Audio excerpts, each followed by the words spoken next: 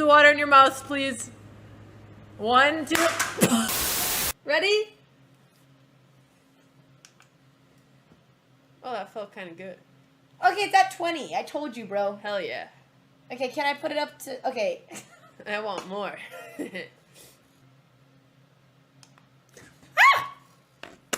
Oh, that's kind of nice. Ooh. Oh, it woke me up. Take it off! Take it off! No! I'm turning this My phone. collar! Alright, this is my over. collar! Pet dog! Fuck!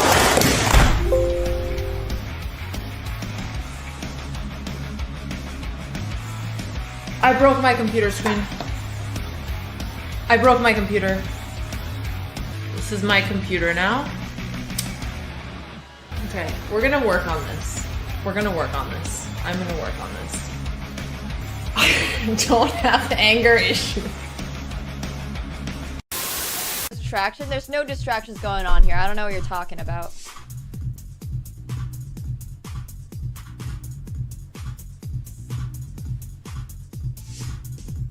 Wait, I got this. I got this.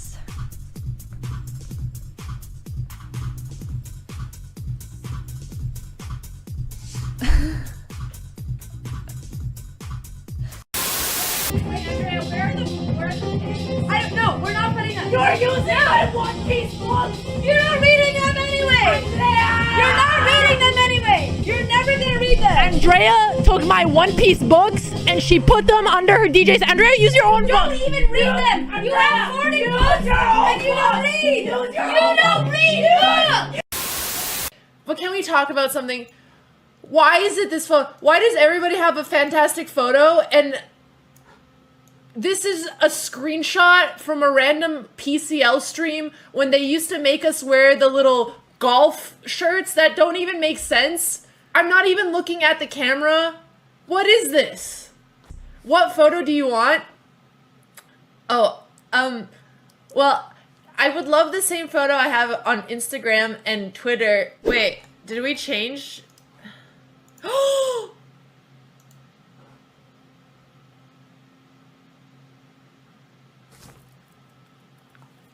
We did it! Yeah!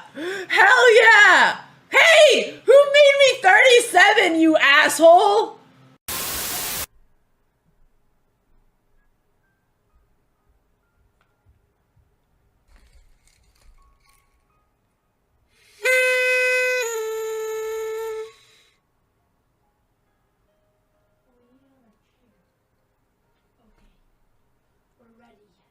Whoa!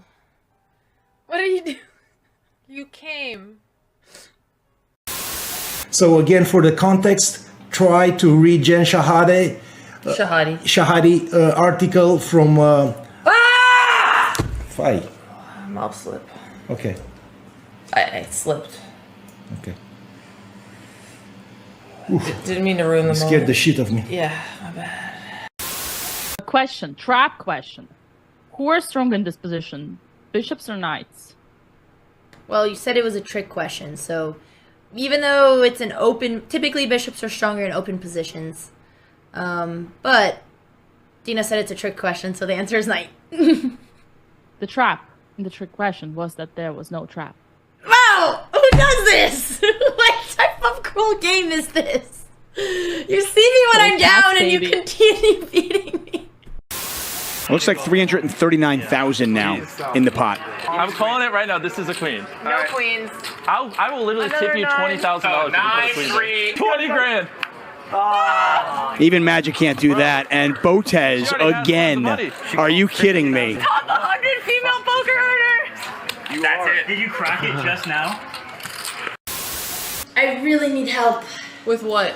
I'm running late and I've been trying for 10 minutes to put on my shoes and I have used every muscle. Ask Vila. No, he doesn't. I need you to pull my, please. I'm so Not late. during this game. No, I need I'm not during this game. All you have to do is pull. Vila's right there. Vila doesn't have the muscle it Yes, takes. he does. Please, I can't put on my Andrea, shoes. Vila can help you put on your shoes. No, you don't understand. Andrea. You know what? This is why we... Andrea, I plunged! Get out of here! Andrea! No respect for my rating grind. You know what I think about when I think about you? I don't want to know. I think about the time I got you to buy at 2 a.m. in the morning. And you told me, Anna, there is some bread in the apartment. It's a little moldy, but you can just cut off the mold. My grandma used to tell me that mold is good for your stomach. That's what Grandpa would do. And then, you know, the funniest thing was, oh, by the way, Anna, I'm not sure why, I've had a little bit of stomach issues.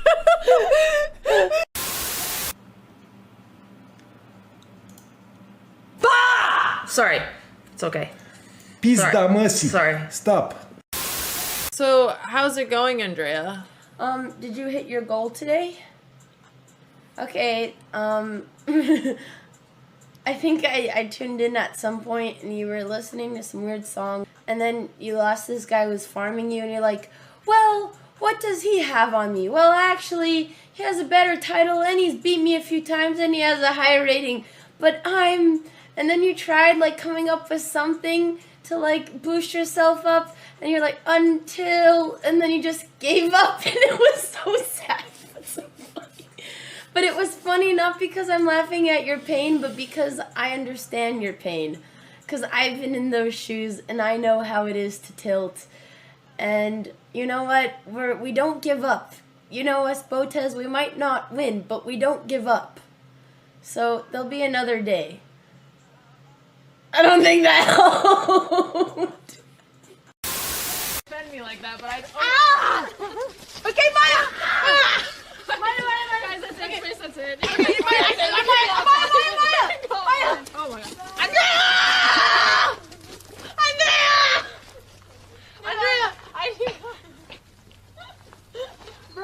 Bro, he's actually upset at me and I'm a little scared. Oh god, no one's safe. Ah! I let the go! No! No, they did it on their own! He opened the door. Alright, go back. I really admire Mexican people and Mexico in general. Hello, photo chess. Sorry. I'm done. I'm sorry. I'm done.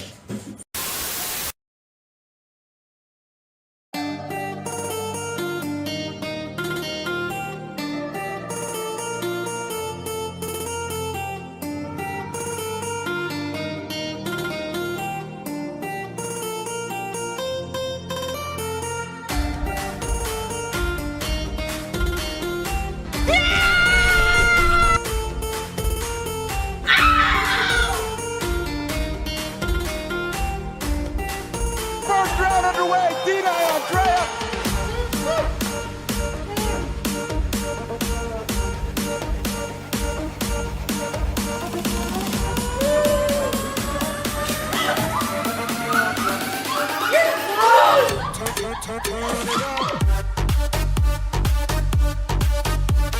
You look ugly. No, Anastasia! The British Authority have all of our equipment!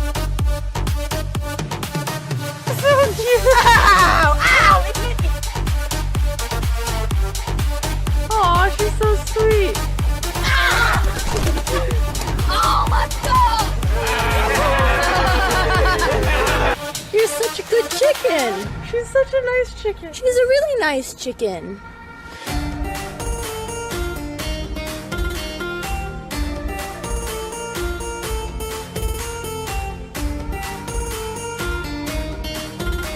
Hello, everyone. Can you hear me? I may have started a bit too soon.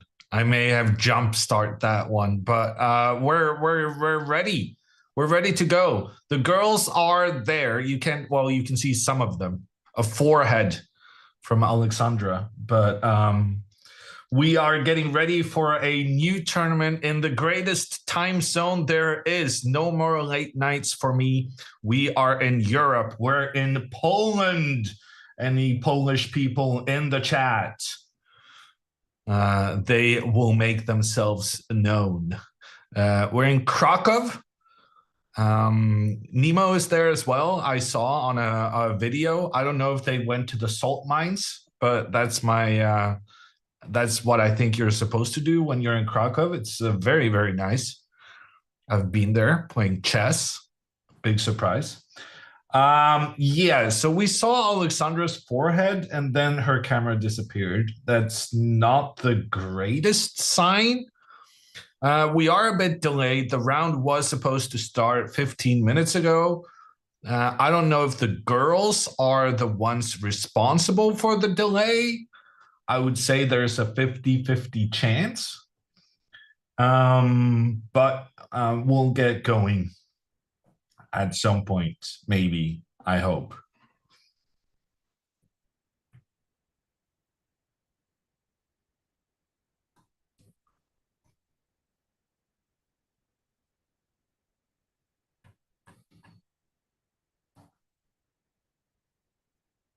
Be real, Hammer, it's their fault. I mean, it might be their fault, but the first round of any tournament is always very chaotic. And the start of this tournament is going to be especially tricky because tomorrow they're playing 2 games in a day. It's the only day with 2 games. So it's, yeah. It's going to be a tough start to the tournament for viewers, commentators, and players alike. Andrea is saying something to Alexandra.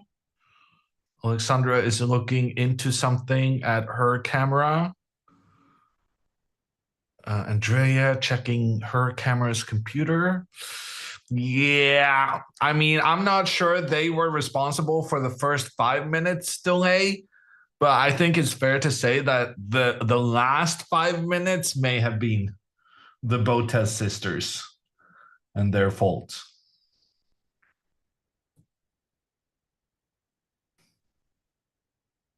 Yapping is a very important part of the commentator trade, Disco.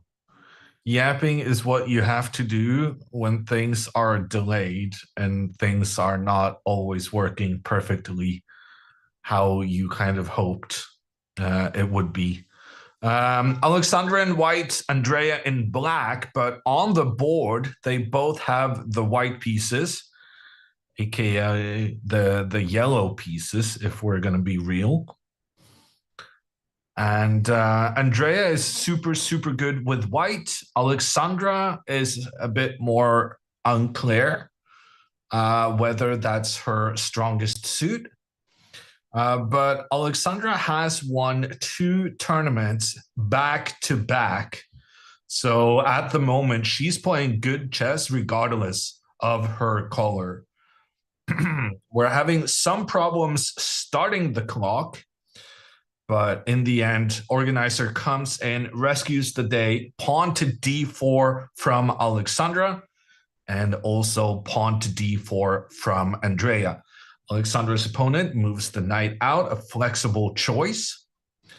Alexandra, 2 pawns in the center of the board. Ooh, and Andrea's opponent goes for g6. Andrea has quite a bit of experience playing against this from the previous tournaments in Prague and also Reykjavik, but she tends to sometimes get overly aggressive with her pawns in response to this. So it's going to be interesting to see how it unfolds. Knight to c3 played by the Jabava London specialist. And after bishop to g7, Andrea takes control with 2 pawns in the center.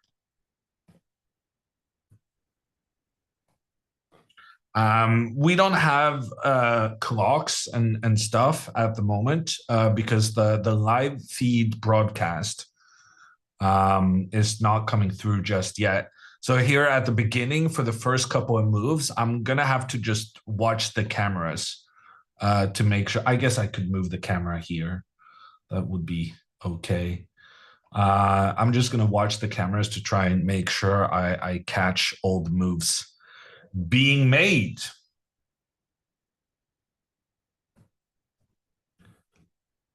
Alexandra's board is incorrect. What do you mean? Vila, you're messing up. Vila, please fix. This is not my fault. I trust. We're gonna put Vila on it. He has the same screen grab on both sources. Big mistake. But let's try not to give him a hard time about it. Poor guy.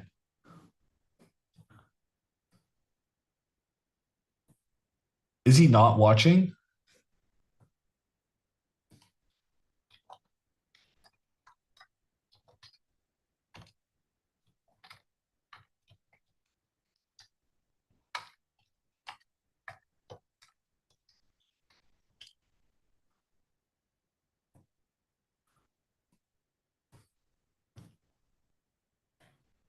Hammer pro at ditching the blame. I think it's important, though. It's very important to be good at doling out the blame if other people can be blamed. Andrea doing Andrea things. Pawn steps 2 squares forward on the side of the board, trying to move even further up. Ooh, but she's denied.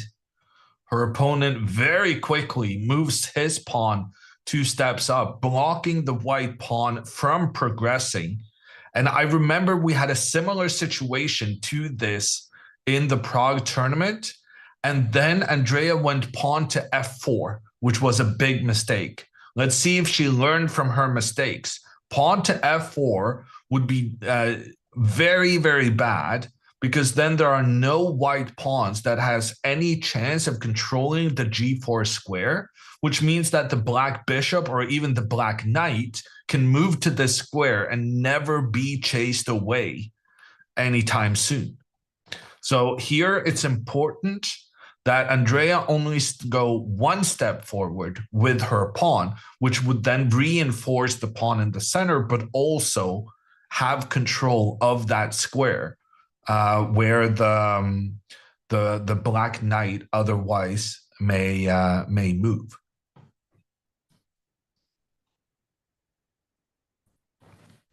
We had a prediction for Jabava on Andrea's board. Can you advise me on that? I would say it's like everyone gets their money back, because it was kind of a Jabava, but her opponent didn't play into the Jabava, so it's technically kind of both. I would say it's just a void bet.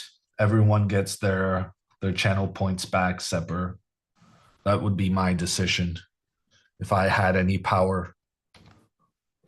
Andrea goes 1 step forward with the pawn. Let's go. She learned from her mistakes. Well, actually, I think she already learned from her mistakes, right? Because she did play this pawn formation in... oh my God, they played so many tournaments. I can't separate them. So she went pawn to f4, I think in Prague, one of the first tournaments. But then she did, and she learned from it and played pawn to f3 when she was playing in Sardinia. So she's familiar with this being a clever way of organizing the pieces and the pawns, having the pawns protect each other up the board. Alexandra, in the meantime, makes a trade between the central pawns, inviting into a Carlsbad pawn structure, which I understand has some lore in this channel as a result of Andrea not fully understanding why Carl is bad.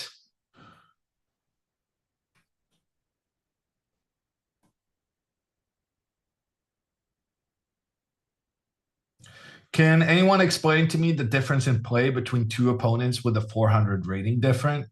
I mean, the different in style of play can vary a lot, but I can give you the mathematics.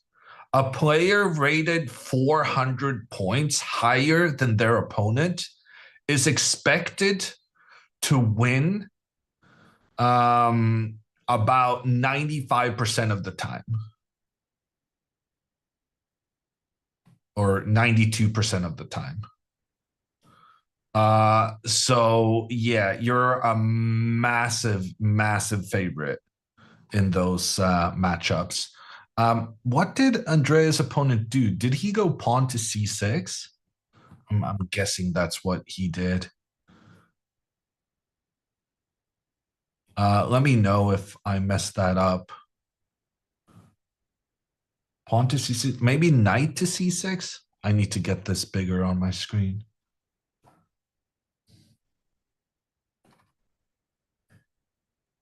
It's definitely something to c6. I'm going to say that was a pawn.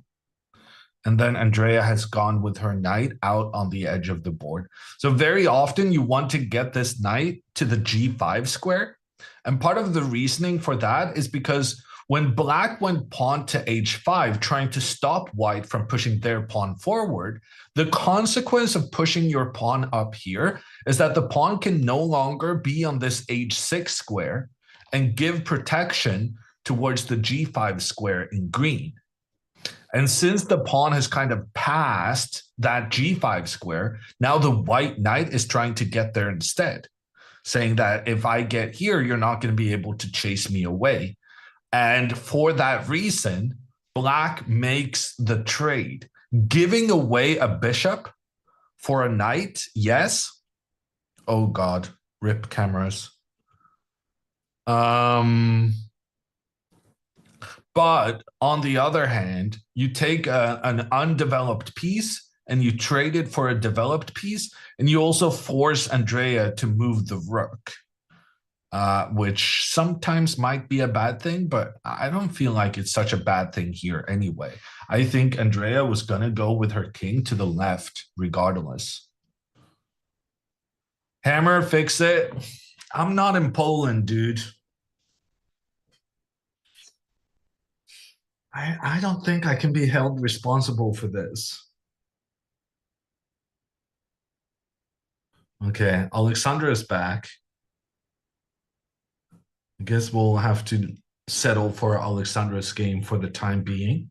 Her opponent has recaptured in the center with the pawn, keeping that pawn well placed in the middle of the board. And now Alexandra, bishop to f4, which once again, we agreed you were supposed to move the knight first, and I was so annoyed last time she did this, and now she's doing the same thing again. Oh, okay. It's a conversation to be had. I think she did win the game, though, last time she played this bishop to f4 move. She's going for the Jabava, kind of. She's playing an improved version of the Jabava with the knight to c3 and the bishop to f4. But the difference is that Alexandra doesn't have her pawn behind her knight. And because that pawn moved up and captured in towards the middle, that pawn has had a greater influence for white's central control than the pawn on c2 always has. Why move the knight first? It's a bit convoluted. So basically, you want to move the knight first because then after bishop to e7, now you go bishop to f4. Basically, you want black to commit the placement of their bishop before you develop yours. The problem with bishop to f4 is that now black can go bishop to d6 and offer the trade of these bishops, because now you didn't first move your bishop one step and another step, you actually did it in one go. And that can, in many situations, be advantageous for black. That being said, this is just the opening. The opening is not Alexandra's strongest suit. Just putting the pieces on sensible squares is a reasonable start. So I'm not super annoyed. It's just that we had this same conversation in the last tournament. So yeah.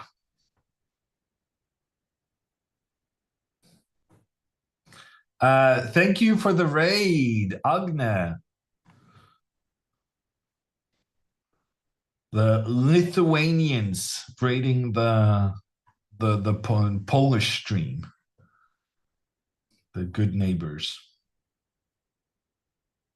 Okay, Andrea's back. What about knight f3 and then bishop d6 and you cannot go bishop to f4? Very good question. Very good question. And the answer is if you go with the bishop here as black, then we go with the bishop to g5. And now we're pointing in towards the black queen. And the normal way of dealing with this pressure is having the queen kind of in the way, stopping the white bishop's pressure towards the black queen. But if you do that now, you will have first moved your bishop forward and then going back. And that would be a loss of time going back and forth. So basically, you're waiting for black to move their bishop so that if black goes one step with the bishop, then you put it here. And if they go two steps, you put it here. Basically, you're choosing the placement of your bishop based on doing the opposite compared to what black is doing. So that's pretty clever. I'm a bit concerned about how many moves were made in Andrea's game while we were otherwise engaged. Knight to d7 has been played, and then queen to d2. Andrea is getting ready to castle queenside. Seems sensible, but I will say that black has the opportunity to go pawn to b5. White is basically committed to moving the king over to the left because they lost castling rights as a result of moving the rook earlier. Ooh, and now after bishop to f4, Alexandra's opponent does go bishop d6. So he does punish Alexandra for her misstep. And then after the trade, Alexandra goes pawn to e3. This is fine, though. It's just not super accurate, but it's completely fine. Sensible way of playing. Move the bishop out, get the knight out. Both players have a nice position here. And then it just becomes about who's the better player in the long term. And we have some faith that's going to be the player outrating her opponent by 400 points. Alexandra castles on or before move 15. Are you kidding me? Move 15? Surely she's going to castle before move 15. Right? Wow. It's quite even, the prediction. It's a very good prediction. But 15, surely she's going to do that. Let me put some money on that. We'll do a cool 30,000. I have faith in the girl. She's gonna learn to castle soon. I saw there was a video with the girls on the beach, and I did not see any sandcastle making. I thought that was one of the best video ideas chat has ever had. But I guess I don't understand what sells on YouTube. But Alexandra having a punishment building castles in order to learn how to castle earlier during her chess games. I don't know. I think that would have been a banger. Hammer believer. I mean, I'm not a believer very often, but on this occasion, I gotta say, I think she's gonna prioritize things well. Ooh, Alexandra's opponent is playing very well. Bishop to f5 is excellent timing. Because now if Alexandra wants to move out her bishop, she also will have to agree to a trade, which is not actually something she really wants to do. What Alexandra should do here instead then is knight to e2. And she should probably try to attack this bishop and then go and move her own bishop out. This is an interesting way of playing. Now that the bishop committed to a square very early on, you can exploit that by trying to attack said bishop. Will Andrea retire if she loses this game? I wouldn't think so.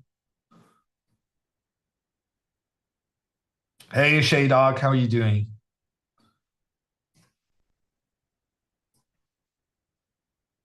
Fiso, I'm good. I had a weird day today, but my weird day is kind of making me feel more energized.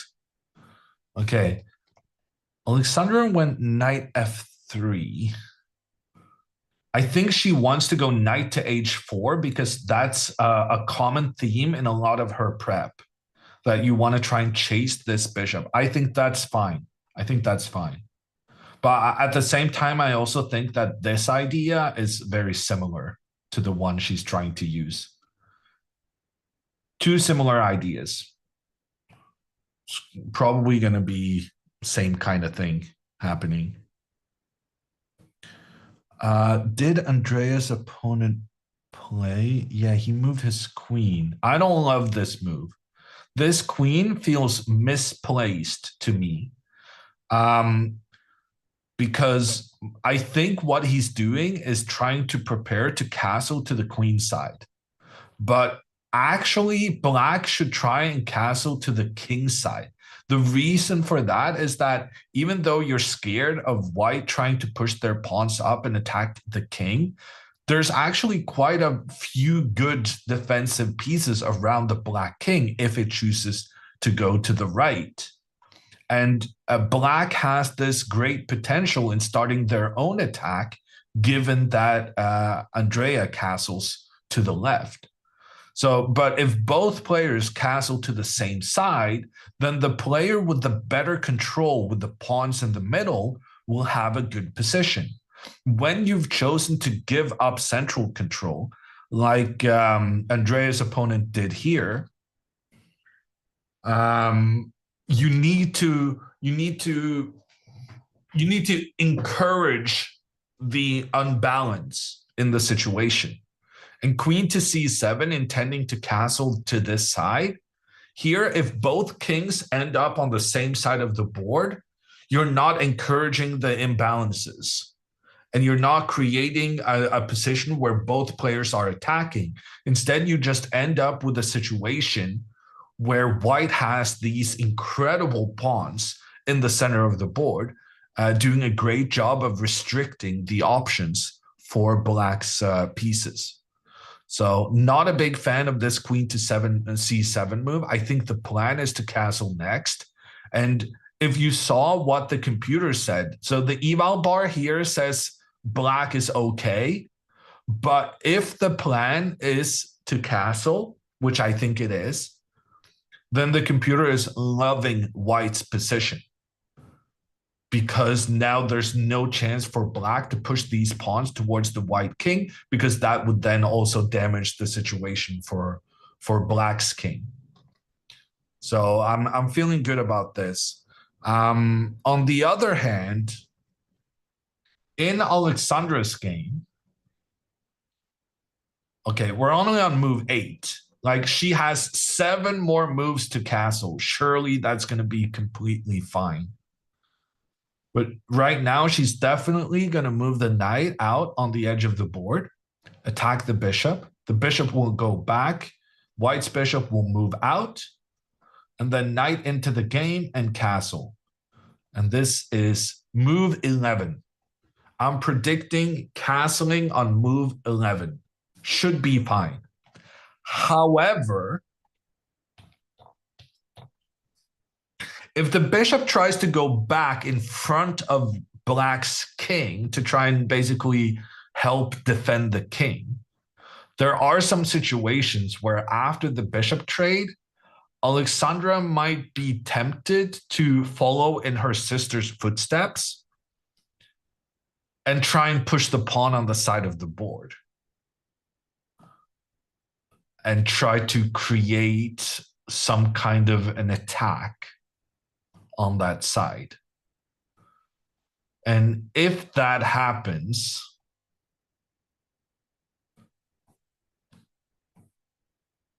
she'll still castle, but she'll castle to the other side. And this is also move 15. This is also move 15. Joy and behold, we are getting the free channel points. The believers are winning the prediction. Let's go. Okay, that is some very good news. Finally, believers winning something on this channel. Doesn't happen every time. Oh, God. Oh, I really hate this move from Andrea. Oh, this is very, very bad. Bishop to c4.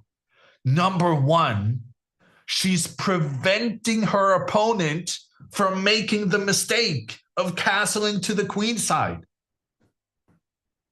Do not interrupt the opponent when they're making a mistake. I'm sure Sun Tzu already talked about that many thousand years ago. I don't really know when he was. He was like 1300s maybe. Do not interrupt your opponent when they're making a mistake. Now black is not going to make the mistake of castling because Andrea has targeted a pawn that would then be undefended. So she's preventing the bad plan from the opponent, but she's also encouraging the good plan. Because now pawn to b5, that's the right move. That's what black should have done on the previous one. But now when he goes forward with that pawn, he's also attacking the bishop. She's encouraging him to attack, and he is happy to oblige. Pawn to b5 on the board, attacking the bishop. And when the bishop retreats now, another pawn will make its way forward and try and actually trap the bishop. If you're not careful, that bishop will be trapped.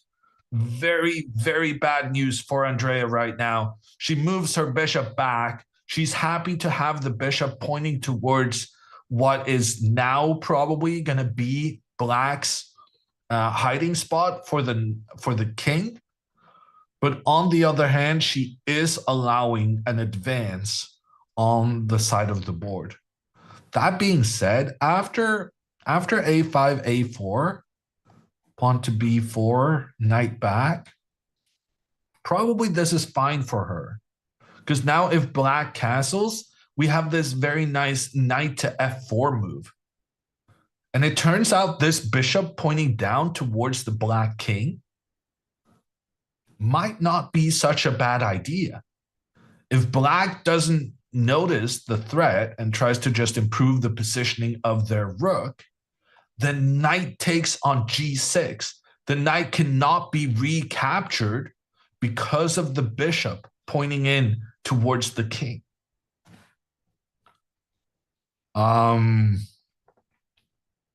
So I'm kind of changing my mind here. Putting the bishop here, I thought it was, my initial reaction was that this is terrible and you're just encouraging the opponent. But at the same time, having that bishop pointing down towards where the black king is going to stay, that seems like it could be quite a good thing.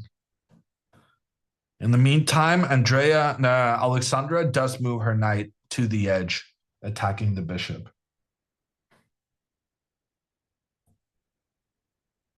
Ooh, rip cameras. But good news, the digital boards are up and running. So that's good news. We can still follow the moves. The bad news is that the digital boards has a delay.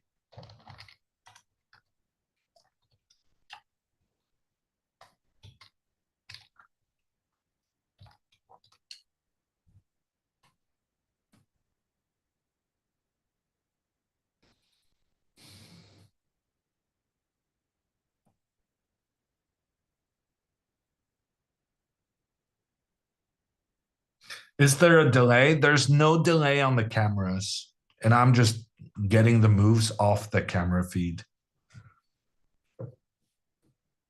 Is this a Poland problem? I'm pretty sure this is a Botez problem. Before we blame the entire country of Poland, I think we should probably look a bit closer to home.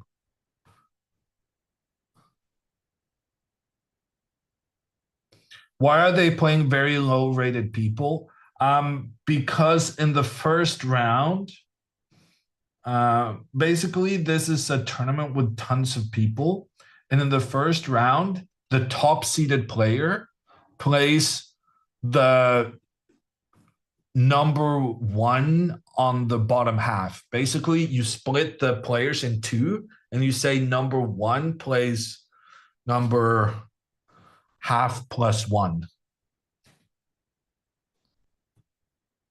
And that, if you have like very many participants in the lower rating ranges, then you can have some very high rated players playing against quite significantly lower rated in the first round.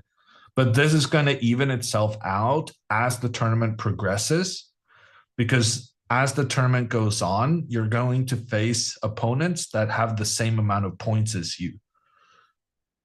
Okay, in the background of Andreas' game, we have the legendary Lithuanian Grandmaster, Eduardas Rosentalis.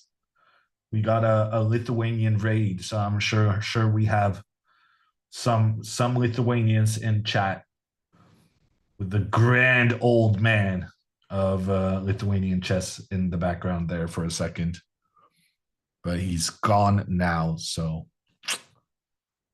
yeah. The myth, the legend. I would say he's pretty legendary.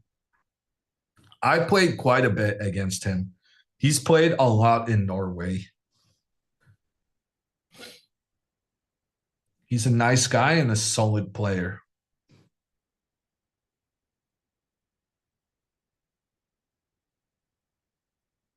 Which one is Botez? There are two Botezes. On the camera, it's the girls.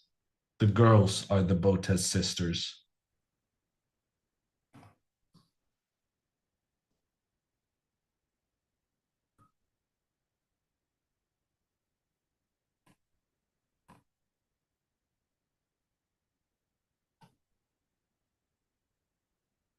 Poland's only problem right now is their national soccer team. Oh, Papa Botez having a very, very good month. Romania is killing it at the European Soccer Championships. Some stunning goals against Ukraine, putting them in a position to qualify, I think. Let me double check the results. 3-0, Romania 3-0 against Ukraine. And today they're playing Belgium at 9 p.m. So we got to make sure that the girls are done by 9 p.m. because they need to watch the Romanian team. Orders from Papa Botez.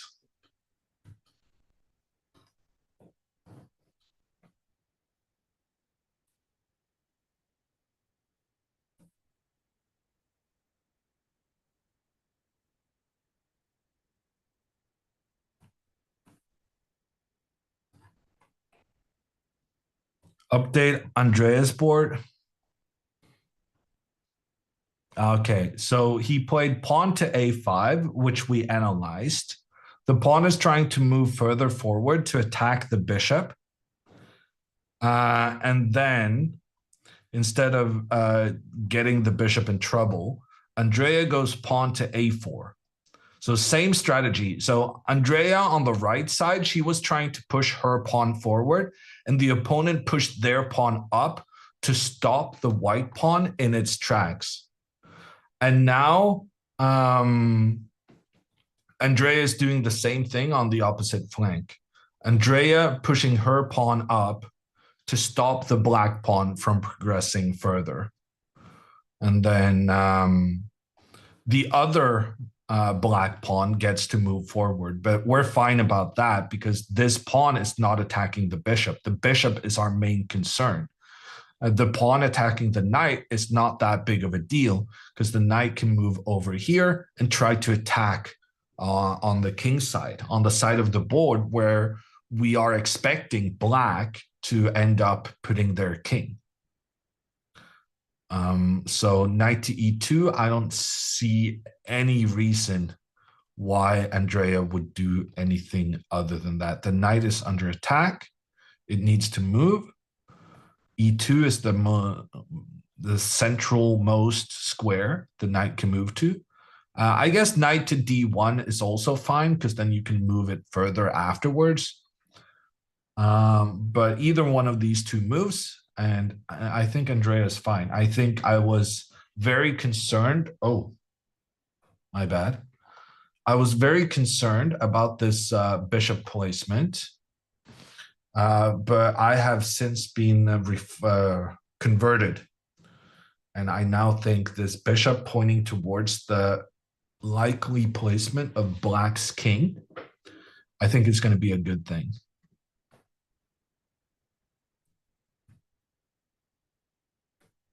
Why are timers not shown? Because the timers are wrong. The timers are on the digital clocks. The relay of those are on a delay. So the timer wouldn't be right even if we put them on. But we'll look into whether we can get the live timers during the tournament. Why are they taking so long?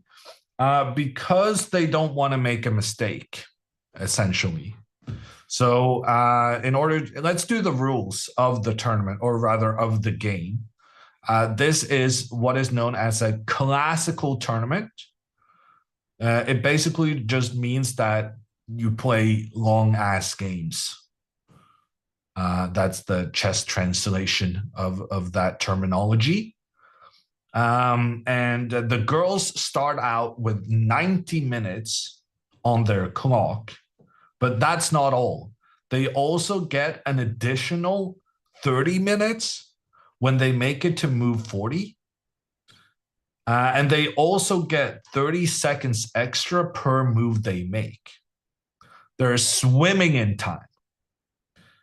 However, for some players, Andrea, this is not enough time. And what is going to happen then is a time scramble.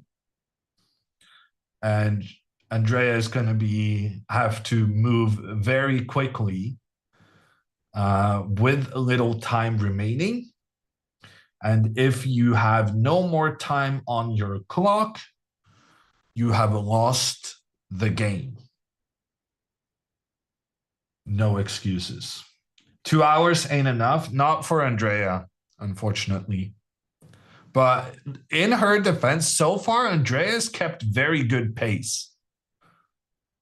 Very good pace on Andrea so far, but out of nowhere, she will have a 1 hour thinking break. And then, that's how she gets into time trouble. But so far, so good.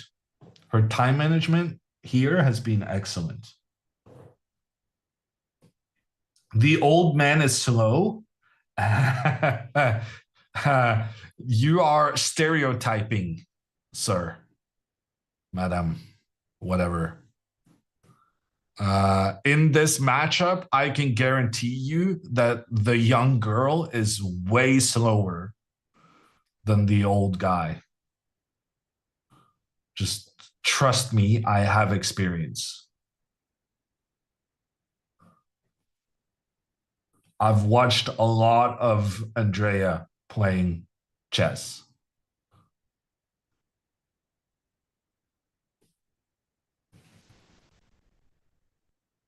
Knight to b1. You're kidding me, right?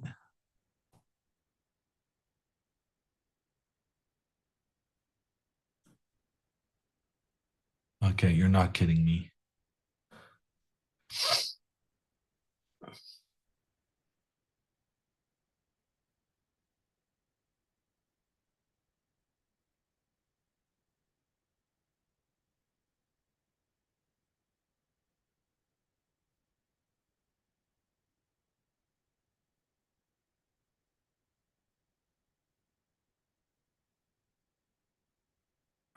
Yeah, I don't know what to say about that.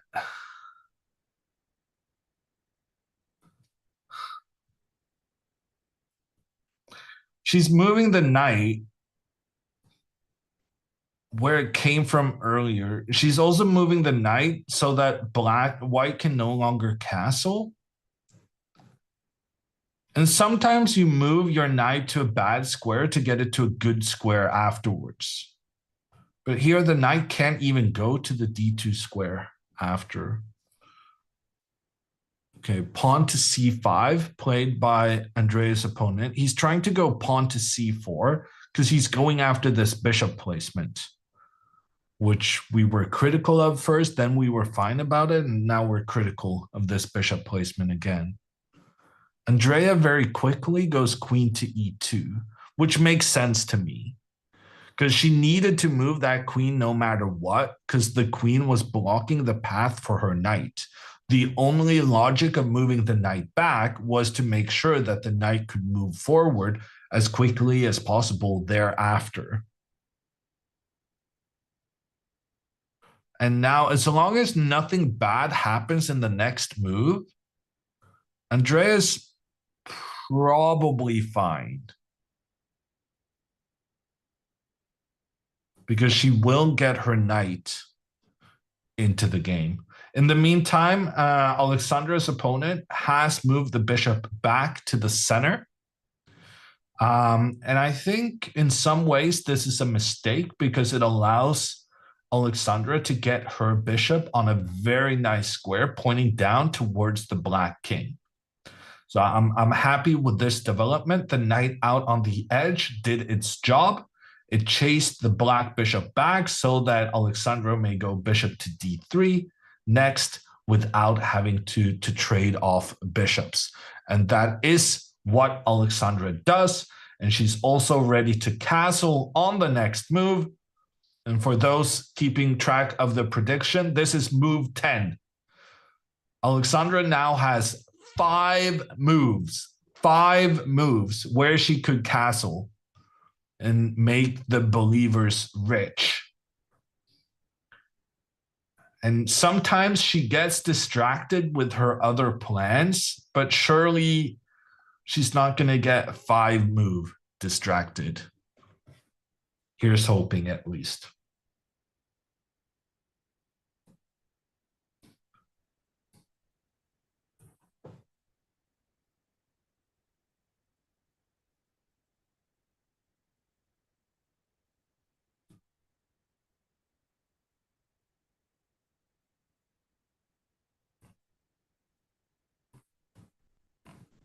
Hopium? Is that a new thing?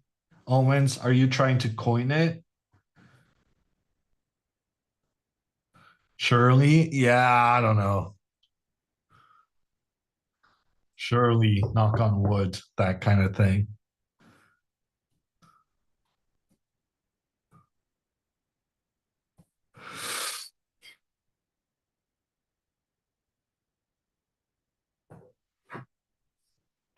If Alexandra keeps winning stuff, will she not have to start in the A section of tournaments? There's not like an internationally recognized A and B section, like the level you have to pick. So in Sardinia, the thing was 2,000. In Charlotte, it was 2,100. And here the B group is 2,200. So it depends on the tournament they're playing, whether she'll be able to play the B group or not. Do you consider the Botez sisters as celebrities? Yes. I don't know in the US, but in Norway, they got recognized more than me, which did hurt my pride just a little bit.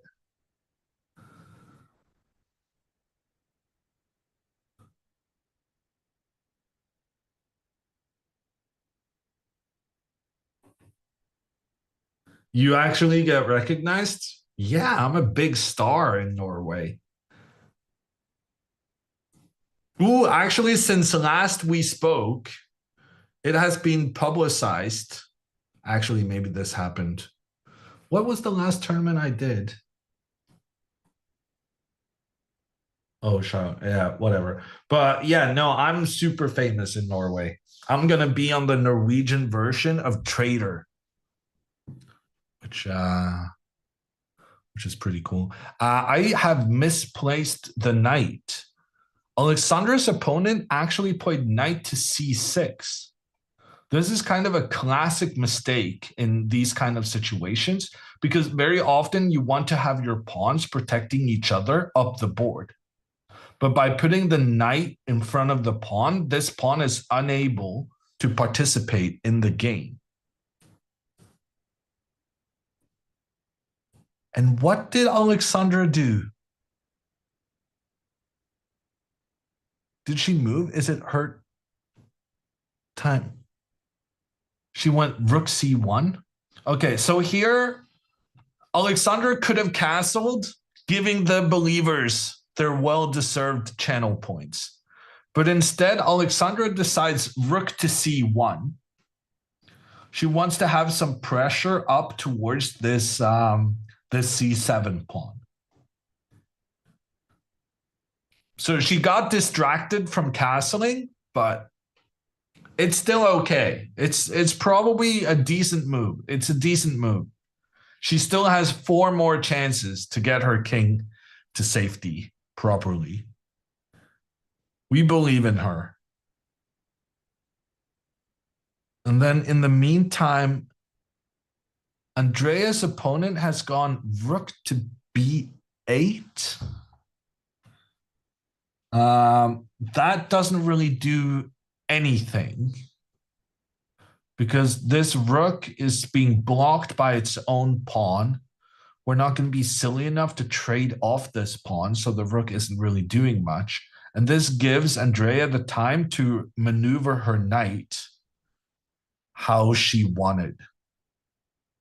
And there's no concern about the pressure. I'll make some arrows here. There's some concern about the pressure in towards White's central pawn. But this move isn't really doing anything to make us scared for this pawn.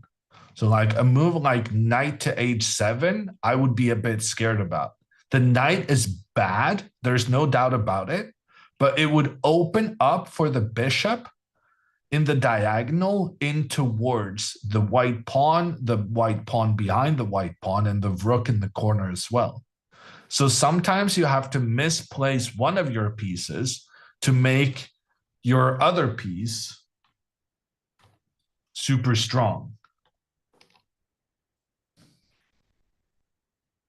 And that's what black should have done here. And then instead, after rook to b8, this may give Andrea the time she needs to move her knight out and get her king to safety. Okay, she has moved the knight out, so that's a good start.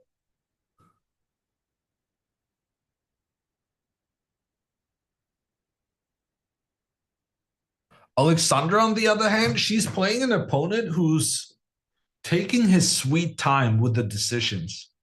Alexandra has really kind of found her pace in these tournaments where she doesn't want to think too much. She wants to trust her instincts, and she wants to do a lot of the calculation while her opponent is thinking. That being said, she's going to go take a break now. No. Alexandra ready to leave the board to check out other things, get a drink of water or something.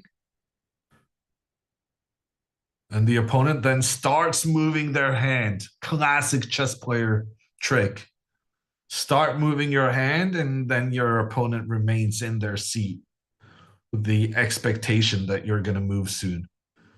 And Alexandra realizes, I got tricked by your little hand movement. You're not going to do anything, are you? Alexandra leaves the board, and her opponent plays immediately after. Ooh, the mind games. The mind games on display right now.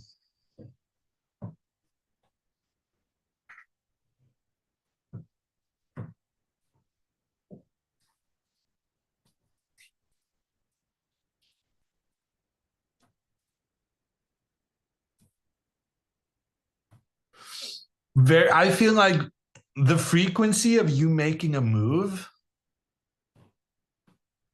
like the chance of you making a move straight after your opponent has left the board is higher than, because sometimes your opponent leaving is kind of a sign to you that your opponent is bored and can't be bothered thinking about this, and that you should just make up your freaking mind and just do something. I feel like I very often make my move as my opponent to leave the board more frequently than elsewhere.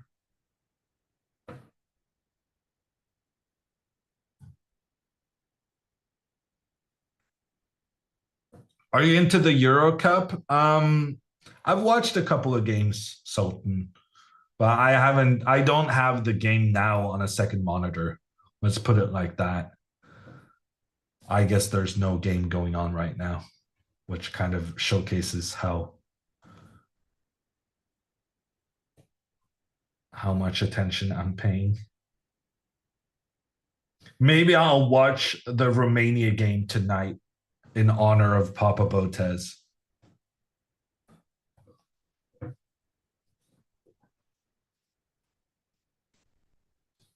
Is he allowed to leave the board once Alexandra is gone? You're allowed to leave the board as long as it's not your turn to move. And you're allowed to leave the board even if it is your turn to move, but then it's considered very polite to kind of inform your opponent that I have to go to the bathroom and I have to do it even though it's my move. Or maybe you sometimes even have to call a tournament arbiter. Because, yeah, going to the bathroom on your own move can sometimes be considered suspicious.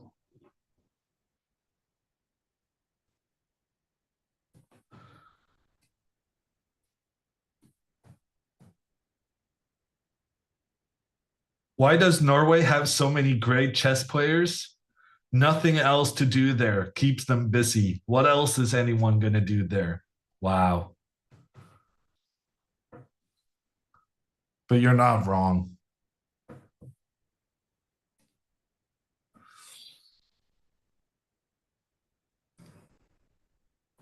Chat answering other chatters' question.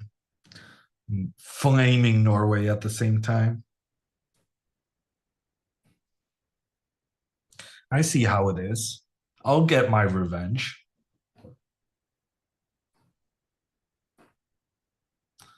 Ain't no way. Ain't Norway. That's a good one.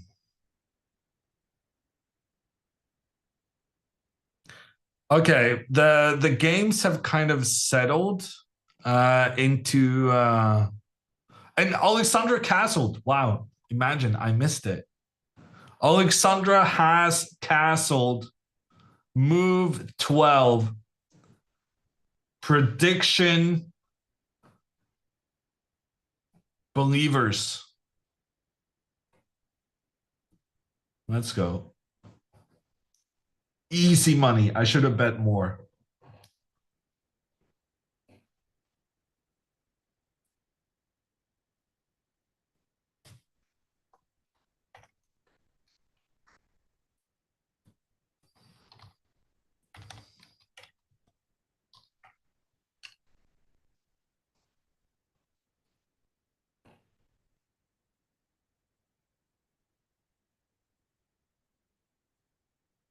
What's your answer, though, on why Norway's got some decent players?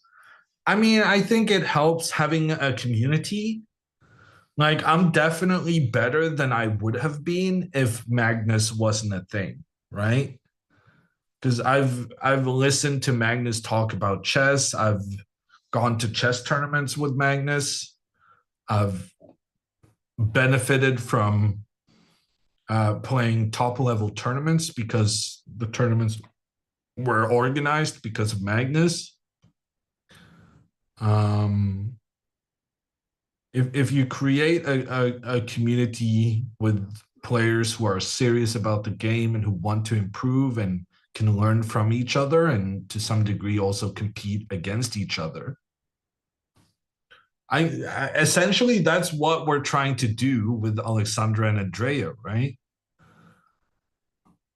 We're trying to get them, put them up against each other so that they make some effort training because they want to beat the other guy or girl. But they're also supporting each other. But that's how it works. You want to win, you want to be better than the other person, but you also help each other achieve your goals by just having the common interest. Do you read the YouTube live chat? I have not been ordered to do so. And unless I get a direct order from the queens themselves, I'm not going to do that. Twitch for the win. Let's go, Twitch.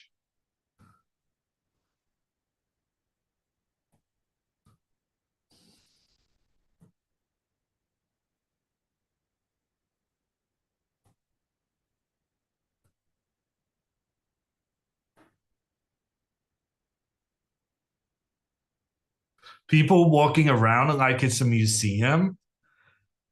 That's a very good way of describing it. Because it's quiet and people do kind of lean forward to watch the art.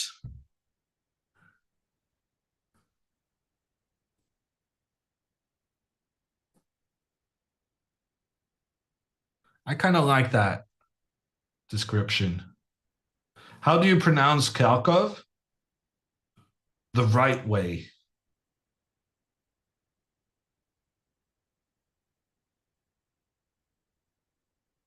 Well, with a very Norwegian twist, but I'm guessing at least the Norwegian twist is a lot more similar to the real answer than the English one.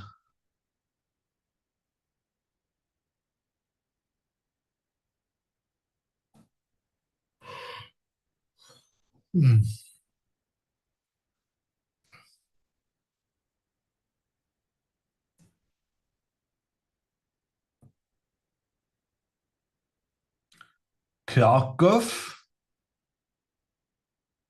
You're joking, right? Seriously, that's how you pronounce it in Polish? With an F at the end? Oh my God. Yeah, that I'm never gonna say. Oh, it's like the Russian OV, Romanov. Okay, yeah, I see.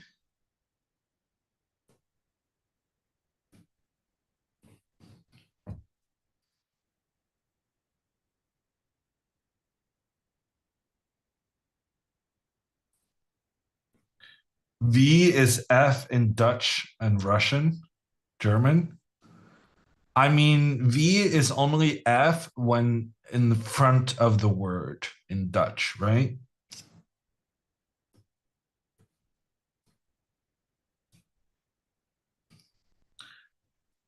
And Russian still has Moskva. Although, to be fair, the V there is a B. But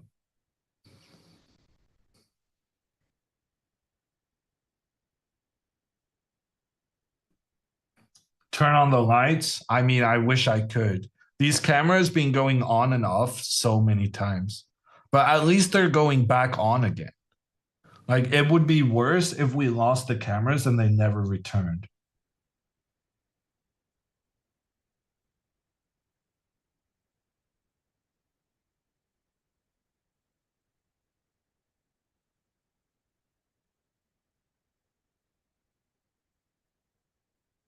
Do you consider yourself a nerd? Very much so, yes.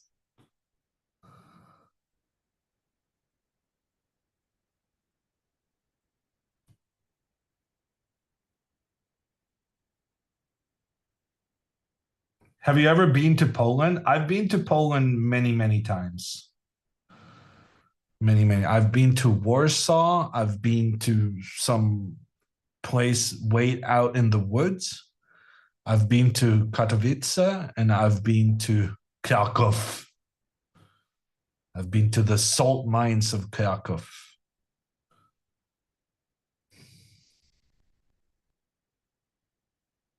Poland Woods, yeah. It was in the World Junior Championship 2010, in the middle of freaking nowhere. I don't even remember what airport I traveled into. Probably Krakow, but I don't remember. Let me actually Google that, because it was really World Junior Chess 2010. World Junior Chotova. Let's find that on the map.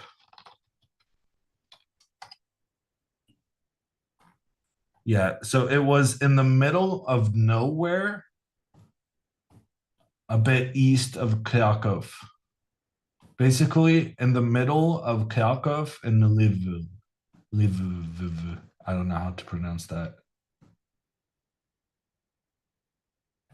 It was so freaking nowhere. But one thing I will say about that tournament, we had to stay at hotels which were like ages away from the playing venue. But we had a police escort. So the players' bus on the way to the venue had the police just clear the road in front of us. But seeing as how it was in the middle of nowhere, there were no cars to clear away. But otherwise, it would have been very cool.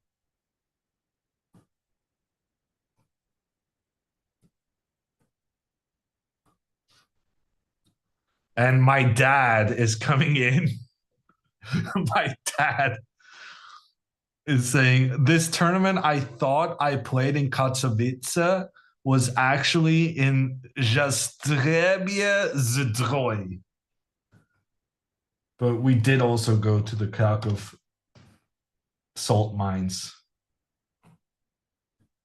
Jastrzębie Zdrój. It's right southwest of Katowice, on the border to the Czech Republic.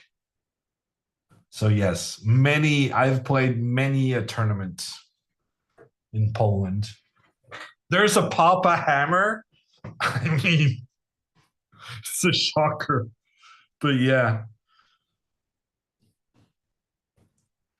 The flowers and the bees did their thing. Also in my case, I'm not an alien, despite acting so little human-like.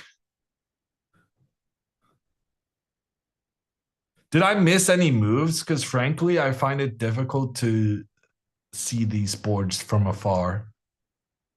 It seems like Alexandra is thinking. I'm guessing Alexandra's opponent played pawn to a6. That would be a clever move if he did do that. Oh, I'm going to have to zoom in on this. Yeah, he probably did that. So the point of this move is to take control of the b5 square so that the white knight cannot move there. Basically, black wants to go knight b4 to attack the bishop. But if you do this, then the white knight can come up and attack the queen and attack the pawn together with the white rook. So pawn to a6 just takes control of that square and makes sure that the knight cannot move up here. But now if Alexandra remembers her prep, she's going to do something like pawn to f4. This is very interesting. And the idea is that you're trying to move your knight towards this e5 square, and then you have two pawns giving protection to that. And if you just move the knight back off the edge of the board first, then your knight cannot continue further forward because black has that square under control. So first you need to go pawn f4, increase your control, and then maneuver your knight. Did anyone catch what Andrea's opponent did?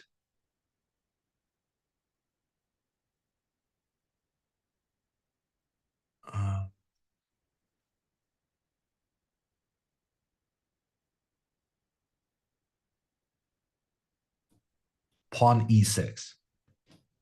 Okay, good move. These pawns are blocking the white bishop, and this bishop is less effective as a result of these pawns blocking the. Oh, he went e5. E5, not good move. Not blocking the bishop. Well, actually, it is blocking a bishop, but it's not white. That is a self-blocking move, which also shuts down the center of the board. So now if Andrea goes pawn to d5, it's impossible to open up in the middle of the board. And then as black castles to the king side and white castles to the queen side, we're going to have a situation where Andrea has completely blocked the potential for black's pawns to continue forward.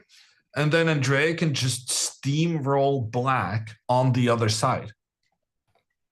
I just went e6 because I saw that the pawn was no longer on its original square. And I assumed, well, if you move the pawn, obviously you're going to put it so that you're blocking the potential for the white bishop.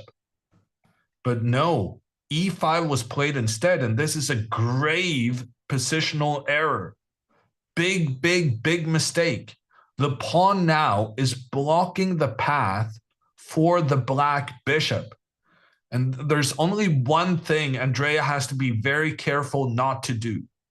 There's only one mistake she can make here, and that's pawn takes on e5. The reason this is a mistake is because it allows black to recapture with a knight, and then there's no pawn blocking the diagonal for the black bishop. Sure, these knights are standing in the bishop's path, but knights you can move away. A pawn is not that easy to get out of the way. The disadvantage of this pawn to d5 move is that that pawn will also stand in the path of white's bishop. So the more I'm thinking about this, the more I feel like maybe taking on c5 is the correct choice. Ooh, computer really hated that. Okay, computer didn't like that we allowed this knight to get into a good position. But after castles, this should be fine for Andrea, no? Okay, computer can't really. But my point is just that having this pawn in the center of the board for black is a very bad thing because that pawn you cannot get rid of very easily. And as long as it's there, it's going to be blocking the potential of what was supposed to be one of the greatest pieces in black's arsenal. So I'm very much liking Andrea's chances here. But she should also take quite a bit of time on this move. Because this is a big decision. Do you take to the left? Do you take to the right? Or do you move forward? Lots of choices, and all the choices leads to different kind of situations. Whose move is it in Alexandra's game? Why does Alexandra have her knight out on the edge of the board? Not a huge fan of that.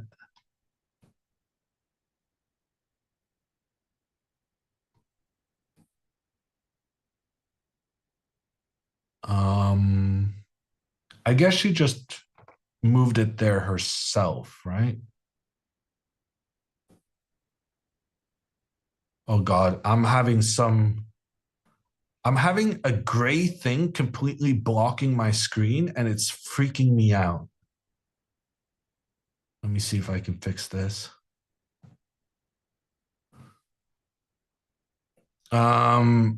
Yeah, so Alexandra did not go pawn to f4 like I was kind of hoping. And instead, she's gone knight to a4.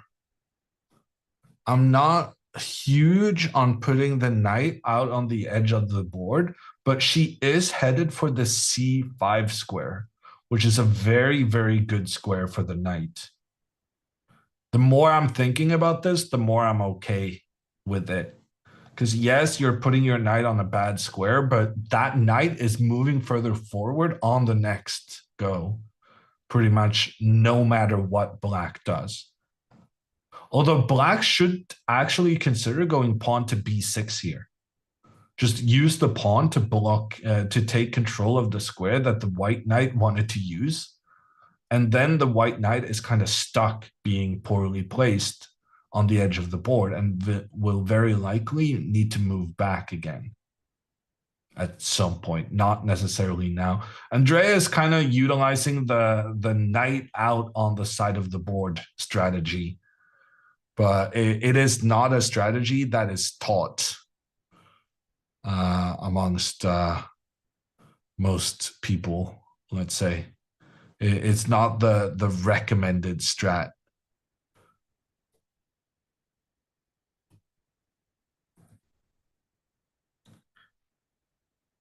Pawn to b6, then what was the point of the stupid knight move? Yeah, no, pawn to b6 is a decent attempt. But there is a concern for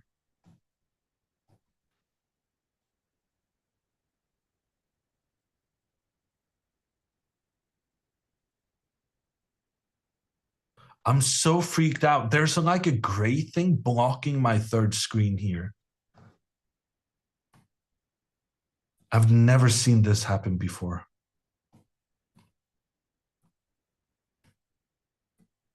And it looks like the kind of gray thing that follows you if you're trying to push windows to the side of your screen and then it auto formats, but it just never disappears. Any computer people who can say what I'm doing wrong? Show us? I can't show you. Boomer on a computer? Yeah, that's me, Cheesecake. I've actually read that kids these days don't know how a computer operates because they're so used to like shortcuts and whatnot, and that they don't know how to go into the folders and figure out proper things like we had to do back in the day. The millenniums. We had to dig into the root files and whatnot.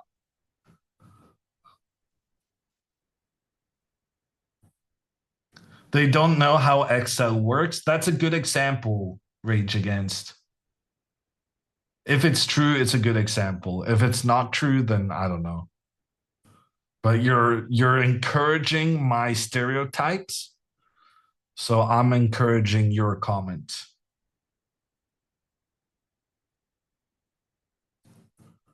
Doesn't Andrea have queen c4 in this position? I just don't see what queen to c4 would do. Ooh, Andrea goes pawn to d5. I think that was probably one of the best moves. And she just did it before the cameras collapsed. W there, getting that key decision just in time. Pawn to d5, I think, is a fantastic move the more I'm thinking about this.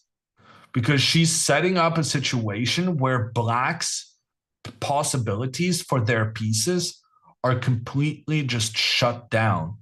And yes, she's making her own bishop a bit bad.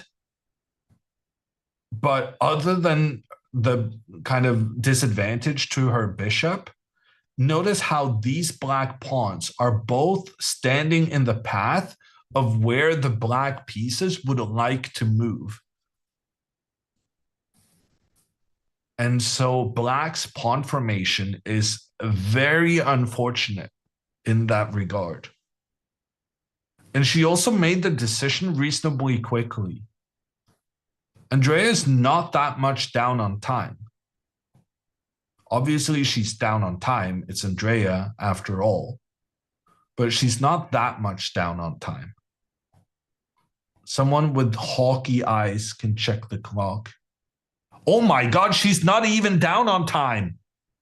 Andrea's on 1:02 and her opponent is on 1:01.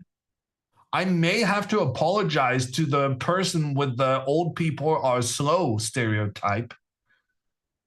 Because I just said you don't know Andrea, but Andrea is up on time in a game of chess. That is sensational.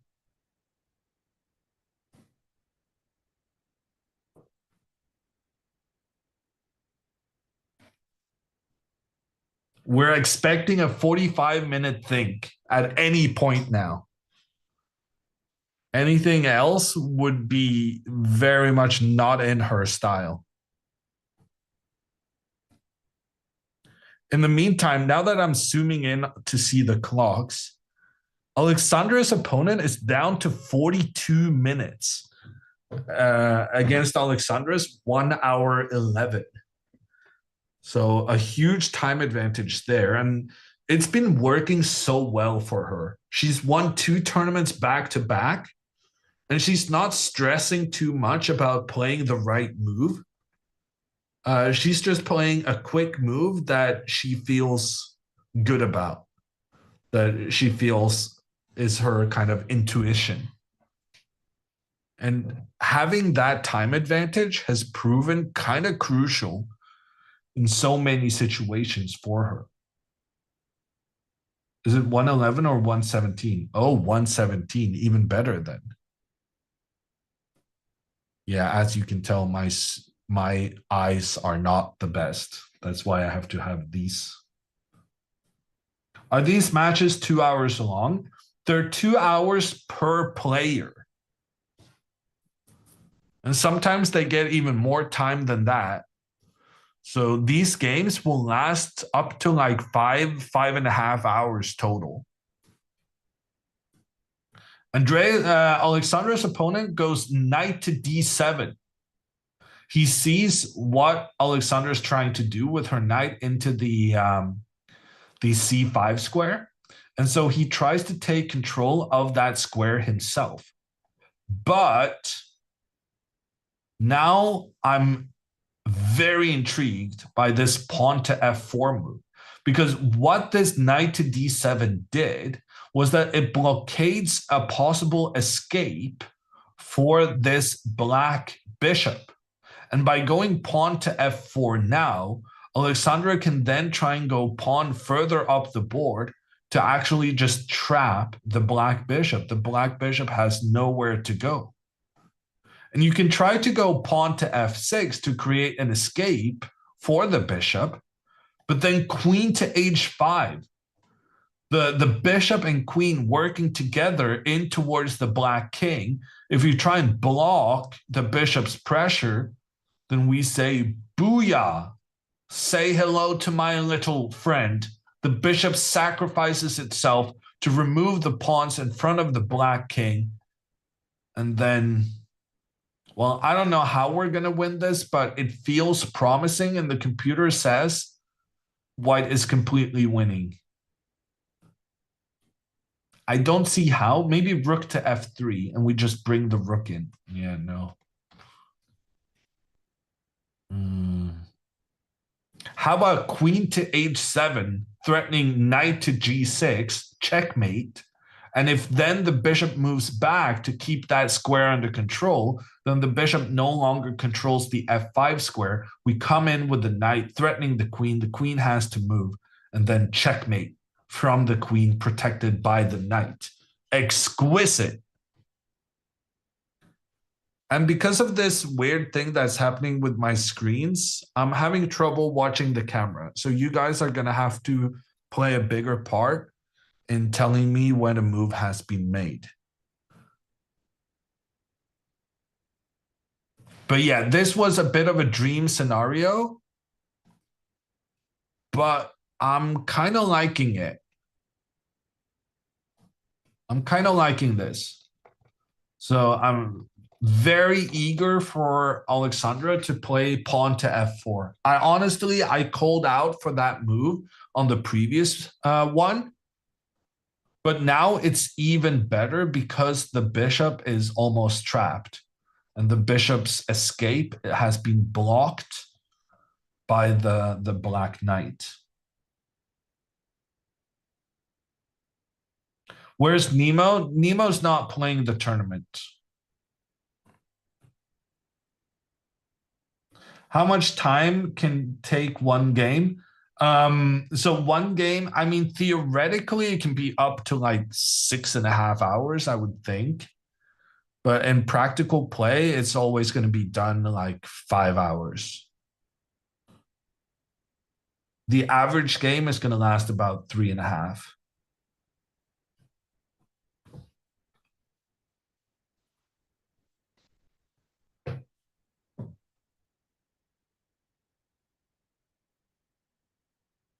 Can you put d5 on the board? Vila?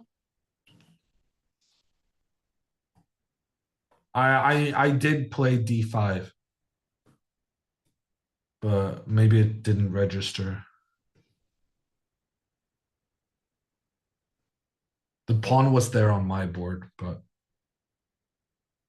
the relay sometimes messes up.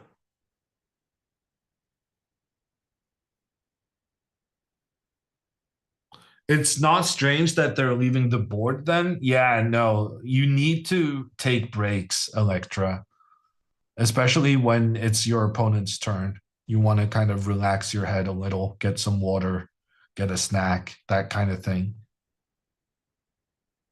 But the thing I find amazing with Alexandra and Andrea is that they have this policy of almost always staying at the board even when it's their opponent's turn. And I don't do that. Dina doesn't do that. I'm just not sure it's a good strat. If good players are not doing it, I'm not sure it's the right thing to do.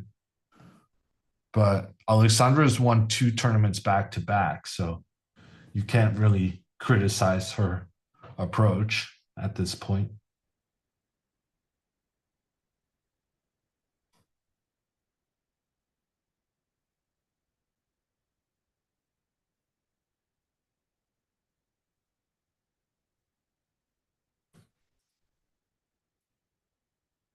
Are their opponents okay with getting streamed? That's a question a lot of people have asked. I personally don't think you need their permission at a chess venue. And I don't really know how they're dealing with it from a game-to-game basis. But I think it's fair to say that for the majority of people at this tournament, they think it's a lot of fun playing against the famous streamers as opposed to anything else.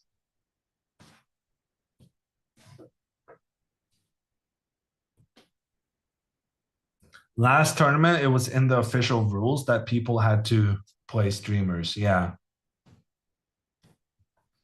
Pawn to a3 from Alexandra. She's using a common strategy in these kind of situations where you try to push your pawns up on the side of the board. And of course, when you're pushing pawns on the side of the board, you don't want to push the pawns in front of your own king. This is also pushing pawns in front of your on the side of the board, but it's weakening your king position. Actually, the more I think about it, the more I think this move is very cool. Actually, pawn to g4. Yeah, and then you can go queen here and you can maneuver the knight down and around. Pawn to g4 was actually very interesting here.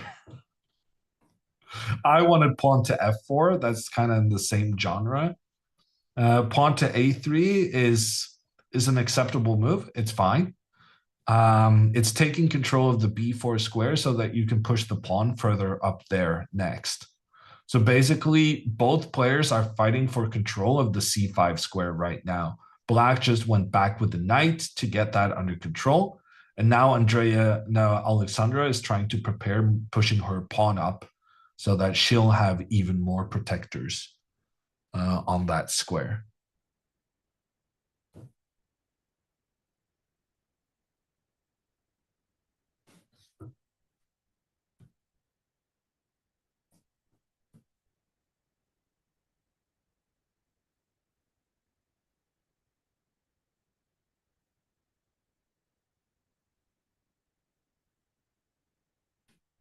So Vila says about the on-camera thing. When you agree to register to play, you allow the organizers to take videos and photos inside the venue, and the stream kind of is under those same things. But if someone requests not to be on camera, we try to just tilt the camera on only Alexandra or Andrea. And I think that's definitely the best way of doing it.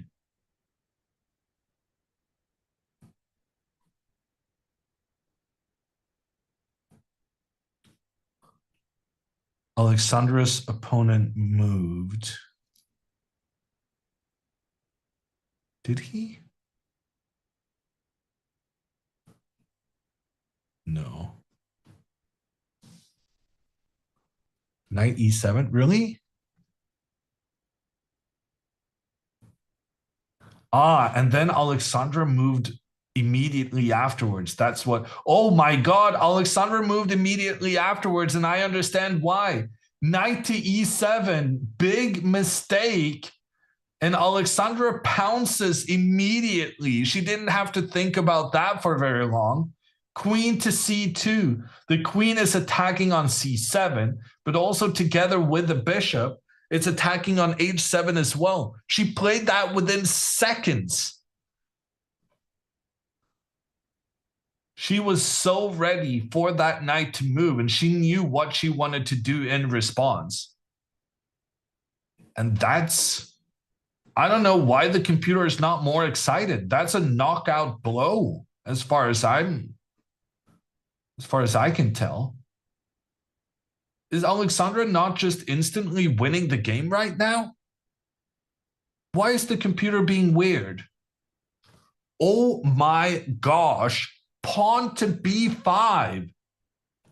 Wow, that is such a desperate move, but it was probably the desperate move the situation required. The pawn attacks the knight, trying to force the knight back, but if the knight moves back, there's no more threat from the queen and rook against the c7 square. Okay, turns out there was only one saving move, and he's found it. But on the other hand, this is a very weakening move. So no matter what Alexandra does now, she's much, much better. Black has what we call in the trade a backwards pawn. Basically, all of these pawns to the side of it has rushed forward, leaving this guy behind. And it's especially bad when your opponent can place their queen and rook pointing down on your backwards pawn. This pawn will not be defended by other pawns because the other pawns kind of ran away from it. In order to be defended by another pawn, this guy will have to go all the way to the c4 square. That would make a good pawn structure for black. But the thing is, you can't really get this pawn here because anytime it moves 2 steps forward, it will be captured by white. And also, if you're focused on preventing stuff over here, then white can even go pawn, 2 pawns controlling that square, making sure that this one can never move up and have the defense of its buddies. That being said, I'm still not sure how black is saving this game, because after knight to c5, I still think Alexandra is just instantly winning. I'm very surprised by the computer not having higher percentages in Alexandra's favor.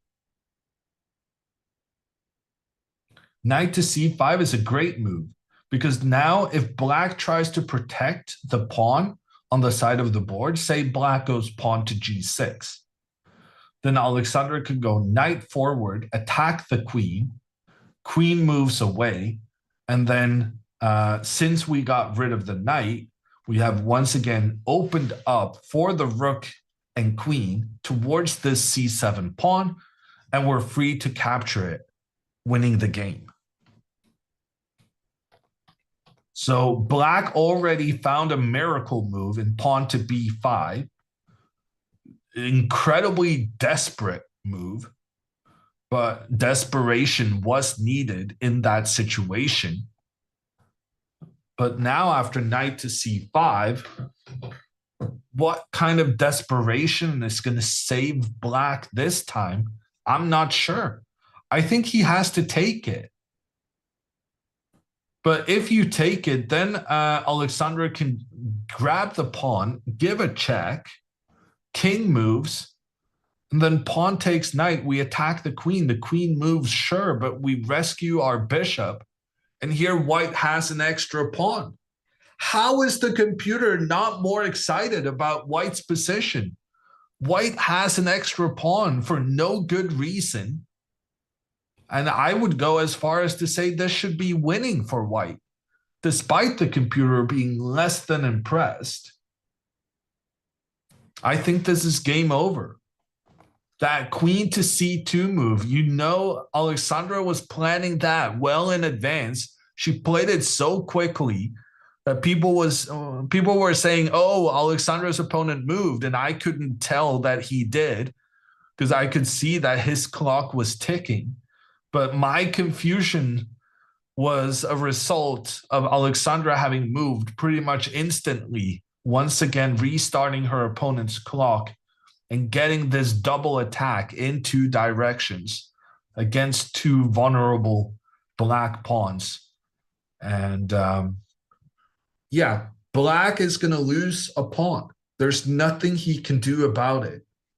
And then he's going to be down 30 minutes on the clock in addition to missing a pawn.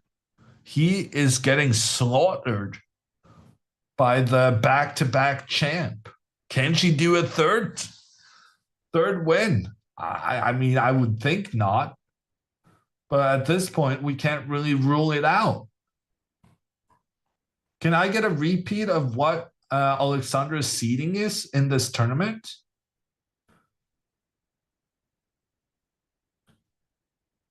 She's number 17, right? 21? I mean, you're not going to win the tournament if you're ranked the 21st best player, right? The back-to-back-to-back, it shouldn't be possible. But she's destroying her kid right now.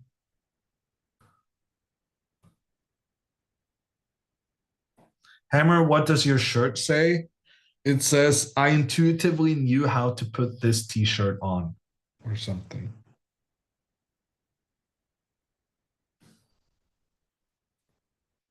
It was a present from a friend of mine who went to Apple HQs. And Apple, they're very big on that. Everyone just intuitively knows how to use their stuff. That's why it's so good. And I gotta say, as a first-time Apple user this last half a year, that is blatantly false.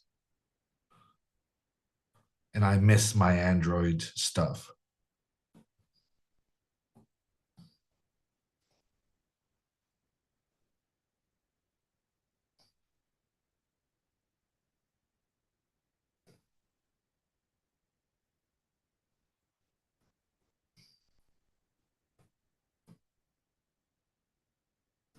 I feel like, can we do like a Europe, US kind of thing? Because I'm pretty sure the Europeans are all Android. Like, maybe not all Android, but like Apple just has this sort of weird, special thing for US people.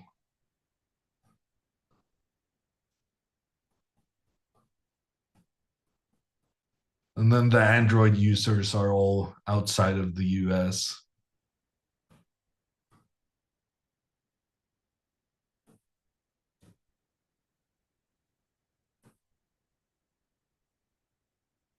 US people just cheap, they go with what's popular.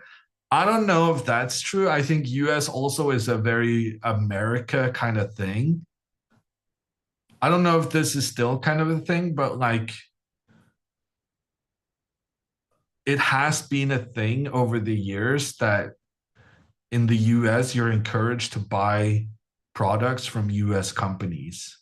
And like you should rather get one of these gigantic, stupid cars instead of a Toyota, because Toyota is Japanese.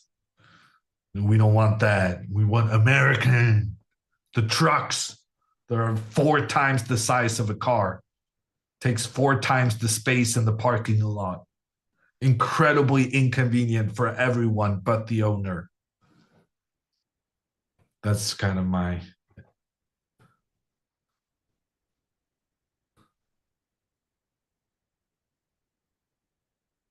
Four times the gas, more than 4 times the gas, probably.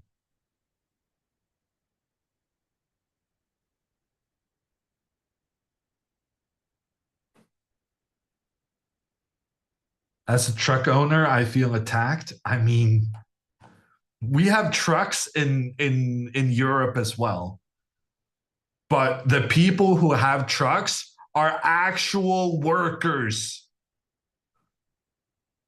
In the US, like you have these enormous trucks, and it's like the people who own these things, they're like soccer moms and whatnot.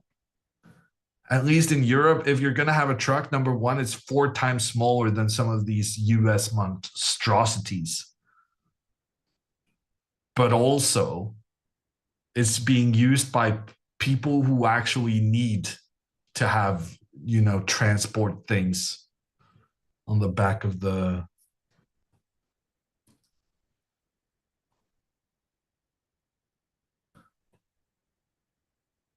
You missed 3 moves in Andreas' game? Is that real? Because the guy hasn't castled yet. Surely I haven't missed a single move. As long as I can see the black king on this E8 square, I'm going to say I haven't missed anything. That being said, it does seem like Andreas' clock has started ticking. Let me zoom in. Wait, what has this guy been doing? Somehow Andreas' knight is on c4, but none of the black pieces have moved whatsoever.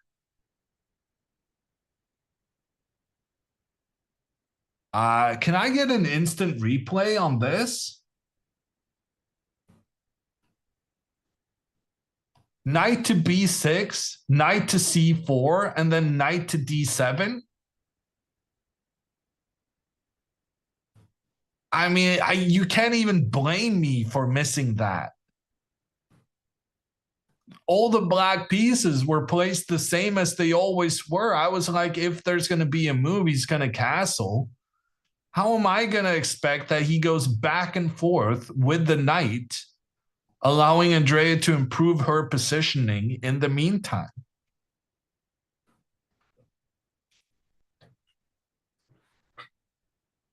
That is wild. You can get a replay on the YouTube stream. Yes, Nick. But at least I managed to lure you over to Twitch chat to get that sentiment out. This is true. It's a lot easier to get replays on YouTube than on Twitch. I'll give YouTube that. You still have to come into Twitch for me to see your message. But I will acknowledge the benefits your platform provides.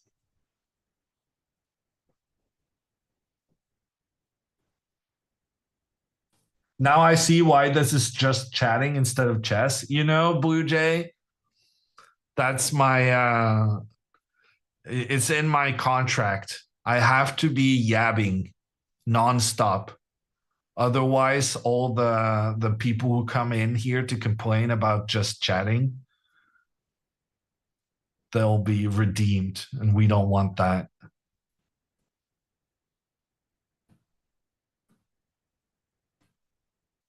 Alexandra's game changed. Okay, yeah, I wouldn't be able to tell because I maximized Andrea's board on my second monitor in order to understand what's going on there. Okay, Alexandra's opponent, he has made a trade between the knights. Alexandra has not captured the pawn on h7 just yet. She has taken on c5 to attack the queen. But when the queen moves, she will now capture the pawn. And she's saying check to the king. Otherwise, sometimes you got to be careful about moving the bishop out here on the edge of the board. If this was not a check, then Alexandra's opponent could trap the bishop by moving his pawn up. The pawn then will prevent the bishop from getting back into defense, and then the king will come in to eat the bishop thereafter. So you got to watch out for that, but this is fine because it's a check to the king. And the king moves away, and now, very, very important, you got to move the bishop back. And this is because of that same thing with pawn to g6. You got to make sure that your bishop doesn't get stuck on the edge of the board. You got to get the bishop back where it came from. Yes, you've then gone back and forth. Generally not a great strategy, but you have also captured a black pawn. So when you go back and forth but win a pawn, that is certainly worth it. Hammer, have you ever lost a game to Andrea? I would prefer not to answer that question.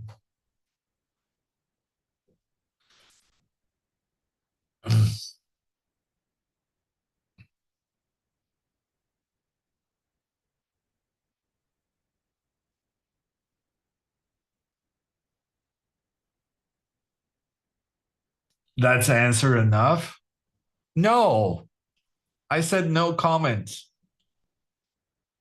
Don't just assume that no comment means I lost. You can't do that. That's unfair. Says everyone saying no comment whenever.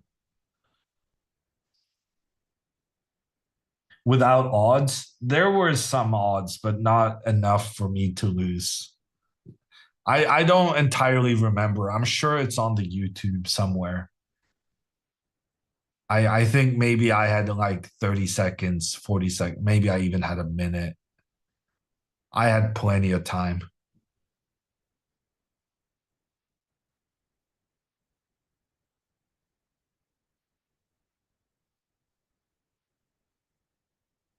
Bishop back, yeah, good choice from Alexandra.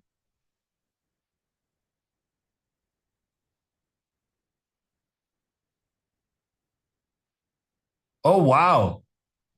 There's a Norwegian chess legend in the background. In the blue t-shirt, the guy managing the best Norwegian chess news site. Let me just double check that's the guy. If not, it's a freaky similarity.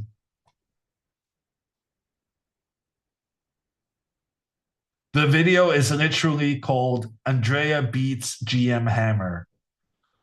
Yeah. They do a lot of clickbaiting, but apparently for that video, they just wanted people to be able to find it.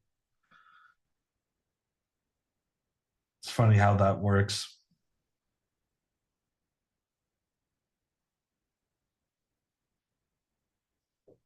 Someone turned off the lights. I don't know.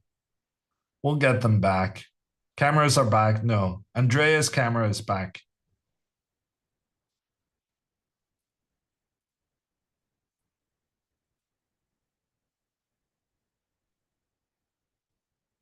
I don't know why it's turning on and off. I have no idea.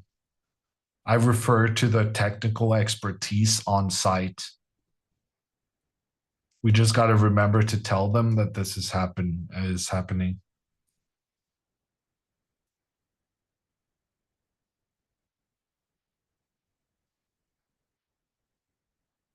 How high do ratings usually go for tournaments like these?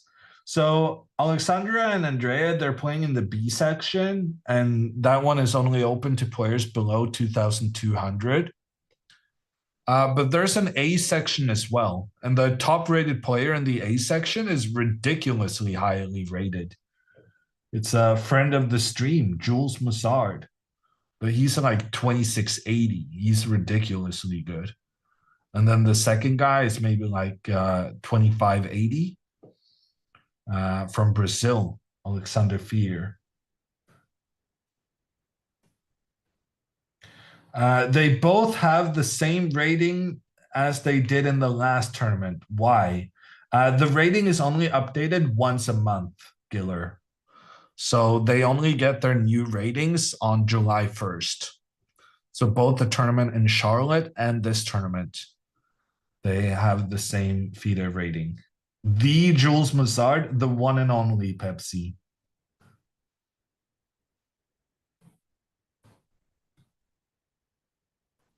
Wi-Fi network is unstable. That's why both cameras go down and come back at the same time.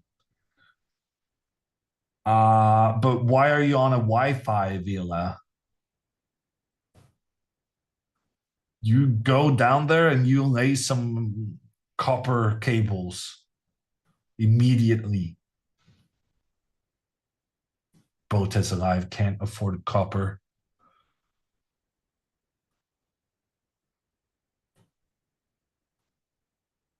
Okay, I think I was approaching a racist joke. I think let's leave that where it is. Fiber, yeah, but then my joke wouldn't work.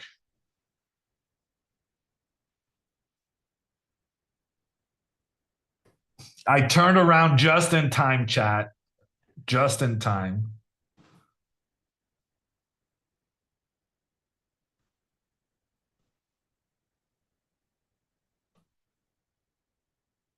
Lazy joke. Yeah, it was kind of lazy as well. I agree. Wasn't my best.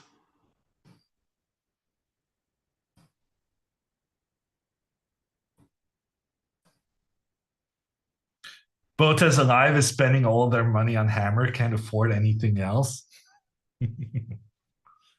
Funny because it's true.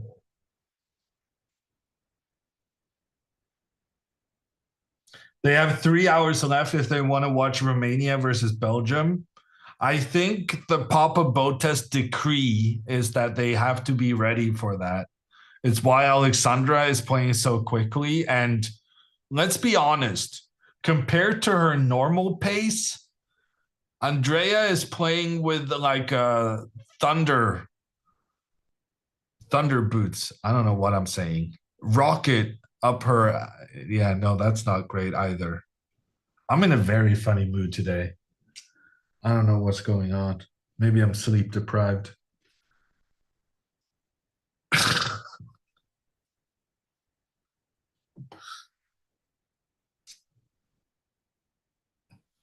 In my defense, I do leave most of the punchlines to your creativity. I don't know if that makes it better or worse.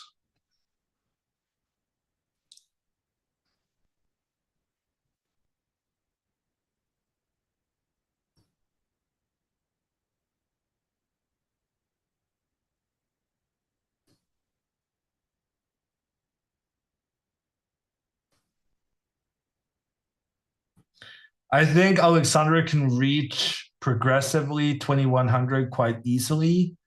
Then growing up will require more efforts. I don't know. I mean, she's gonna approach a point soon where she's not gonna be winning everything anymore. So the setback, whenever it comes, is gonna be a tricky thing.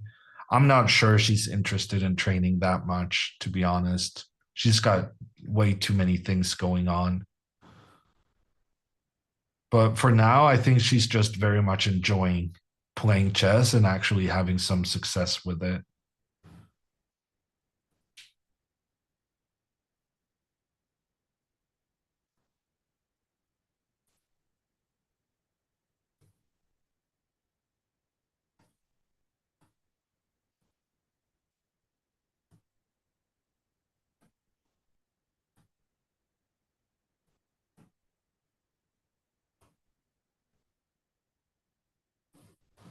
Are you calling them over the hill? I mean, Andrea's at her highest ever rating. So I wouldn't say I'm saying that. I'm just saying, you know, we're not going to see a 200-point improvement anytime soon without a massive training effort.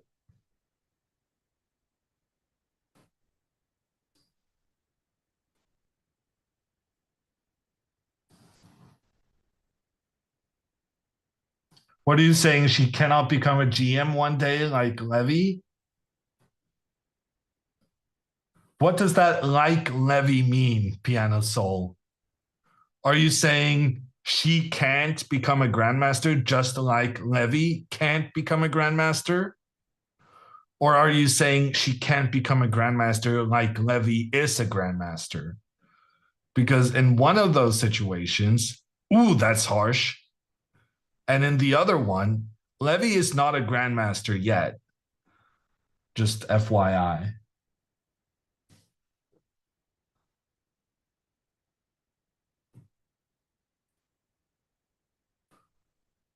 You missed 2 moves in Andrea's game, but his king is still in the center of the board. How can I be missing moves unless this king is castled?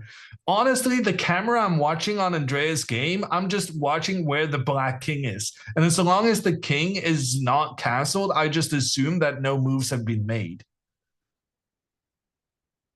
Rook to A8. Okay, something is going. Black is lacking a good plan here, I would say. Based on the fact that the last couple of moves have been quite back and forth. What did Andrea do in the meantime, though?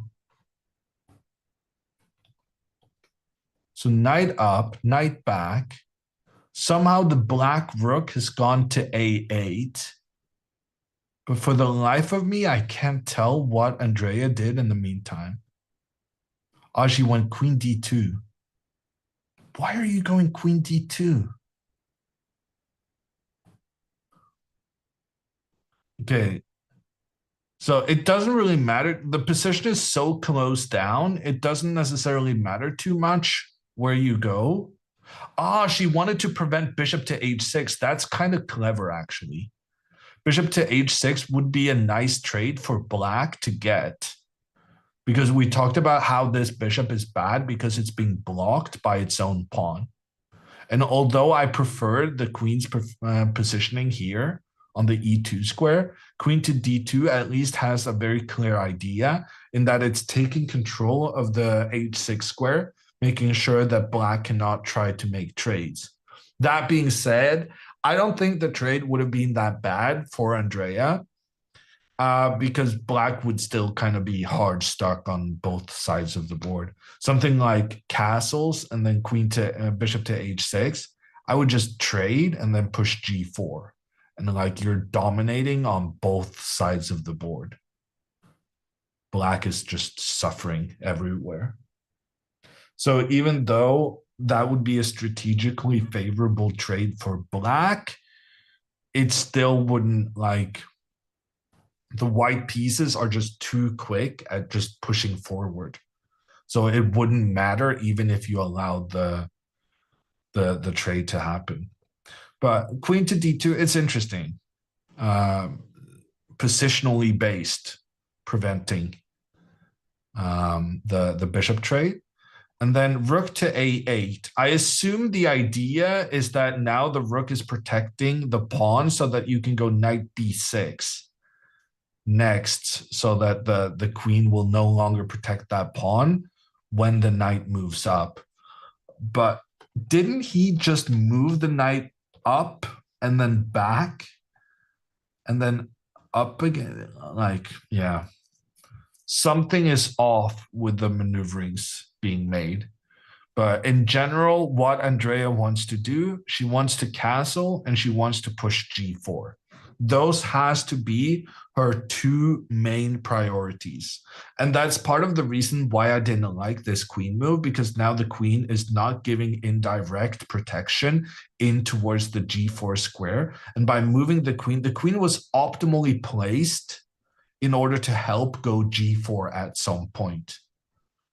And so even though queen d2 was interesting strategically to prevent a favorable trade for black, it did at the same time also kind of make white's own plans more difficult to achieve. Okay, we're having moves on Andrea Alexandra's board. Her opponent went bishop to g4. The idea is that now the knight is unable to get back into the game, or rather, it is able to get back into the game, but if you do so, it will be captured, and you will open up methods for black to attack in towards the white king. So Alexandra didn't want to do that. Instead, she goes pawn to h3, trying to kick the bishop away. But now, instead of moving the bishop, her opponent goes queen g5, attacking the knight on the edge of the board. And the knight cannot move, because if it moves, the knight is captured, and now you can't even recapture the bishop. Because, well, you're not allowed to do that, putting your own king in check. So Alexandra here doesn't really have a choice. If pawn to g3 defending the knight, then she will lose her other pawn. So she has to take the bishop, and then he has to take the knight. And then Alexandra should go queen to e2 and just defend her pawn. And she's up a pawn. I don't understand why the computer is not more excited about Alexandra's position. Alexandra's just up a pawn. Normally, that's enough to win the game. Okay, she doesn't go queen over. She uses the pawn instead. Ooh, actually, that's very good. So number one, now the white pawns are helping defend each other up the board. A bit of an unorthodox method, but it still works. Like pawns go forward on the side and they're all protecting each other. But the addition of this pawn to f3 move, initially I was a bit critical because now the black rook could potentially attack down towards the white pawn. But after knight to c6, which will almost certainly be played here, opening up for the rook, now Alexandra can go queen to f2. And this square was not available previously, but it became available when she pushed her pawn forward on the previous move. And she will offer the trade between the queens. And if the trade happens, her king will come in towards the center and help defend the pawn in the middle. And if the queen comes back, well, then you've succeeded in kicking the queen away, and you can still go pawn forward in the center. And if there's a trade, this bishop becomes a monster sitting in the middle of the board. Something happened on Andrea's board. They had a laugh, a conversation, something.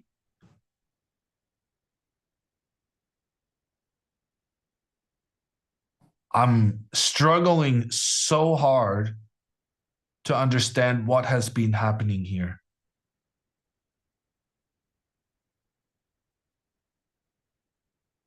Somehow Andrea has castled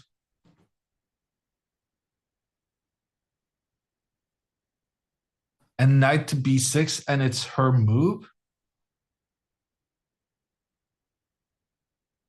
A draw offer, maybe. Oh, no, sorry. I just forgot to do the rook to a8 move. My bad. So rook to a8 has been played, castles, and then knight to b6. So for the second time, black plays knight to b6. And this time, Andrea agrees to the trade. Recapture is made quickly. And now I assume Andrea is planning. What the heck?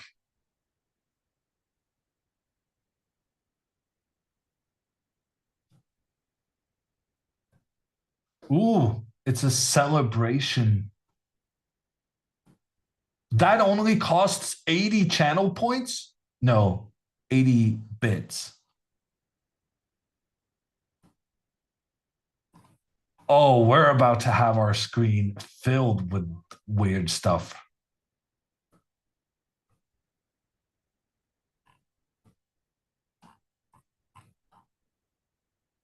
It's a new feature. Streamers can't disable it, but they can change the cost. Oh my God. Oh God. Oh yeah, let's just input something on the screen that cannot be disabled. What could possibly go wrong? Ooh, the thinking hammer emote. I'm a big fan of that. Howl Hub. Oh God. Whose emote is that? Is that Fiona's? Good God. This is gonna go well. Well, I mean, if nothing else, Vila is frantically trying to figure out the Twitch settings right now. Oh, I can imagine Vila freaking out, trying to figure out how to increase the price on this thing. Ooh, the angry Alexandra celebration. Ooh, Hikaru pout. We're getting some good ones right now. Oh, and then there's someone just promoting Real Madrid. And the Andrea freak out face. Oh, that's a Botez W. The Andrea freak out face is a W. What's the sense behind that? Costs real money? Yeah, no, everyone doing this is spending like $1. So yeah, we're cashing in right now.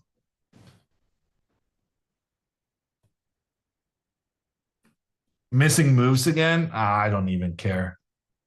This is a just chatting stream. If you want a chess stream, then okay, let's not chase away our chess audience. They are the backbone of the community. How about instead of missing moves, you tell me what moves I am missing? Because frankly, I can't predict. Oh yeah, no, bishop to c4. But I said that was going to happen, right? I said if she's making the trade, she's probably planning to go bishop to c4 afterwards. She's trying to give a check on the king, forcing the king to castle, and then she's going to go booyah, or in Andrea terms, bang, bang.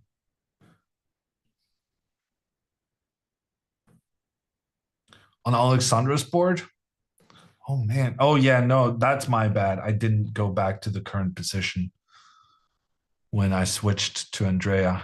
I take the blame for that. Oh, did they trade queens? Oh, my God. What kind of pace are these people playing at? They played 5 moves. What is going on? Okay, pawn to c6 was played. I think I would rather put the knight there, because now this knight has nowhere good to go to.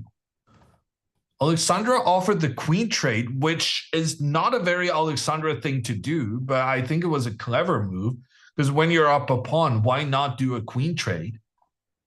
And after the trade of queens, black plays g6, trying to give some space for his king.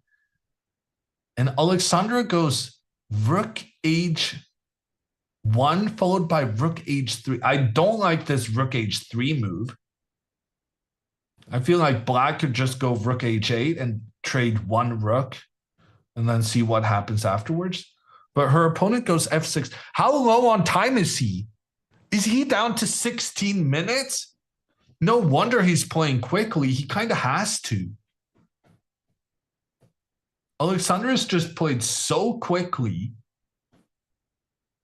that her opponent is kind of panicking. Not gonna lie.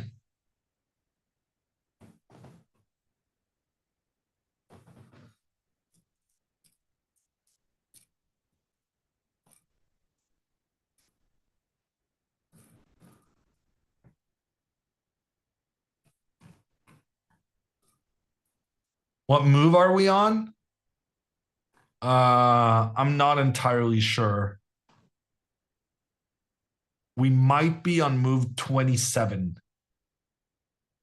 Do we have a prediction going on where the number of moves is important? Pawn to f6, I feel like is a big mistake because now Alexandra gets to have both her rooks working together on the open file.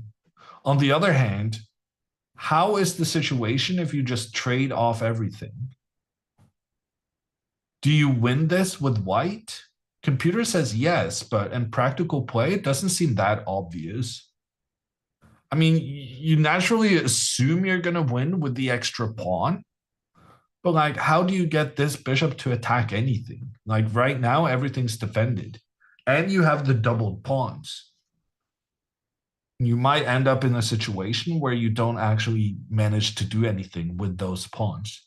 Although here, I really like the move pawn to e4. Oh, computer hated that.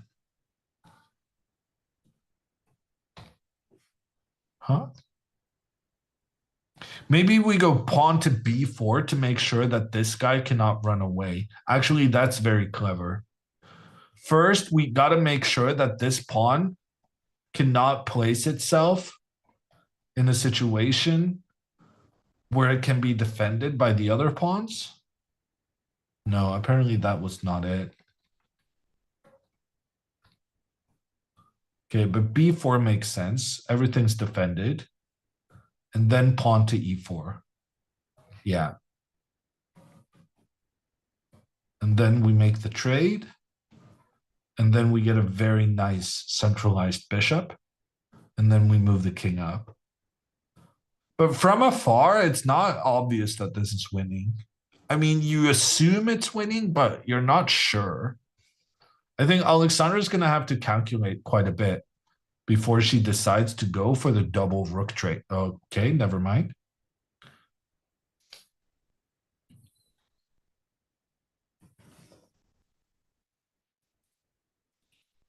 No calculation needed. She's got a Romania-Belgium soccer game to catch.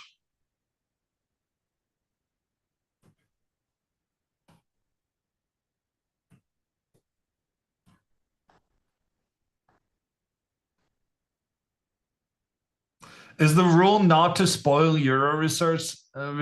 I think spoiling is fine. I'll go check for myself. The biggest question is whether Ronaldo is playing, right? Is Ronaldo a good thing for the team or a bad thing? Very difficult to say. Ronaldo kind of ruined Man United, I would say. Well, maybe it was broken already. Oh, the moves are coming in quickly. Rook to aj, trying to oppose the 2 white rooks, but Alexandra goes for the double rook trade. And then she goes b4.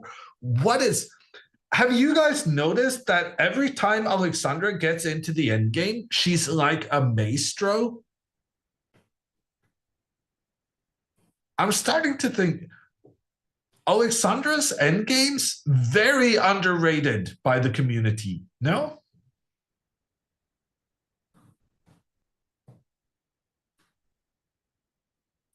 Ronaldo is like the Messi of football. Oh.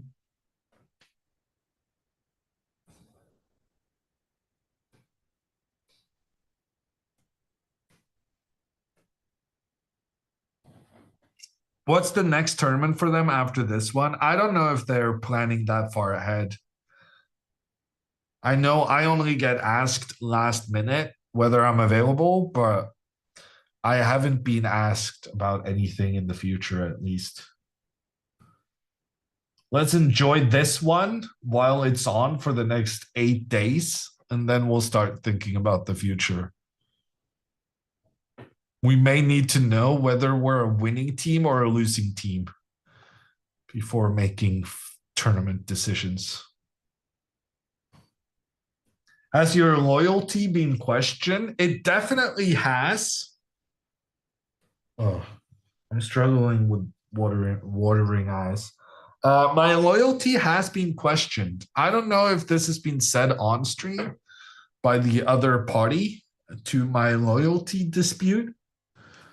But there were some questions about my availability for the Olympiad and whether I would be doing the Botez, the Hikaru, or the Anakamling. I was a very, very sought after person for the Chess Olympiad. Are there team tournaments? Yes, Chess Olympiad is a team tournament, but they only kind of just put together your individual results. So it's not like a team in the proper sense. But it's the Chess Olympiad is like a world championship for national teams. And my loyalty was questioned. Is Pia playing the Olympiad? Yes. So Pia's not doing commentary since she's playing. Good for you, Hammer. Yeah, no, that was good for me. But then Hikaru decided not to play. And Alexandra didn't qualify. And it's not clear whether... Because Levy has been having a lot of success doing these IRL tournaments without a commentator. And since I'm so expensive, I think it has been noticed by the community that Levy did this just without commentator and had a ridiculous amount of viewers. So I think people are considering whether having a commentator is actually worth it if you're getting the viewership anyway. So I might be unemployed for the Olympiad after all. What's your rate? Think of a number and then quadruple it.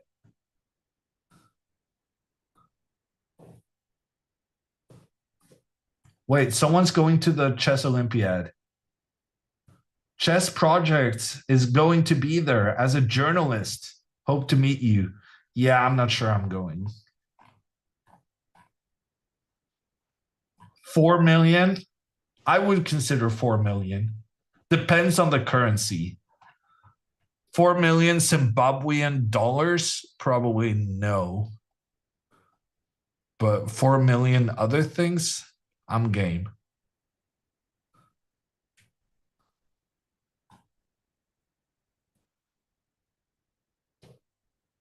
Levy would definitely get more views if he had a commentator. Yeah, but how many more? Like he had 8K without a commentator. And now, for instance, the Botez sisters are having 7K with a commentator. Like, it's incredible how many viewers he got without anything. And even though he probably would have more with a commentator, like how much more? Is the additional 2,000, 3,000 viewers worth the expense? But not only expense, there's also a lot of technical glitches that can happen with the commentator. And, you know, the commentator can say stupid stuff and get you canceled and whatnot. So there's a risk and an expense. So I'm actually, if I'm Levy, considering the success of the no commentator thing he did, I wouldn't, I don't know. I think I'd just continue the same way. People have more fun, but nobody cares about fun. It's all about the numbers.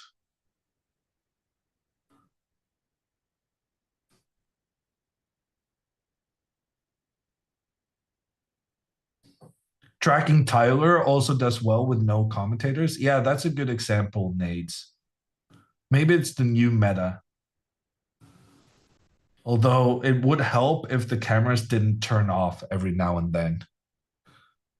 Because having the cameras collapse on a no commentator stream, that would be rough.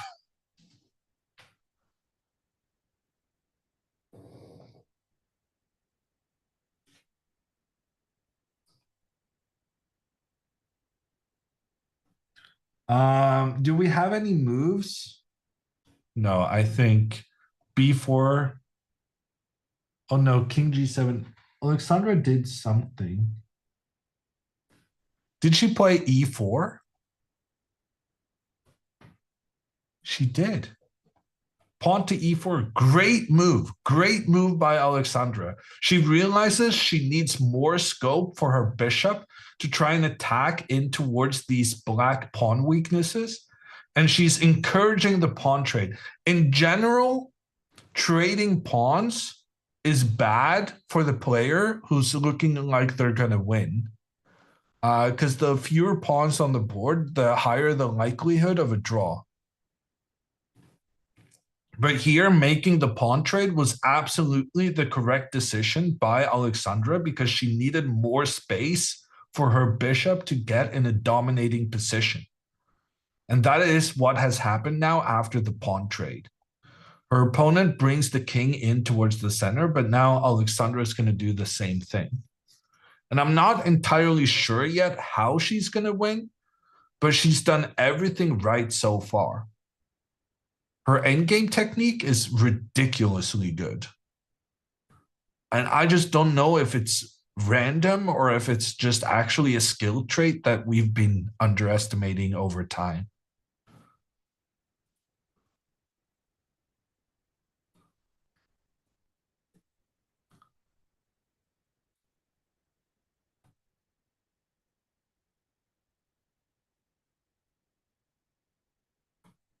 In the meantime, Andrea is still thinking about how to start her attack in towards the black king.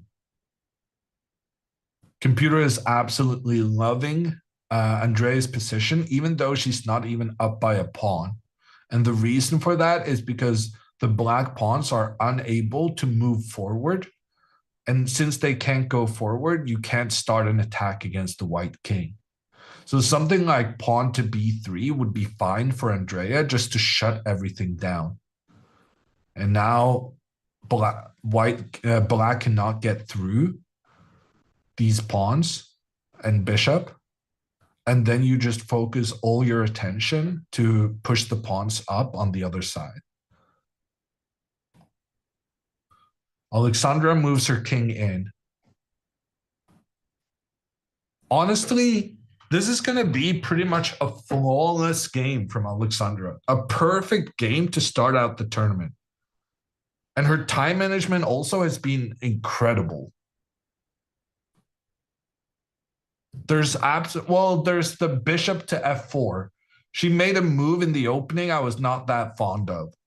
But other than that, it's been perfection.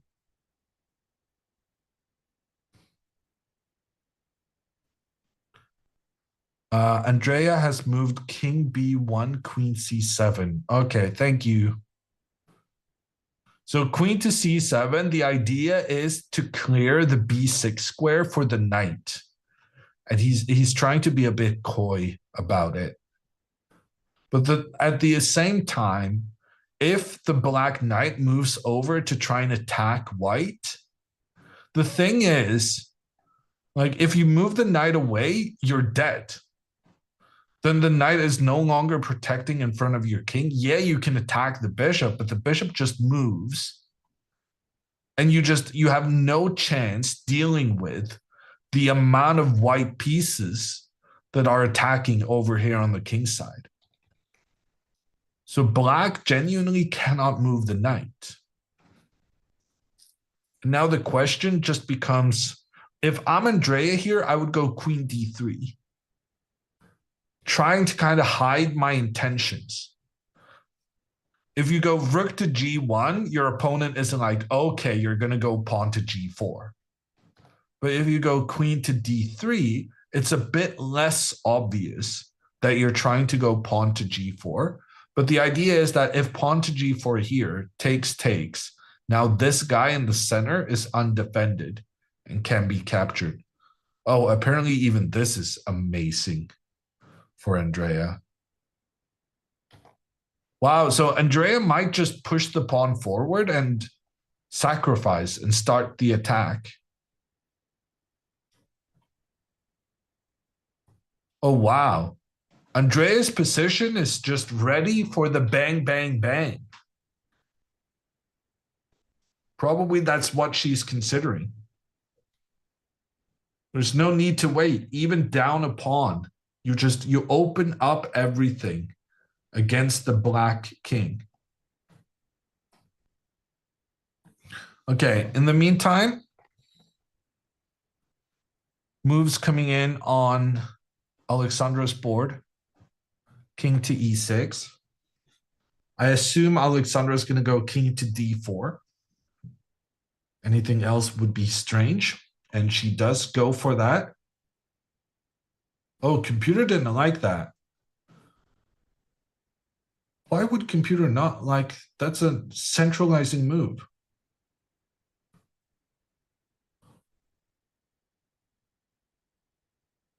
Okay, that was kind of weird. I think the computer just doesn't understand immediately how good White's position is and needs some time to think before realizing that, oh no, this is actually amazing. Because now, one of the if Alexandra is brilliant, and I think she might be based on her play so far today, but now if her opponent moves the king back, Alexandra can go pawn to g5, sacrifice the pawn she has extra in order to give herself access with the king. And then the king is just going to kill these pawns on the right side. And if the king instead goes back down on the right, you still have this incredible idea, sacrificing your pawn. And if the pawn is captured, you come in with your king. But this time, since the black king is on the right, the white king goes to the left. Basically, you make the sacrifice, you get the king up, and then you go in the opposite direction to where the black king is keeping things defended. This is very, very cool.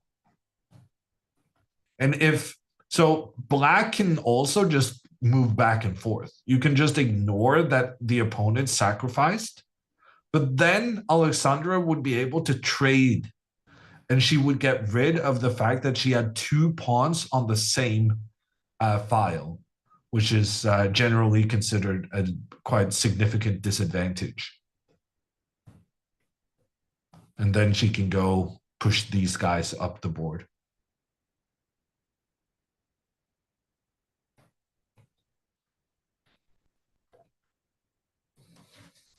Alexandra is honestly playing a perfect game right now.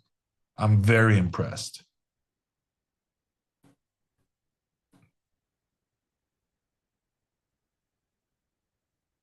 Black knight could attack the king. Well, the knight can attack the king, but then we just take out the knight. And any sort of situation like this, whenever there's only pawns and kings remaining, the player with the most pawns pretty much always wins. And here, Alexandra has the 2 versus 1 to win the game.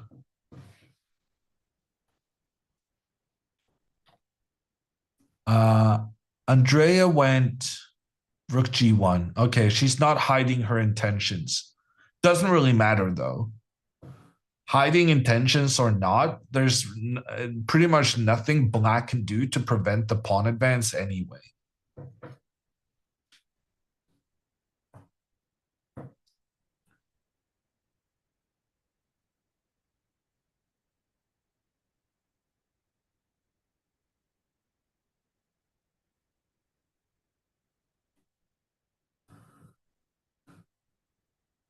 It's not a proper chess tournament unless someone's blocking the cameras.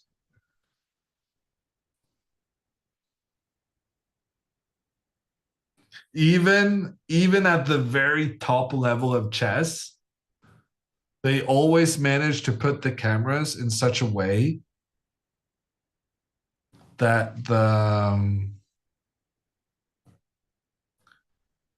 players end up moving in front of them.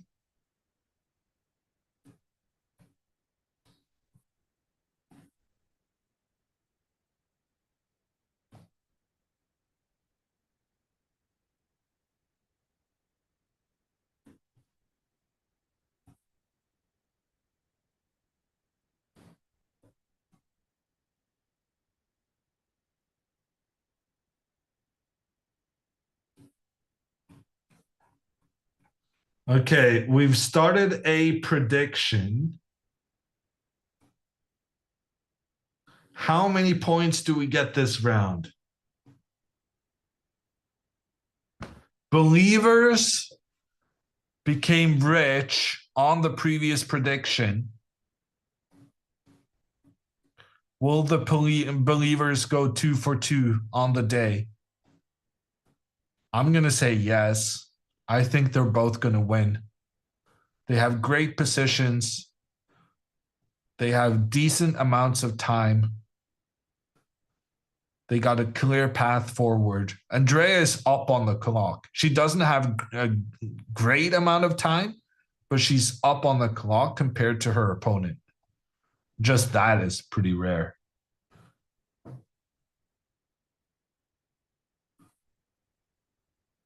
How many moves until time, extra time? Let me check that for you.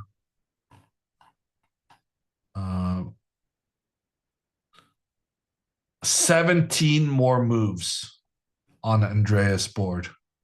She's going to be in time trouble. There's no doubt about it. But she's going to be in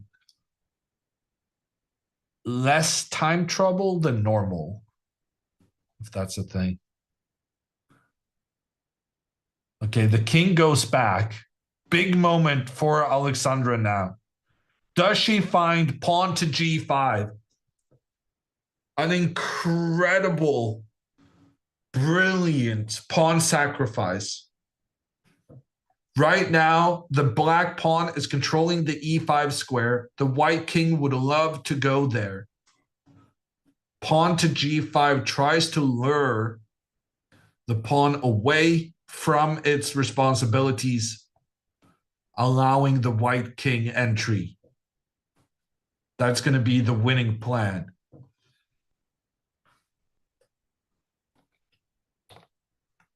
Is that also Alexandra's instinct? She has 59 minutes. Her opponent, 8 minutes. How do you do this endgame? Do you go quick and hope that your opponent messes up on time and ends up losing on time?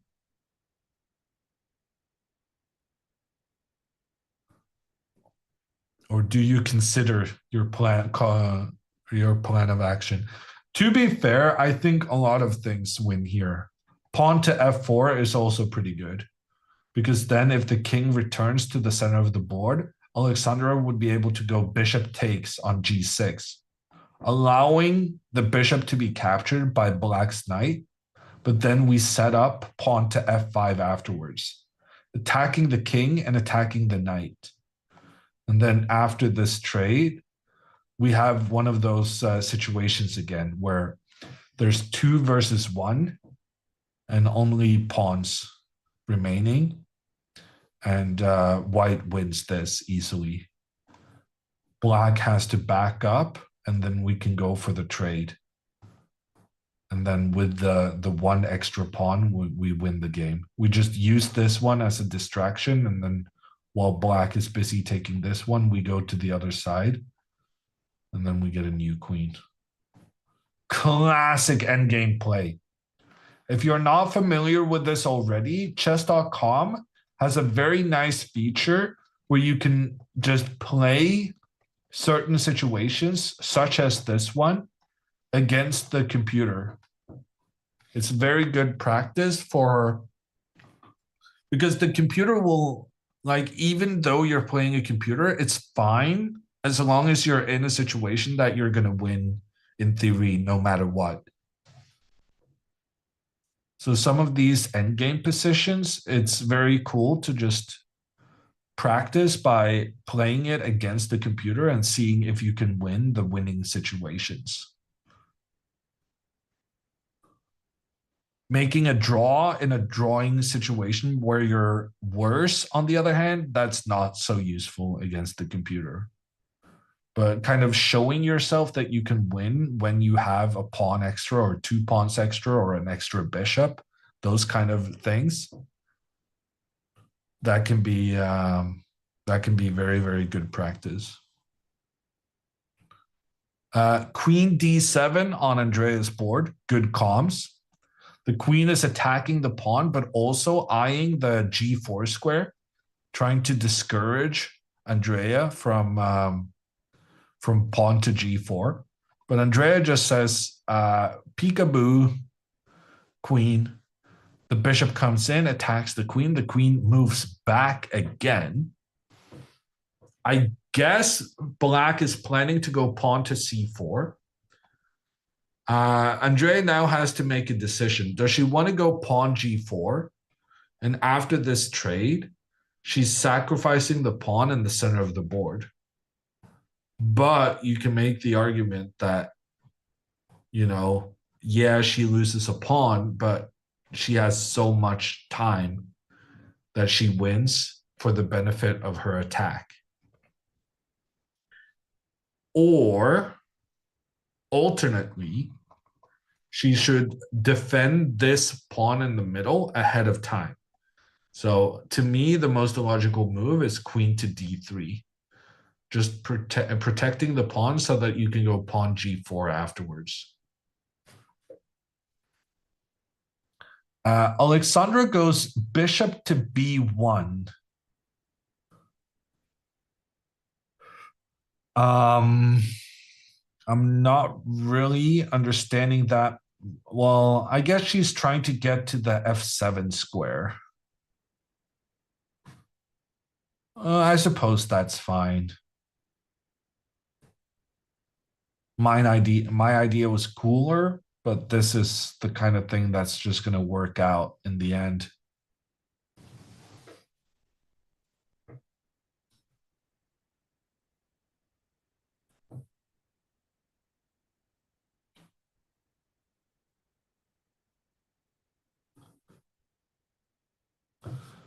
Is b3 instead of g4 too slow? No, I don't think so. Like here, if black goes rook to c8, the idea is to try and push the pawn forward. Then I would strongly consider just going pawn to b3 here, just preventing the opponent's plan, and then you can go pawn g4 afterwards. Like you're not in a hurry. You'll manage to accomplish your plan regardless. And queen to d3 is Andrea's move. She's playing the moves I'm suggesting. I'm gonna take that as a good sign.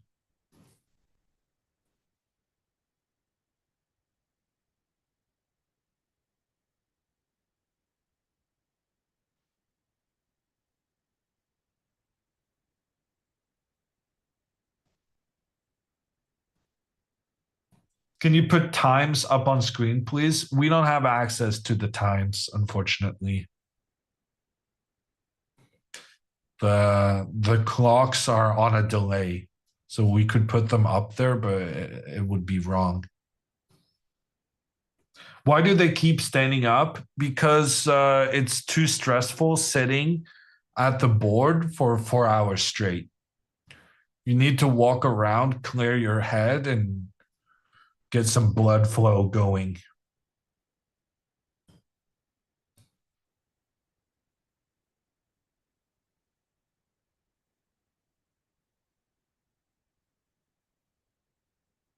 You got to squint to see the times? Yeah. I have a better picture than you guys on my second monitor, and I'm still struggling so bad to see the situation. Does Alexandra never get up? I mean, we saw her get up once earlier in the game. And then her opponent moved immediately after she got up. But other than that, Alexandra sits at the board for a very, very long time. Personally, I think it's too much. But, you know, it's working for her. So don't change a winning strategy. Alexandra's opponent down to 5 minutes. I guess I should be building the drama. But the truth is, Alexandra has played exquisitely and she's going to win this game. Regardless of his time situation, even if he had an hour, he's not defending this against Alexandra. She's just played it so perfectly.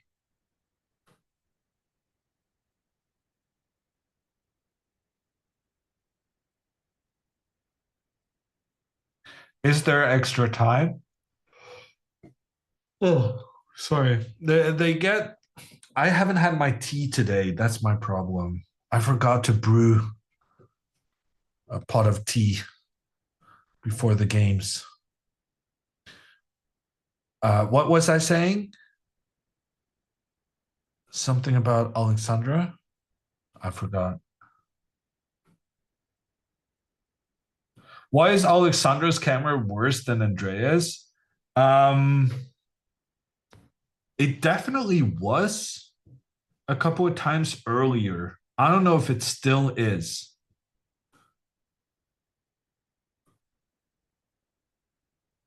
I guess the colors are a bit more distinct. What, contrasted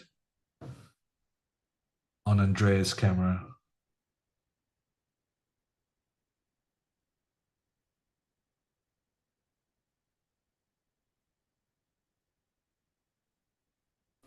Clock's more important than commentator. Wow, Central. You know how sometimes they say people catching strays? You just aimed a shotgun straight at my face and pulled the trigger, didn't you? Damn.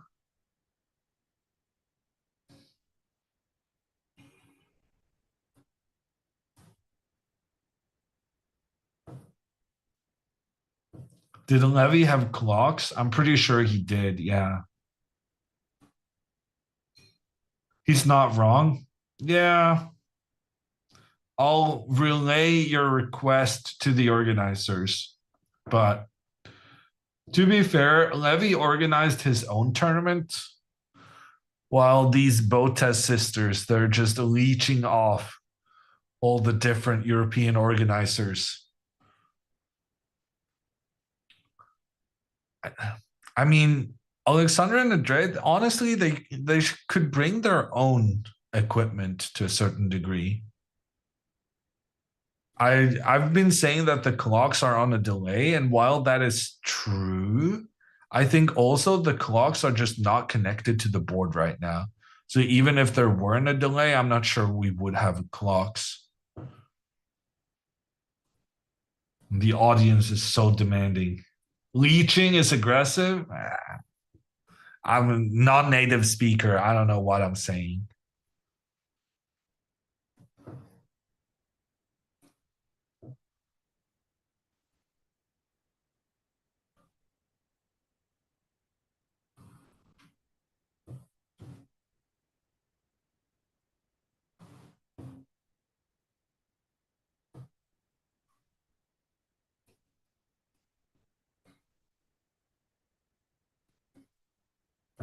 What did Alexandra's opponent do?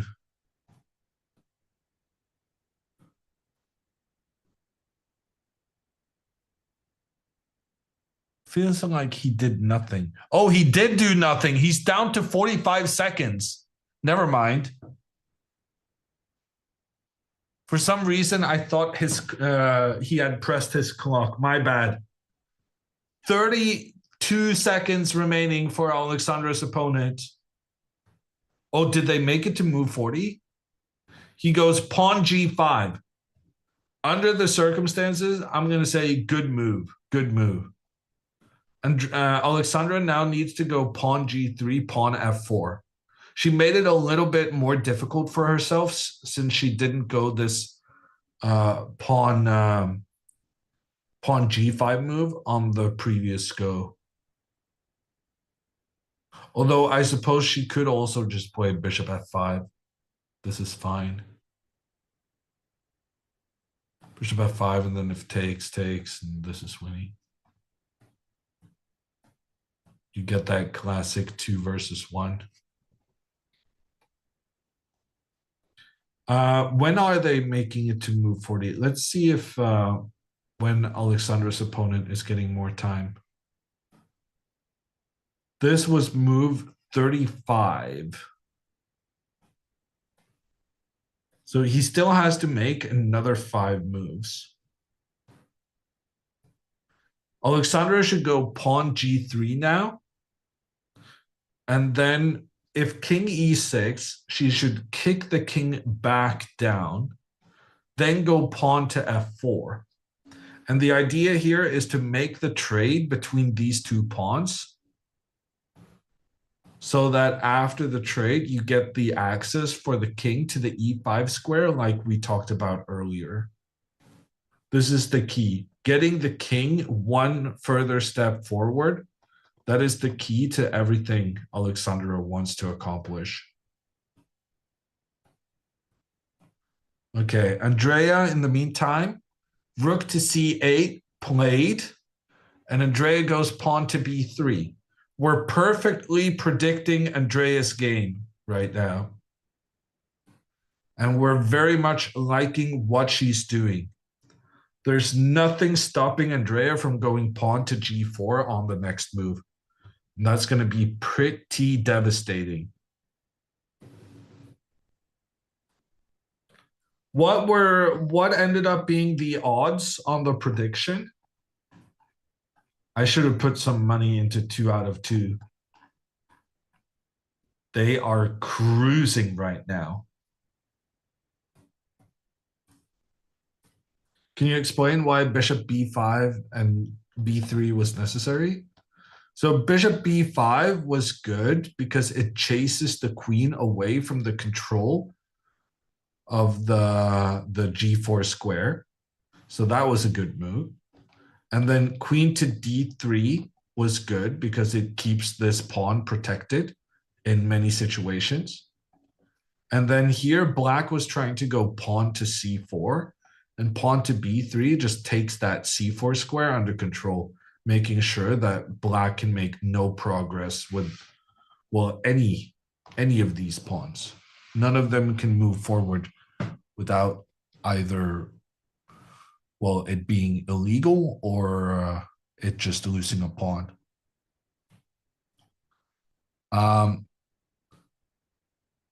Alexandra goes bishop f5 check, and the king steps back. Once again, pawn g3, pawn f4, one of the key ideas for Alexandra. That being said, pawn to g3 has been played. And interestingly, now, after king to e8, if Alexandra here plays pawn to f4, it's an instant draw. Pawn to f4 here, then takes, pawn to g4. And it's impossible to get past black's barrier. There's no way for the white king to come in and attack anything in black's camp. So you got to be a bit careful about the execution here. Okay, knight to d5 played instead. Now you don't have to be careful about the execution. Just bishop back, attacking the knight, and then you push forward. Easy peasy. Okay. Very unfortunate for the deciding moment of the game. But bishop to e4, attacking the knight, forcing the knight back, then pawn to f4, king up, and you just make the trade and move the king up. This is the way for Alexandra to win the game. And she's going to find it, and she's going to win it. I am certain.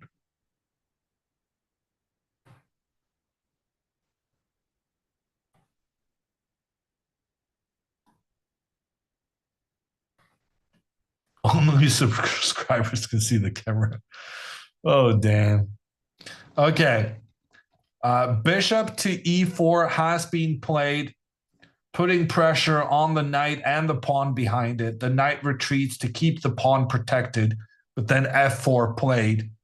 And the kid is sitting there with 32 seconds once again. And there's nothing he can do. If he makes the trade, then white's pawn has a clear path to becoming a new queen. So he can't really do that. He has to move the king up, but then a trade will happen and the king will move in. He does go for the trade, but now no more doubled pawn for Alexandra. And she has a highway for her pieces. And her G-pawn in particular. Although I say G-pawn, but this is actually the H-pawn that moved over. And this guy, the support, this is the G-pawn that moved over. We could actually land in a situation where the key pawn has gone up here and kind of changed its pathing, but in the end becomes the one to win the game. He moved, yeah, he went king to d7. And now Alexandra should be a little bit careful, because she probably doesn't want to go g5 immediately. Because then after takes, there's king e3, e6, and now you can't get your king up like you wanted to. I mean, you're still winning, but it feels more difficult than it needed to be.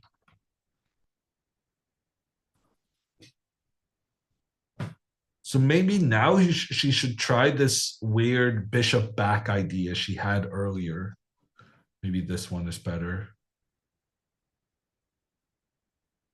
And every time the king moves up, you can just check it and kick it back, and then you push forward. Because now after the trade, your king won't get access to this e5 square.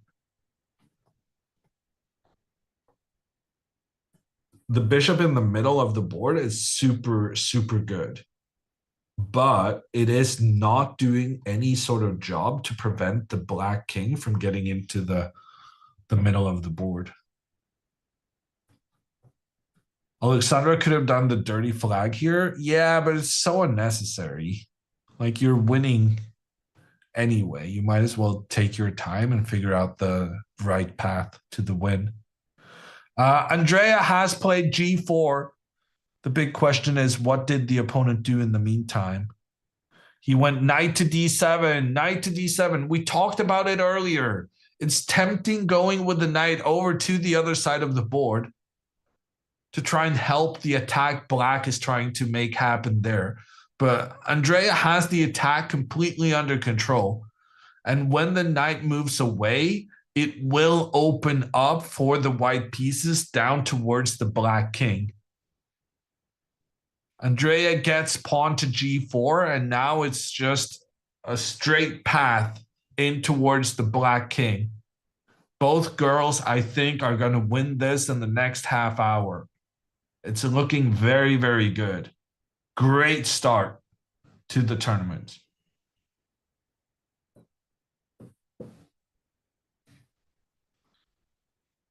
And we have a game finishing behind Andrea. We don't really know too much about these players. but it would appear the older gentleman has won the game, because at the end of the game, if you put your king out, you are the winner. That kind of signifies. So putting the white king alone in the center, that means white has won the game. The older gentleman, I mean, older than his opponent.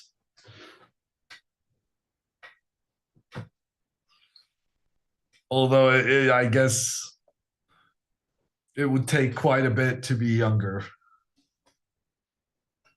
How old is the youngest player? I don't know. I would guess this tournament has some very, very young players participating.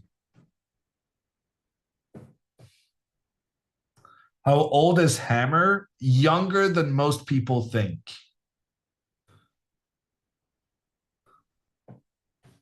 But I don't know if that's just the internet trying to be vicious or not. 33. I was 33 up until very recently. But these years go by so quickly. Apparently it's been 34.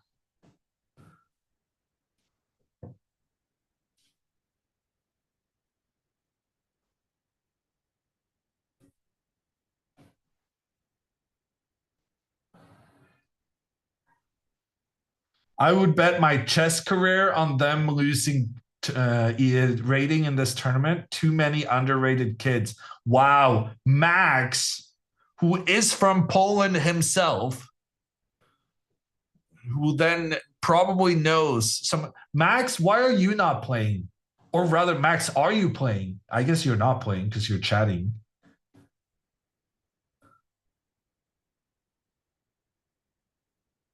Max, what kind of intel can you tell us about this tournament? Andrea took with the rook. I'm not sure I like that decision. Because now after rook takes, oh wow, computer hated that. After rook takes, the knight returns to attack the rook. The rook will have to move again.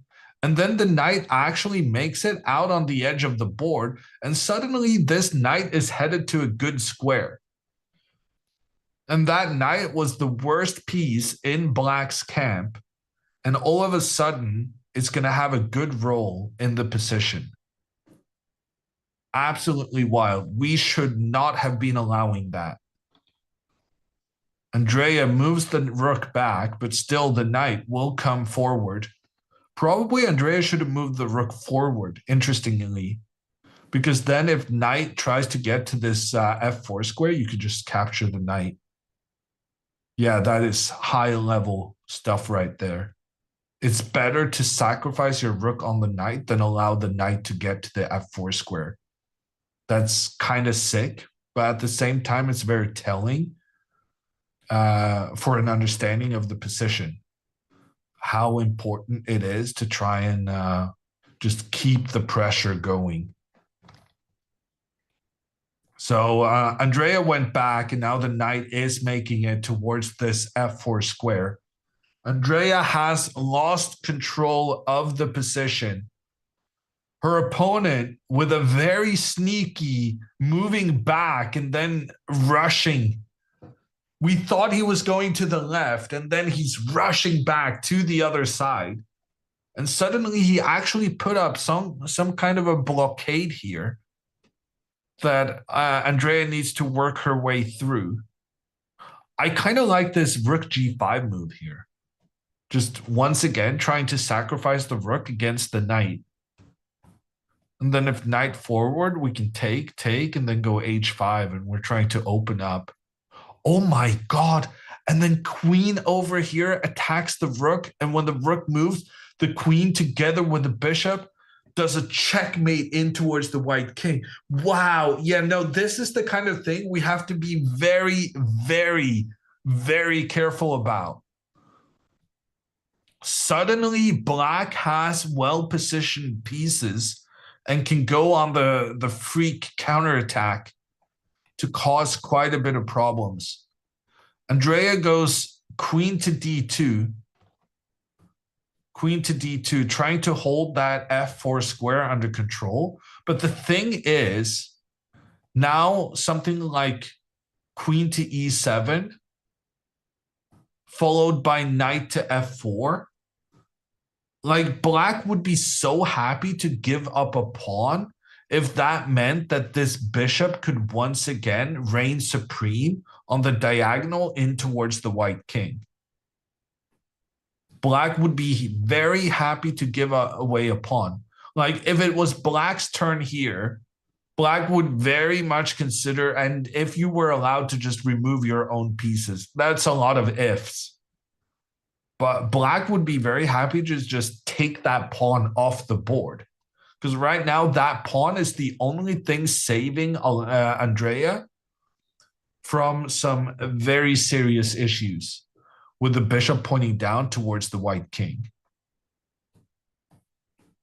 In the meantime, bishop to c2 played by Alexandra. Oh, Alexandra and her opponent have both gotten more time. Was my move count off?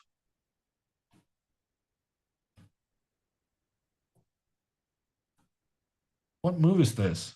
Oh, move 41. Never mind. Okay. Black got more time to figure this out, but bishop to c2 was genuinely the move I was suggesting. So I feel like Alexandra is playing very well still.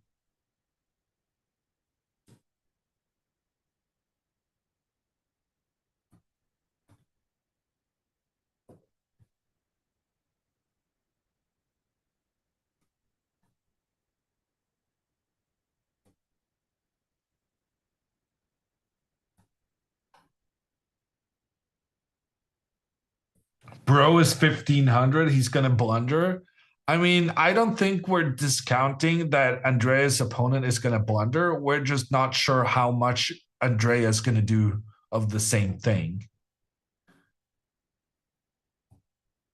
Knight to d5 played. The knight now attacking the pawn. Alexandra should move her king over. Oh my God. No.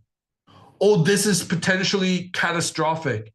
I assume Alexandra's plan is king to e4, trying to get the king further up. But here, pawn to f5 is very interesting. Very, very interesting. And if Alexandra then captures this pawn and gets doubled pawns, then black could try a blockading strategy using the dark squares, saying that this bishop cannot attack the f6 square. And so you then struggle kicking the knight away. And then you struggle getting your pawns forward because both pawns are kind of blocking each other and then being blocked by the knight. So here, probably the best thing to do would be taking with the king. Even though that's kind of risky because then the knight comes in, attacks both the king and the bishop. I assume you can probably just move the king up. And then you should be fine.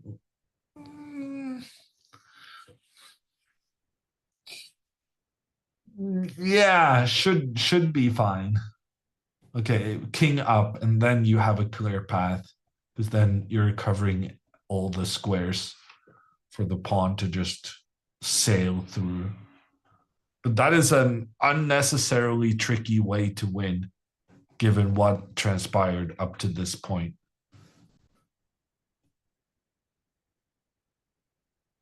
But at the same time, I don't really see what choice she has.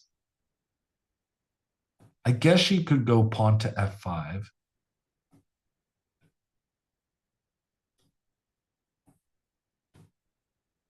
Something like, no, but then the knight comes here in a blockading situation there. This is just a draw, I think. I don't know why the computer is still optimistic about white's chances. How is this not just a draw?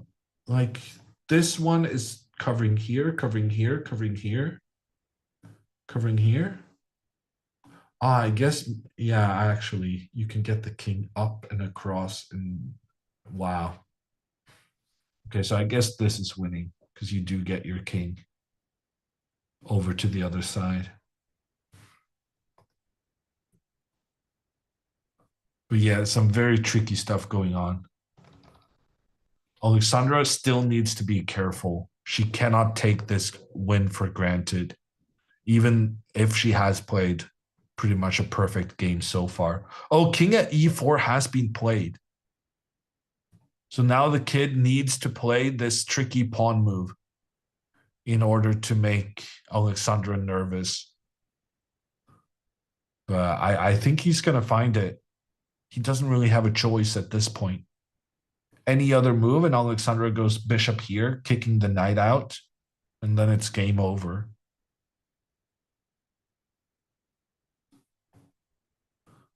In the meantime, on Andrea's board, Andrea's opponent is below 10 minutes now. He played king to h7. Seems like a very reasonable move.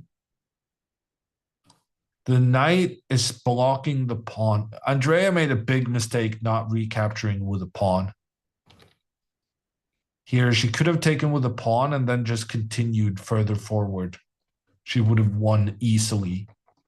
But now, after taking with a rook, suddenly this is a square for the knight where there are no white pawns that can attack it. And this is a square for the knight where there are no white pawns that can attack it. And the knight having these, what we call outposts, it's making it a lot more difficult to break through. We would really love to get rid of that knight.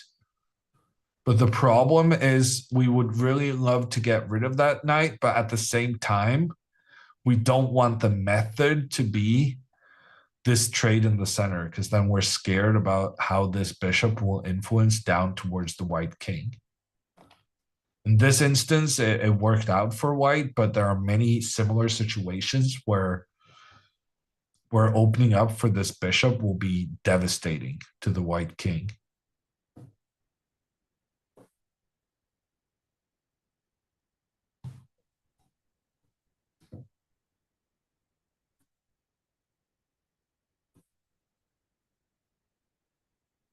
Would be interesting to know what she thought when she decided to capture with the rook. I mean, she just thought that she would have the rook pointing down towards the black king. She just didn't realize that the knight would go back where it came from and just get a really good defensive situation.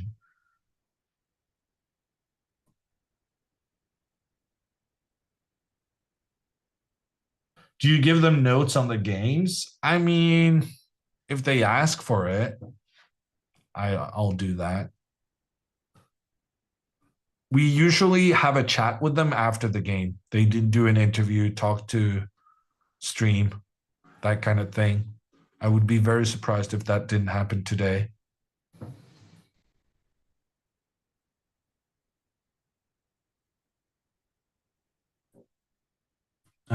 Queen to e7, good move. Andrea's opponent has suddenly decided to play well. And that is a very, very inconvenient timing. I'm not sure how. Andrea needs to get this bishop into the game. But I'm not sure how. She also needs to get rid of this knight.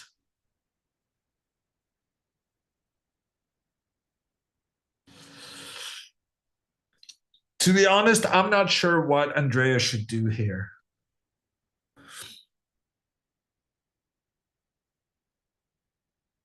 Honestly, maybe the best strat is just waiting for the opponent to do something silly. Maybe pawn to c3, I'm considering. Because if there's a trade here, then we can start attacking on the left. And then if we can attack on the left, we force the opponent to defend there, and then we start attacking on the right as well. Get that two front situation.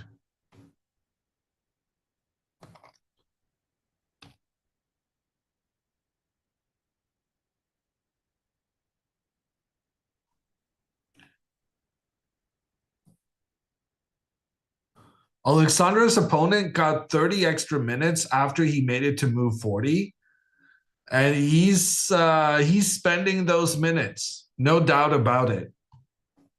But he has a very nice trick now, which would make me kind of nervous on Alexandra's behalf.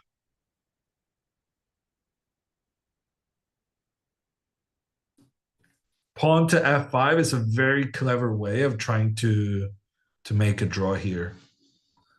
If the pawn is captured by the king, there's a double attack. And if the pawn is captured by the pawn, well, then we can try and just put this knight in front of both of these pawns. And they're kind of blocked from getting further forward.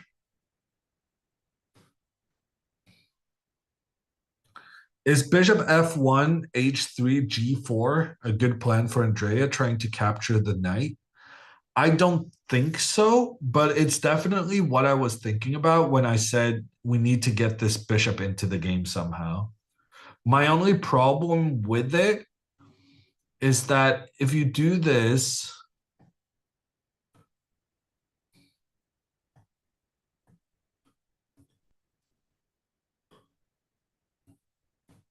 you kind of encourage the knight into moving further forward. But actually, anytime the knight moves, you can sacrifice this pawn. If you look at the current position, if Andrea could remove her h-pawn from the game, then it would be game over. f5 has been played. Alexandra captures with a pawn. I thought maybe taking with the king was better. But what's interesting is that she captures immediately. No thinking about it. Clearly, she was expecting that move. And now check, probably she'll move to the side. And then she'll reroute her bishop towards putting pressure here. The reason she's not going to go up immediately is because then the knight can just keep on checking. So you want to create the situation where the knight cannot be standing on that g4 square. So you put your bishop to attack there. And you want to be both attacking this pawn and controlling this square. And then when you bring in the king, the black king cannot both defend this pawn and this knight. And by doing this strategy, you overwhelm the black defenses. So even though I was a bit scared about Alexandra getting the doubled pawns, but she should be fine still.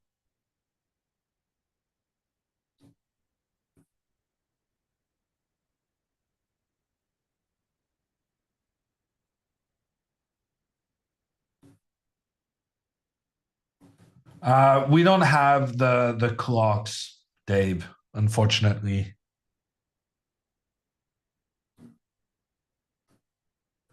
I don't think they're being supplied from Poland.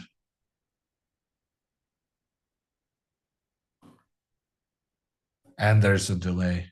We'll try to look into it for the future days, but for today, it's not happening.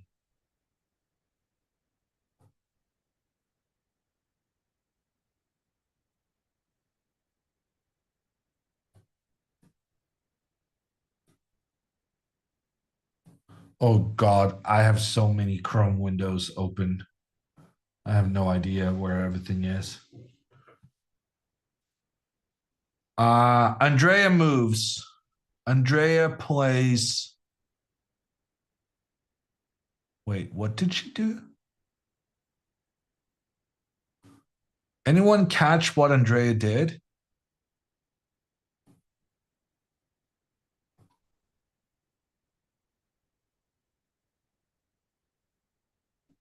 Bishop to g5. Bishop up, attacking the queen. I was kind of expecting for black to try the trade between the bishops. That would be very good for black because then the knight would be so strong on this f4 square with no white bishop available to take it out. But instead, queen to a7.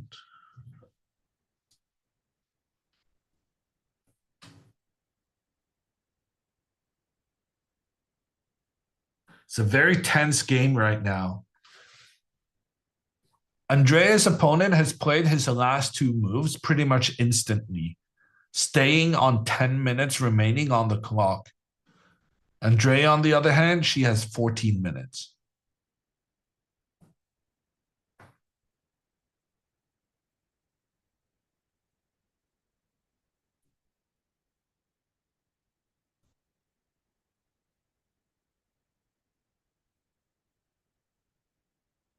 Will Dina appear on other days? I don't know, but I can only do the first 5 rounds. So someone is coming on Wednesday. I just don't know who. Alexandra looks like a W. Yeah, she looks like she's got stuff under control. And she also plays this king to d4 move I was talking about. She'll reroute her bishop to f3. She's played a pretty exquisite game, in my opinion. Andrea also had a pretty good game, but she's faltered a bit with her attacking scheme. When did Alexandra last loosen over the board game? Yeah, no, it's been a while. She has 14 games without a loss, I believe.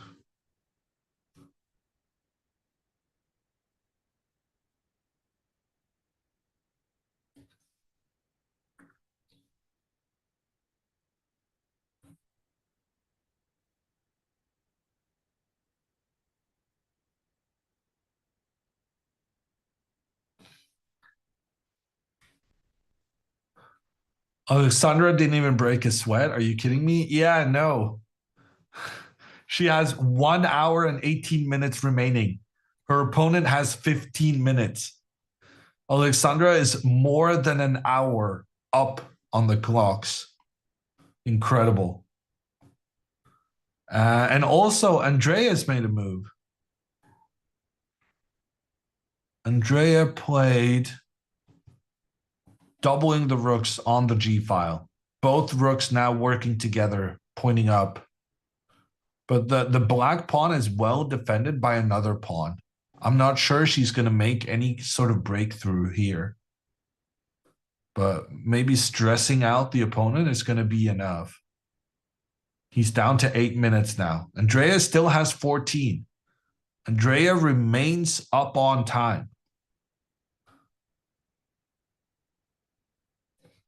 I am being asked to remind everyone that this tournament, chaotic as it is, will be even more chaotic tomorrow because every day the round starts at 4 p.m. Eastern. No, 4 p.m. European, 10 a.m. Eastern.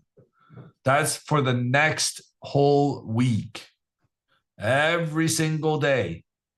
I expect to see you here, 10 a.m. Eastern, 4 p.m. European time. But tomorrow is an exception. But it's a bonus exception. Tomorrow we have 2 games. And the first one is starting at 9:30 a.m. local time. That is 3:30 a.m. Eastern. But on the other hand, 12:30 a.m. Pacific. So if you're a late night Pacificer enjoying your weekend, do stop by for the morning round 2 of this tournament.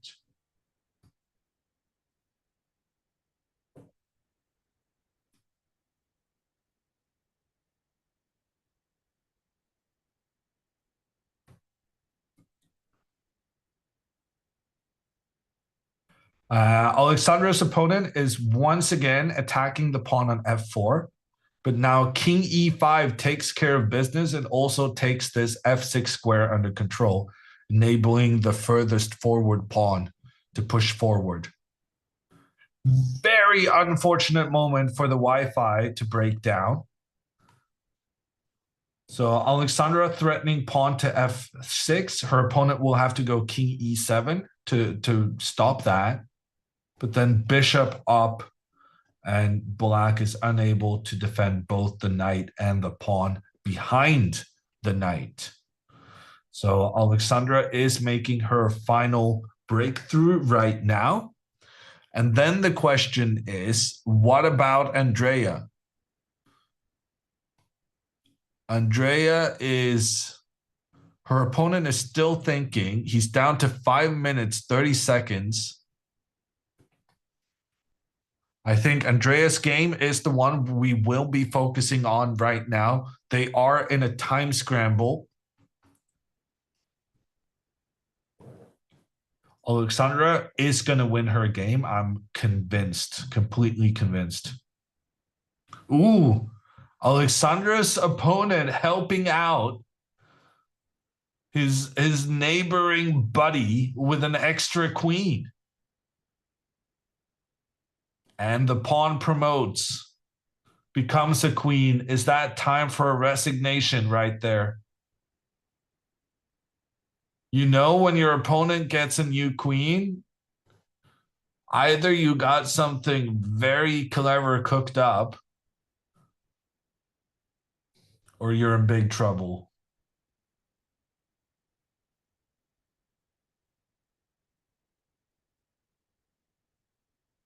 He won't be needing it? Yeah, no. Alexandra's opponent is probably not getting a new queen this game, that's for sure. Normally, these fancy boards, they have sets where they always have 2 queens of each color, so that you have 1 extra queen on the side of the board in case of a promotion.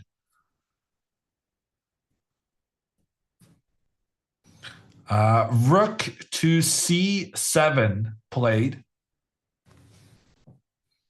Kind of blocking the queen's pathing to get back on the other side of the board. Can we exploit that the black queen is out of play right now? I don't really see the breakthrough here for Andrea, though. I gotta be honest. Maybe she can try bishop back and then pawn up. Try and open up for the bishop against the knight. And if the knight tries to capture, we can finally push our pawn forward.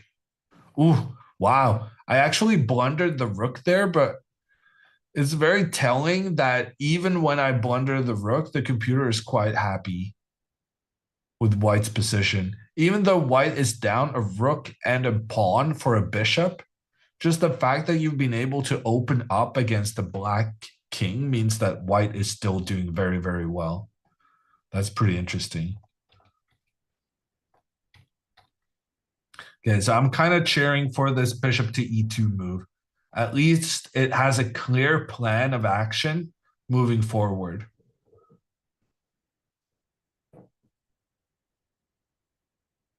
And then when you have a plan, you're more likely to get a quick move. Alexandra has not played king e5 to defend her pawn. Alexandra has gone with the bishop up, attacking the knight, daring the knight to take the pawn. And I guess if the pawn is captured, then the king will come up, attack the knight. The knight has to move, and then the pawn. And the combination of the king, the pawn, and the bishop is just too much to handle. For instance, if the knight comes over here to attack the bishop, you can push the pawn, but it's not the best. Instead, you sacrifice your bishop, luring the black king closer to the queen side so that the pawn has a clear path to become a new queen. Some very cool ideas in this position. Alexandra actually, she made the right call here. to sacrifice the pawn, it's a good idea.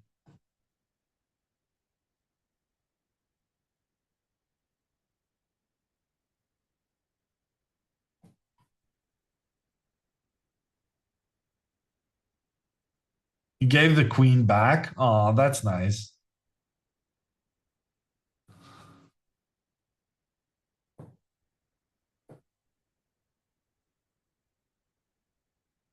Andrea sacks knights, not rooks. Well, she's all out of knights. If she's going to sacrifice something, it's going to have to be a rook.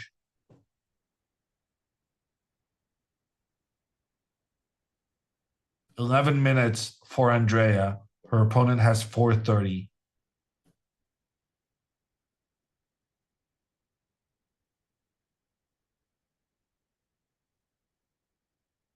What if Andrea goes bishop to e7 and tries to take the d6 pawn?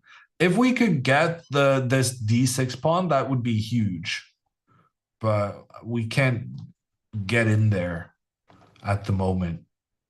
The black has too much protection around their own camp.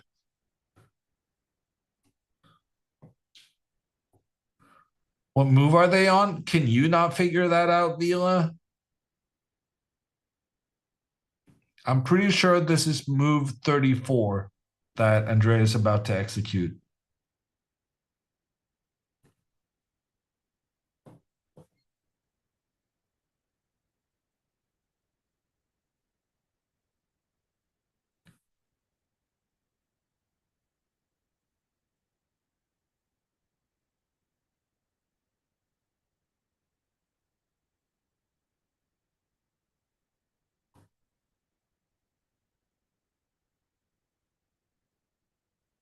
Can they face each other again this tournament? Yes, Knight Rider. It's unlikely because there's a ton of participants in their group, but it could happen. 9 in 100.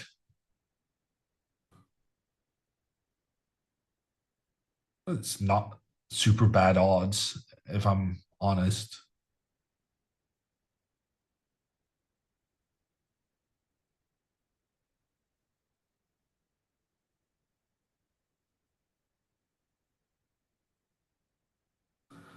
How stupid is rook h2 followed by the bishop? I mean, having just played the rook from the square you wanted to move to, I think it's better now. If Andrea wants to use this bishop to go after this knight, instead of going all the way around, it's probably better to just go back and then move the pawn up. Move the pawn up and open the attack that way.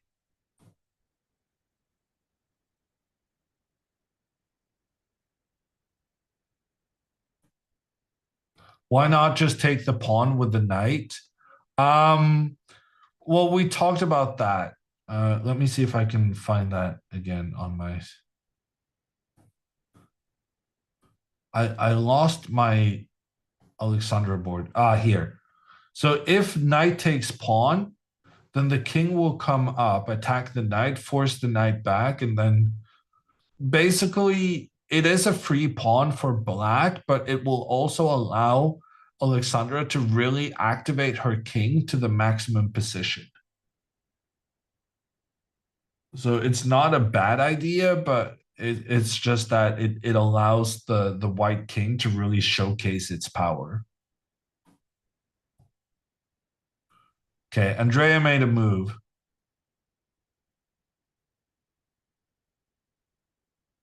I'm looking at the screen. I still don't understand what move she made. She moved the bishop back. So now she wants to bring up the rook and sacrifice. I like it. Andrea is getting ready to sacrifice the rook. Perfect timing as well, because she's timing it at a point where the black queen is struggling to get back into defense. And the queen has to step back, trying to get over to that other side. And now rook g5. Just sacrifice the rook on the knight. I think it's a great idea.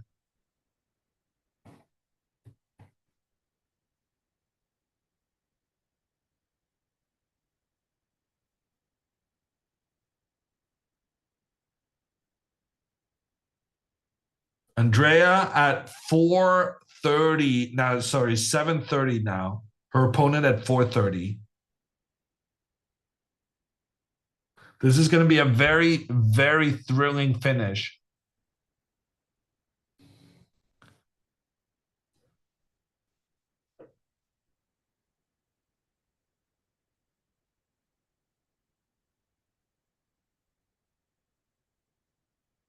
Last time she sacked was against Alexandra and she lost. Yeah. She might be feeling a little bit burned from that previous unsuccessful sack. But I think she's just going to have to go again. I really like this idea. Won't they get more time soon? Soon, Patty, but maybe not soon enough. They need to make an additional 6 moves, 7 moves maybe.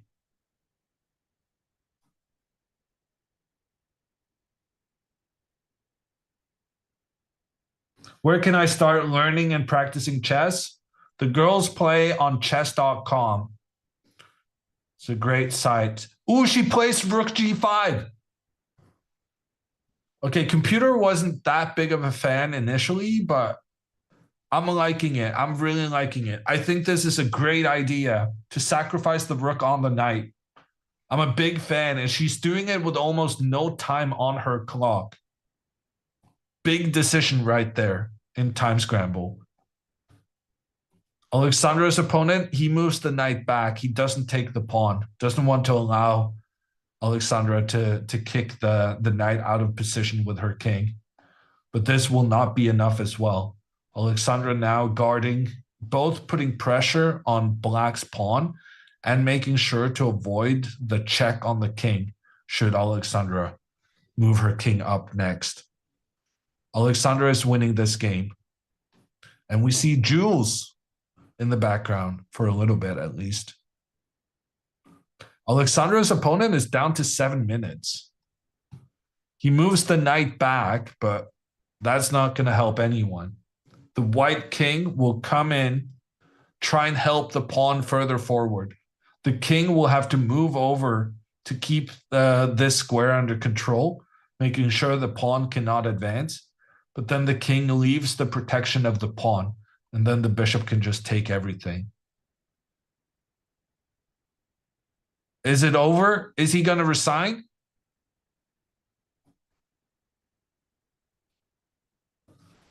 He's looking out into the room, into the camera. He knows he can't both, the current situation is, he can't both protect against the pawn advance and the bishop taking the pawn.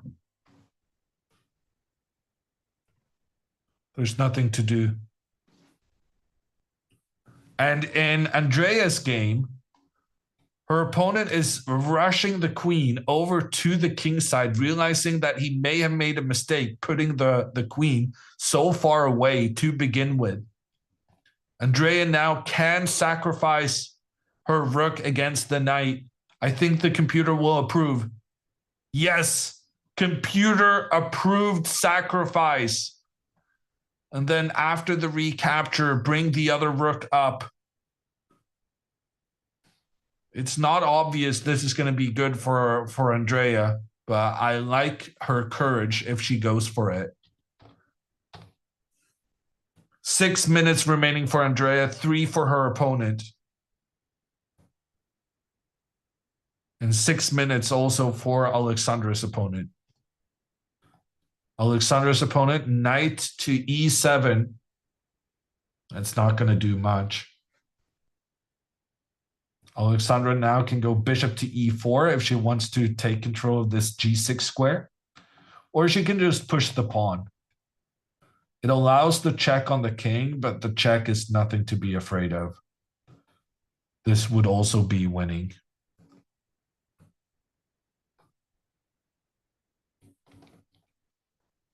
Alexandra decides to go, yeah, she goes bishop e4. She's just not allowing any checks. And there's nothing Black can do now to prevent pawn f6. moving forward. And the knight is running out of squares to move to. Honestly, really, really nice game from Alexandra. I'm a big fan. On the other board, Andrea is thinking about the YouTube titles. I sacked the rook. It is good, Andrea. But let the YouTube titles, let the content push you over the line to make this difficult decision.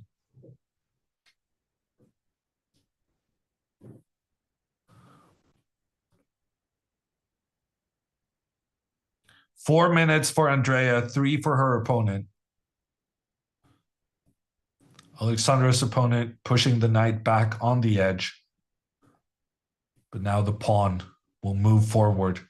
The knight out on trying to find a new placement. But Alexandra can just maneuver her bishop to control all the squares this knight can use. Pawn to f6, the pawn push has been played.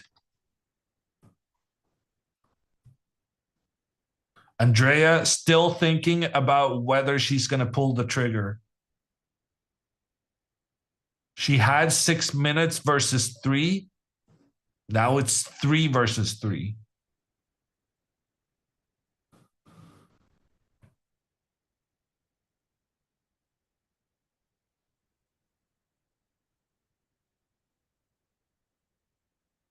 It's a blitz game. It's a blitz game for a couple of moves, and then it becomes a regular game soon enough. Because they do get additional time very, very soon. Bishop f5 played by Alexandra. That was the move we were looking for. Getting that bishop to the very, very good e6 square.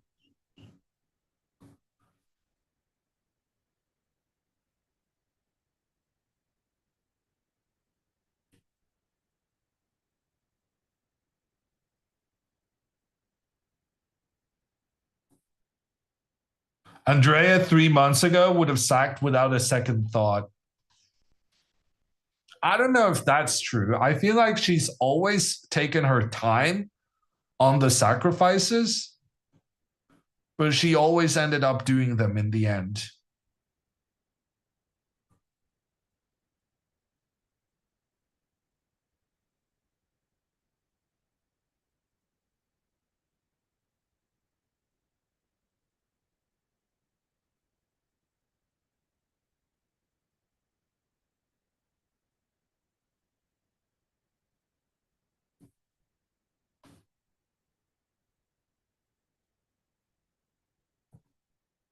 The king steps back, and now bishop to e6.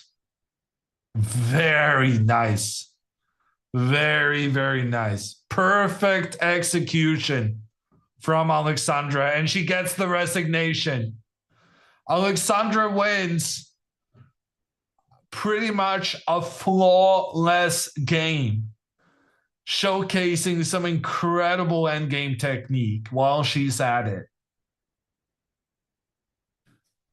No way for the knight to get back into the game. The bishop's superiority over the knight has been proven. Great, great game.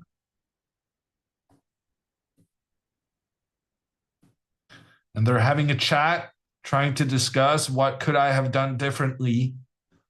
What did I do well? What did you do well?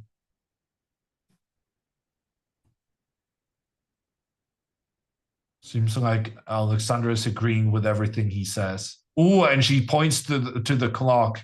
Yeah, she was in the groove today. She ended up the game having more than an hour than her opponent on time. It's incredible. Okay, let's focus all our attention now on Andrea. Andrea moved her bishop back. She's trying to point the bishop towards the knight. Does she want to play pawn to f4 next? It's a very controversial decision if she does do that. Because the black queen could easily get itself in a situation pointing down towards the white king. But she still has the option of sacrificing the rook for the knight later on.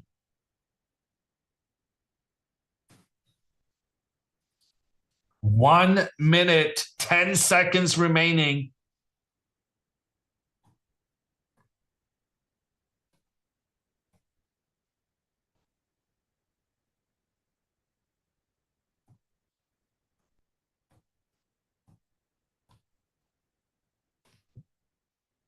The queen does come up.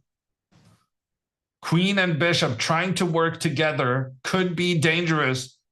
Andrea now definitely cannot play pawn to f4, trying to open up for her bishop, because then pawn takes pawn, queen and bishop working together.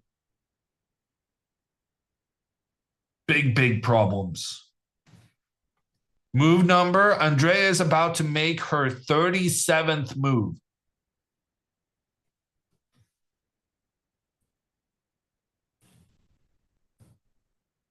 She'll get additional time after she's made another 4 moves. 4 moves remaining. Sack the rook. I still like sacking the rook. I still think this is a cool idea. Ooh, she can't do it. She moves the rook back. Ooh, she's trying to trap the queen. Ooh, she is a sneaky little one, isn't she? Now she's threatening bishop up, and it turns out the queen has nowhere to go. Queen is trapped if the bishop is allowed to come in. And he only has 50 seconds to figure this out.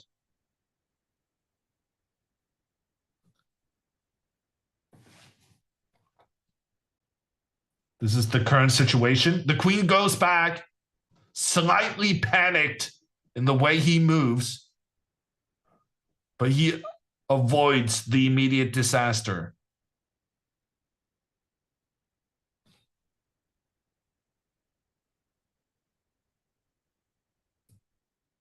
And now there's no more rook sacrifice for Andrea.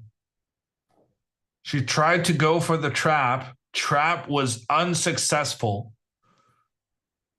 And now she doesn't have a clear path forward. Do they still have to write down the moves with so little time? Yes, because they're getting 30 seconds extra per move they make, they are still obliged to write down everything.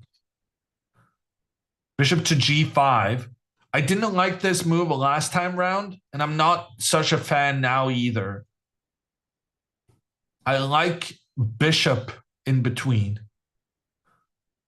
for black. Because after this trade, the knight would be incredible on the f4 square. The bishop trade would be disastrous for Andrea.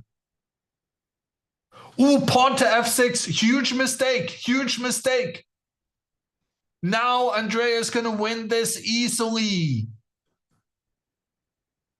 Pawn to f6. Big mistake, because now the pawns are no longer defending each other. Andrea can just move her bishop back, and she'll have both her rooks working together towards the new weakness in black's camp.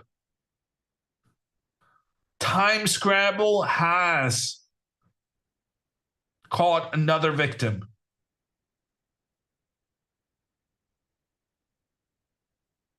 You make very silly decisions when low on time. I can attest to that personally.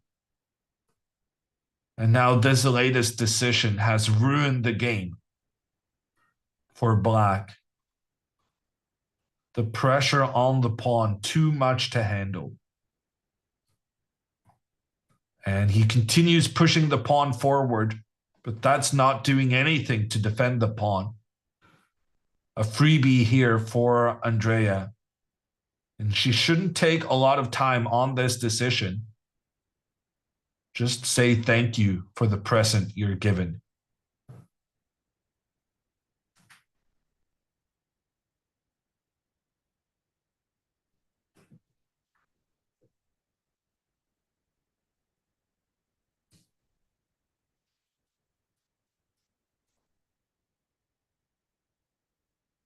Please tell me your FIDE rating when you were 11.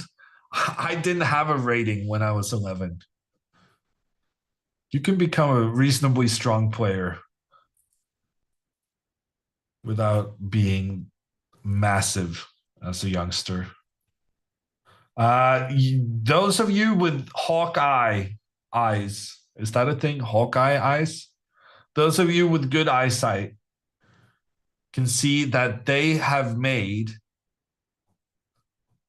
the time control. 30 minutes have been added on to both of the players' clocks. And the time scramble is over for now. But it was a very successful outcome for Andrea.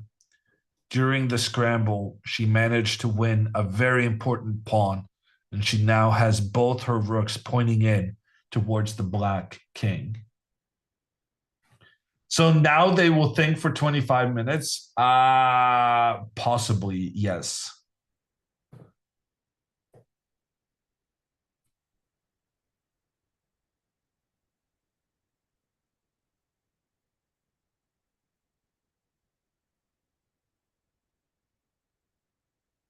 Okay, I'm going to need a break. I'm going to need to get some water, maybe some tea, some energy.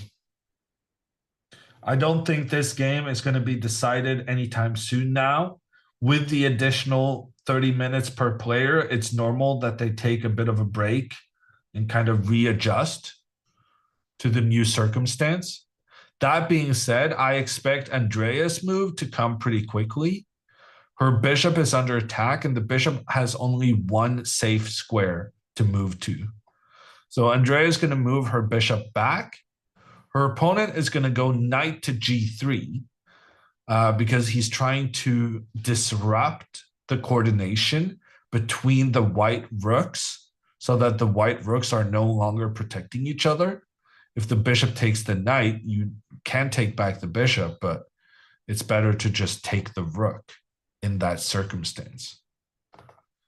But then in order to protect her rook, I'm expecting Andrea to move the rook back.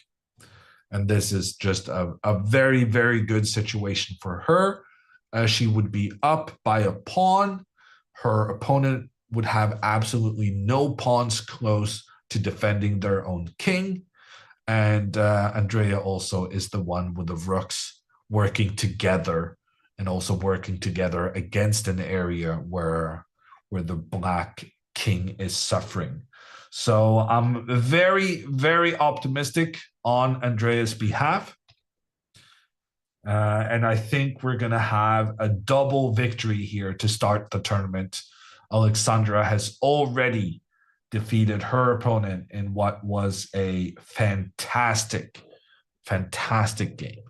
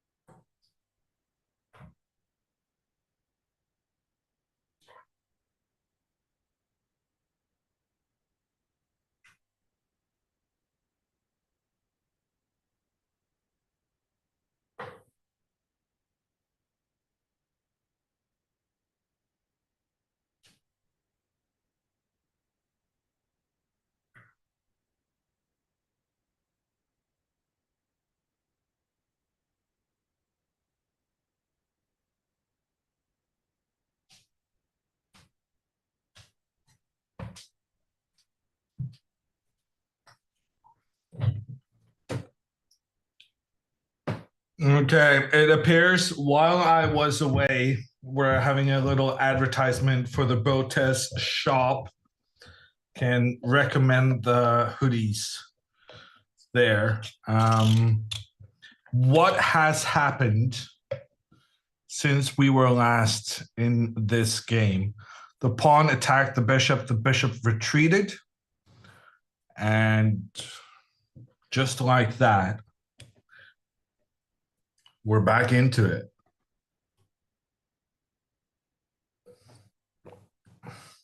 Where can we find Hammer merch? Hammer merch is so exclusive, it doesn't even exist.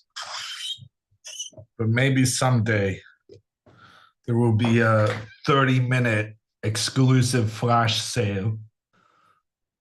It's all about the exclusivity.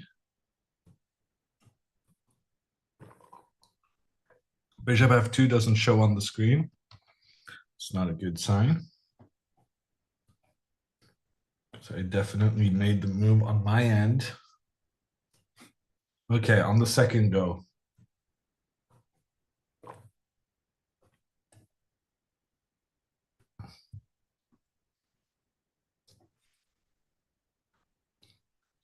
Bishop to f6.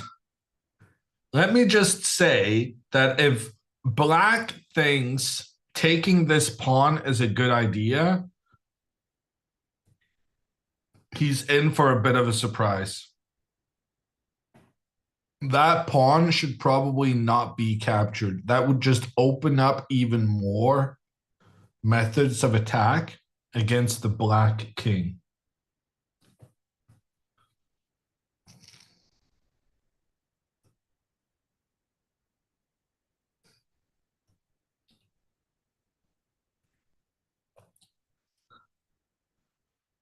Is Alexandra in chat?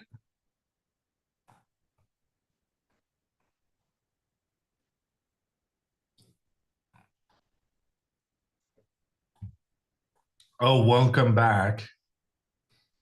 I thought that was from Bila. Good game, by the way. You scared her away? My bad.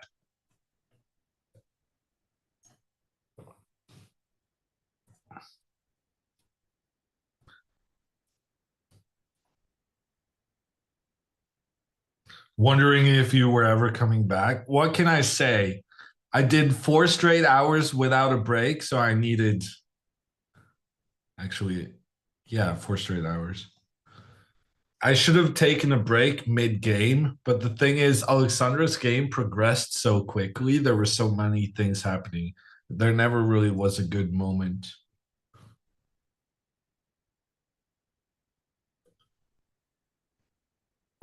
Did Alexandra castle today? Yes. She castled on move 12, which is close to a personal record. She hasn't really made a habit out of the quick castlings, but today she played an exquisite game.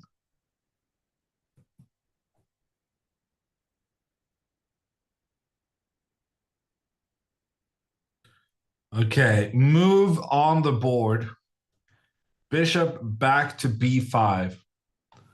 Andrea doesn't want the knight to come in here and hit the bishop, so she's just moving it away. Also, there could be some benefit of the queen now having easier access along the second rank.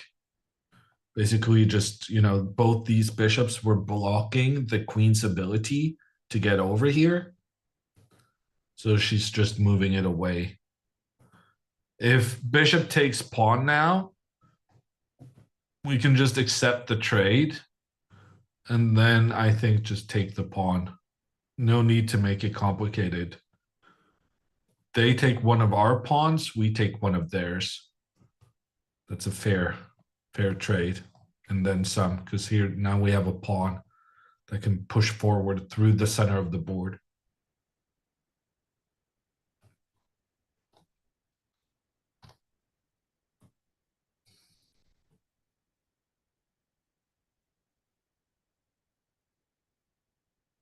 Can black go knight to g3 now? Yes. Knight to g3 is the move I'm kind of expecting. Ooh, no. Knight to g3 does not work anymore.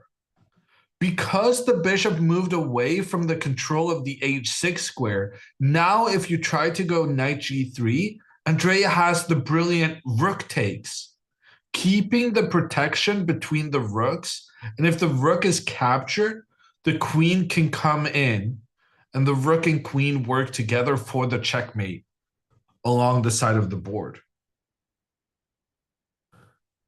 Very nice. So knight g3, it feels like a clever trick, but it's actually only tricking themselves.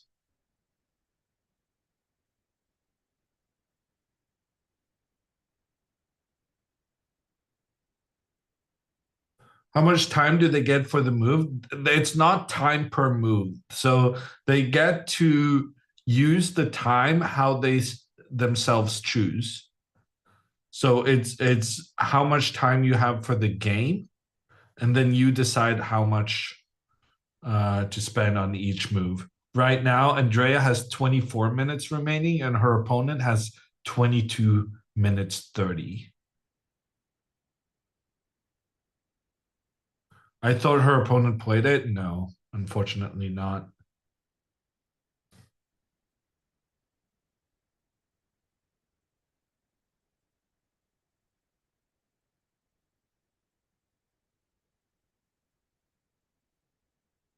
Is he playing better than 1500?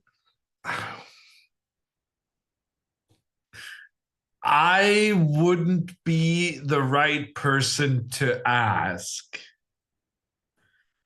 I am at a level so high above this that it's all the same to me.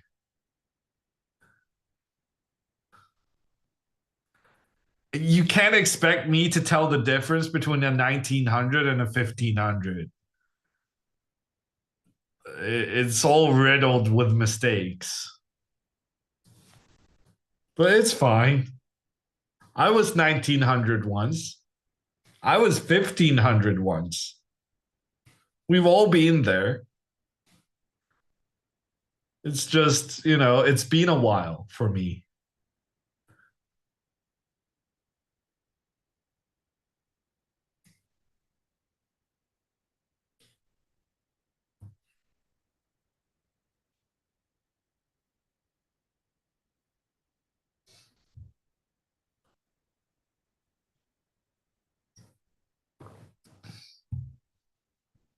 Even Hammer was 1,000 once? Yeah. It was 25 years ago, but once upon a time.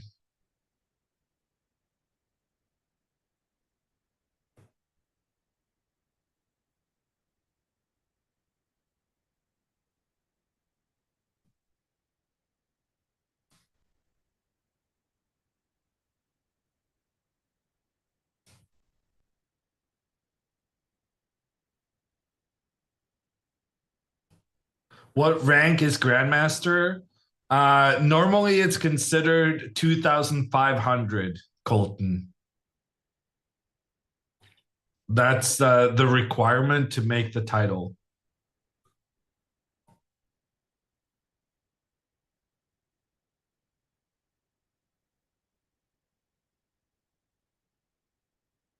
Can we look at knight g3 instead of bishop f6? I think we're going to leave the past in the past, and we're going to focus on what could happen, Smith.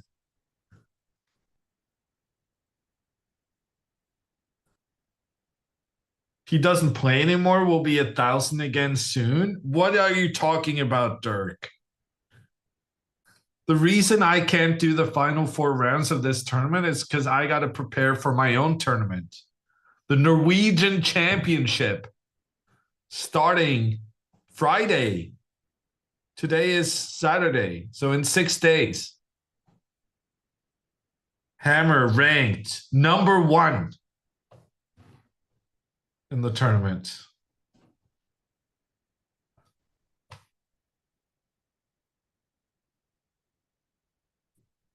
Hammer coming out of retirement. I've played the Norwegian Championship every time for the last 6-7 years. I decided I wanted to try and get the record for the most number of Norwegian chess championships. And then in the last 2 years, they were both won by Simen Agdestein, who is like the grand old man of Norwegian chess, I guess, now. So that means that not only did I not manage to win the tournament myself, I also allowed the person who won to extend the record, making my own task much more difficult. But what are you going to do? He's second seed. No, Simen is not defending his title. I don't know why.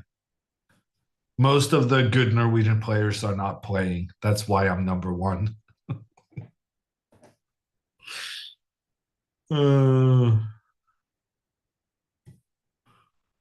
Back in the day, I could be number one just because I was so good.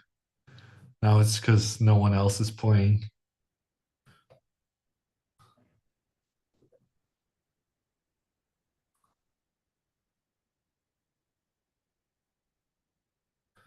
Was Seaman your coach when you were young? Yeah, Seaman, he's in charge of the athletes high school, the chess program there in Norway. So I went to high school with Seaman as my chess coach. I was in the same high school class as a certain Mr. Magnus Carlsen.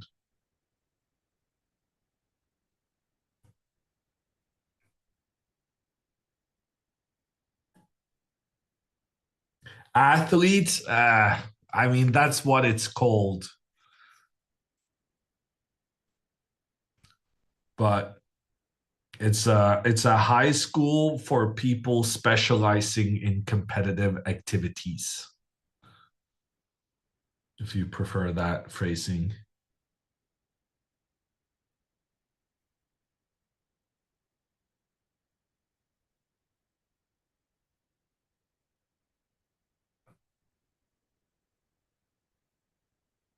A school for chess mutants. I mean, you say mutants, but really, it's more of a, what's it called? Like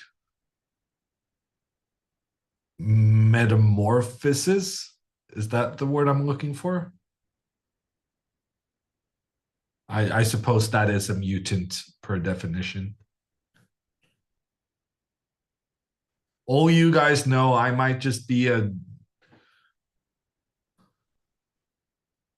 I don't know, I shouldn't use words I don't know.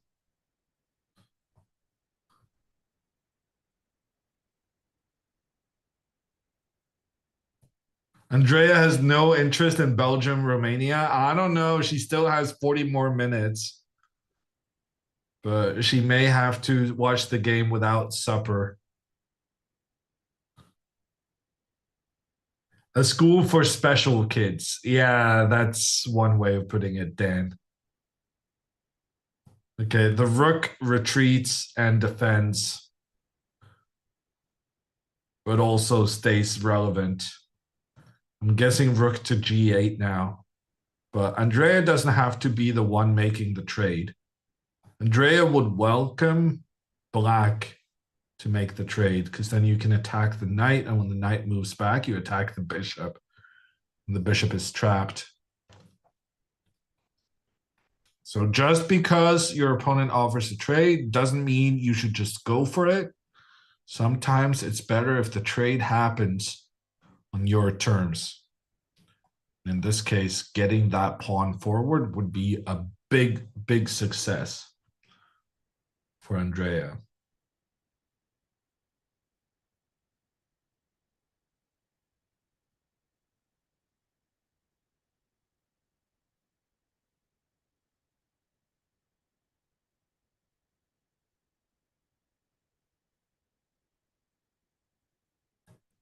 or get her b5 bishop to the e6 square. I mean, that would be nice. I agree, that's a nice plan. But in that case, actually, now that I'm thinking about it, bishop to b5 was quite a clear mistake. She should have tried to get the bishop in here. Very time-consuming, but just trying to get the bishop pointing in towards the king. That would have been very nice. But the good thing about chess sometimes is that you can make up for your mistakes. And she can revert to this plan whenever she feels like, or rather, whenever she realizes that this is the way to go.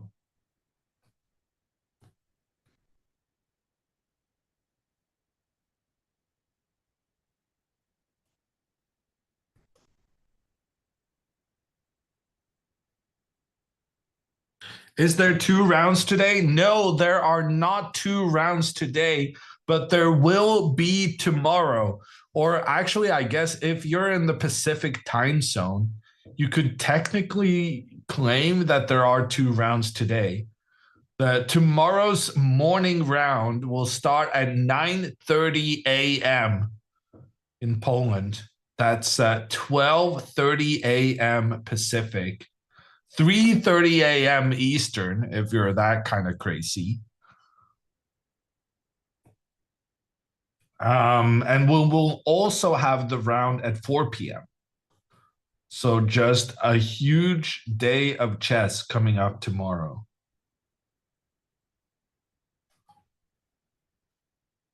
Rook to f7 played. I'm not sure either player really has a plan at this point.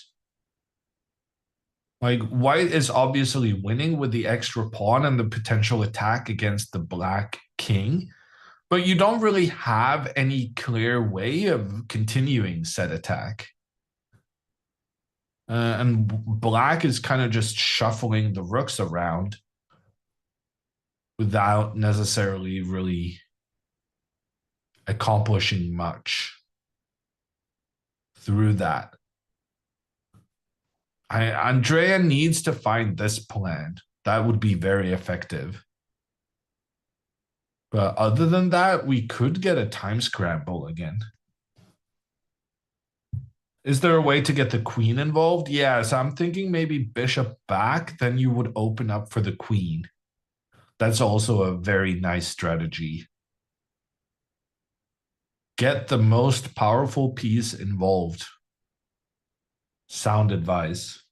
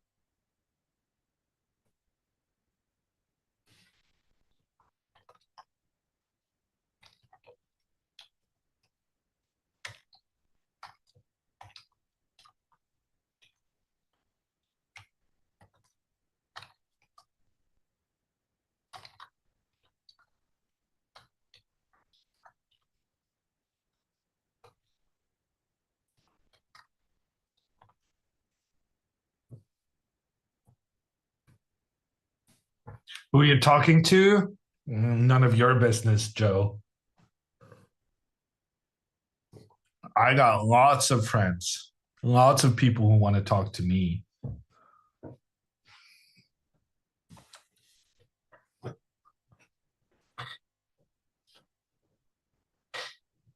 It seems like Hammer's answering some text from the boss girl. No comment. but you're not very far off. I'm trying to get the boss girl to come on stream. Because I feel like the next 10 minutes, not much is going to happen in this game.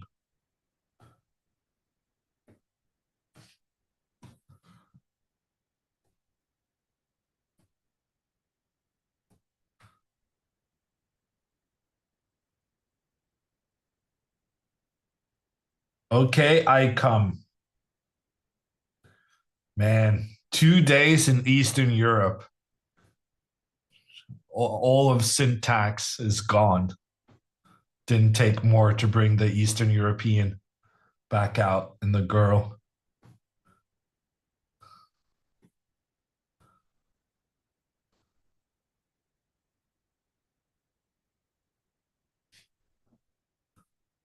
Bishop to c6. Yeah. The thing is, this bishop is not really doing anything there.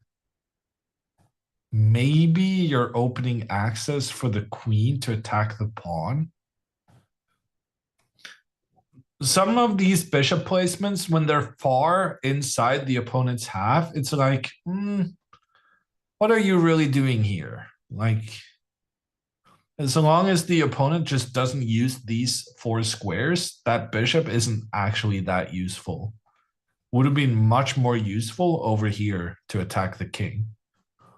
And now, for every move this bishop makes over to the left side, it's going to be even further to get back trying to attack the king.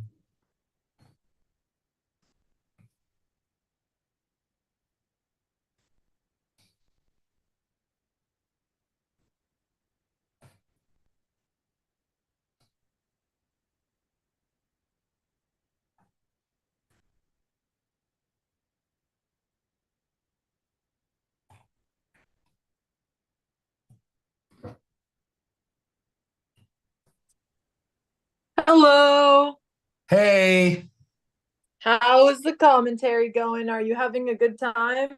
I made a mistake before we started. I didn't have my tea, so I've been yawning for more than I should. Interesting. Because when I came to check on the stream, it seemed like we were doing the Gotham chess version of commentary, you know? He had big success with that, though. I spent 10 minutes talking about the financial kind of implications of Gotham having success without a commentator. Yeah, no, I mean that's pretty impressive, but we discussed whether it was the new meta. Well, the good thing is you're also my coach, so you need to look at my games anyway. Sure. Yeah. Maybe that's how we justify, and at least Andrea and I can split it. Did you get a new office? No, but the Chessable people have been checking my camera settings, and they wanted me to do it like this. Wait, this is in your apartment? This is the same place it's always been. Oh, it just looks so good. You could have had this all along? Yeah. Oh my god. When is your Chessable course coming? October. Like actually October? Or like you have to get it done? Oh no, actually October. Okay, that's good. No, I know those Chessable courses get delayed sometimes. Not just you. Yeah, no, but me in particular, for sure. It was supposed to be done last year, October. So yeah, and that's why I'm asking. Yeah. When is your chess app coming out? Touche. Next we're year. doing a promotion of the hoodies and boards. Yes, and also Command playtest. We're gonna be doing more playtests July 15th. The game is getting better and better. If you apply,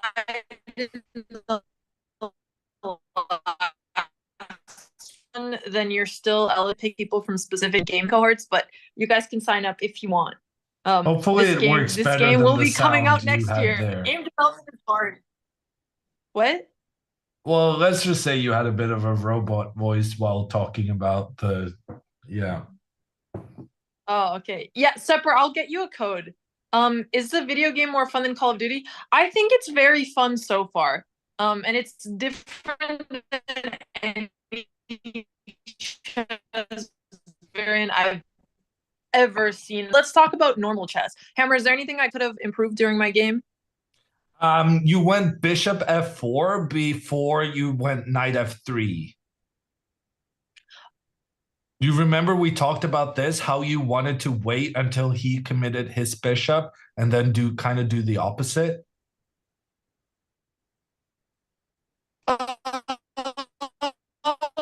Oh, but if you get bishop d6? Well, then you go bishop g5 and you do the pin, and then he can't use the bishop. How bad is my voice right now? Right now it's fine, but I'll let you know when it's bad. It's been pretty bad already, and the cameras have shut down at like once an hour for the entire game. Oh man. So there are some internet issues for sure. Yeah, no, the internet is a little shaky here. No, I know, but I actually thought I was supposed to play. Now your voice is cracking again. Because otherwise, if he plays bishop, Darren. Okay, can you can't put the board really quick, can you? I don't really want to do that because I just want to kind of entertain myself while Andrea is thinking herself down to like 8 minutes. So I don't want your game to take over completely. But like someone was saying in chat, I thought your game was very, very close to perfection. And other than the discussion we had about should you go with the knight or the bishop first, and that it could be considered quite advantageous for black to make this dark squared bishop trade early on. Other than that, I thought it was fantastic. Like it was so good. And like your endgame, you consider yourself a good endgame player or no? I do. Yeah, okay. Yeah, whether it's like, true or not, I don't know. You're winning but so many games in the endgame, right? I've had a good result in the endgame, yeah.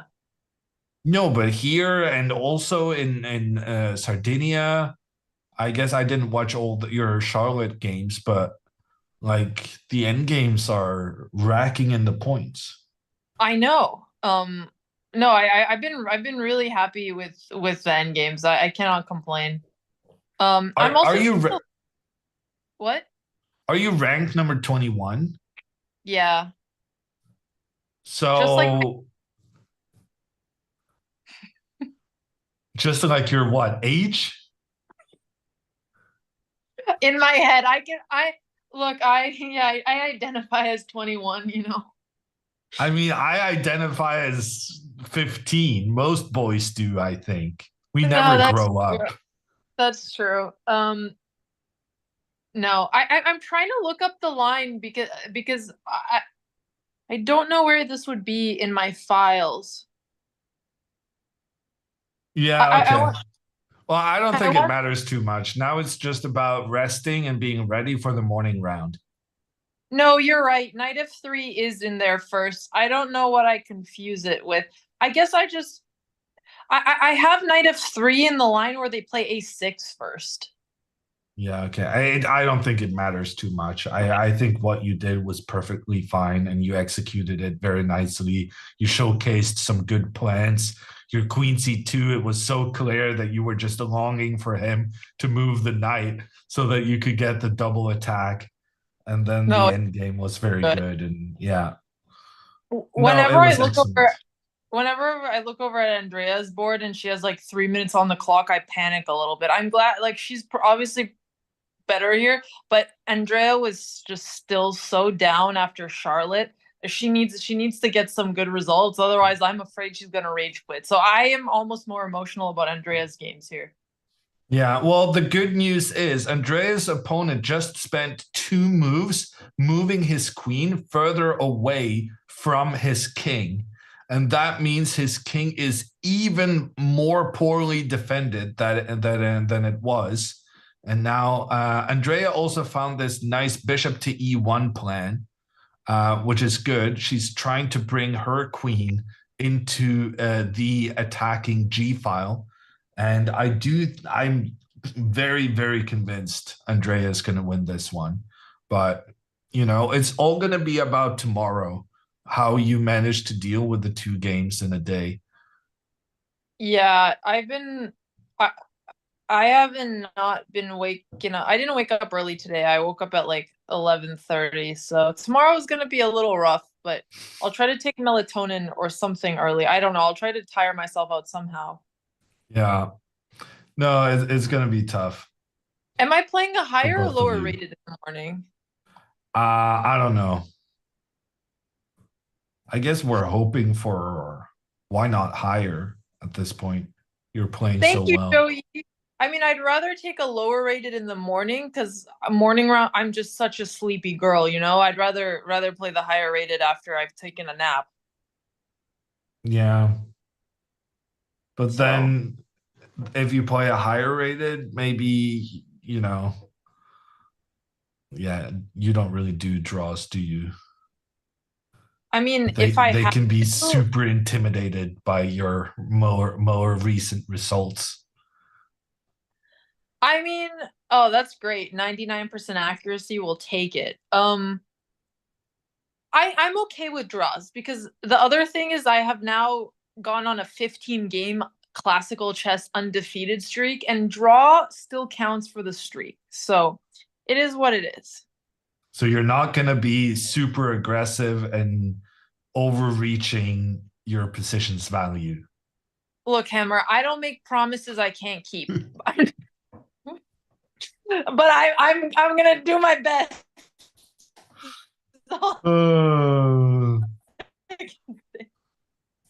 Okay. We're gonna see what not to Andrea like can do with this queen and rooks pointing in towards the king. If Andrea talks to us after the game, I guess you can join that as well. But just good luck for tomorrow's morning round. It's gonna be tough, and today's game was just perfect. It was so good. So great. Well, I think I'm feeling gonna go confident.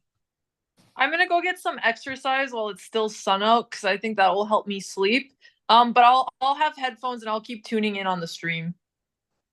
So, okay. Sounds okay. Well, bye, Hammer. Congratulations. Bye, thank you. We'll see you guys. Oh, and when do you want to do prep today? Well, I mean, after the pairing is out, like, I'm not sure how much prep you'll have time for when. Okay, she froze. So like. She froze. Okay. Big Okay, time. we'll figure it out. Bye, Hammer. Bye.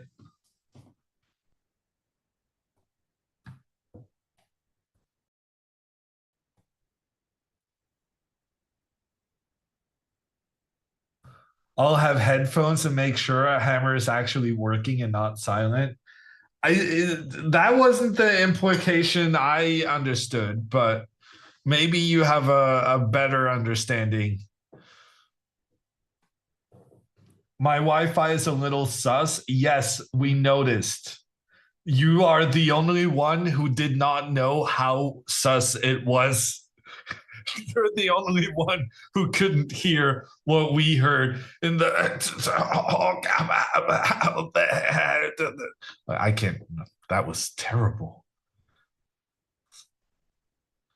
Okay. It was not like that, but apparently I can't imitate things. Pretty accurate, actually. Not bad. Nailed it. Okay. Yeah, I gave it my best shot.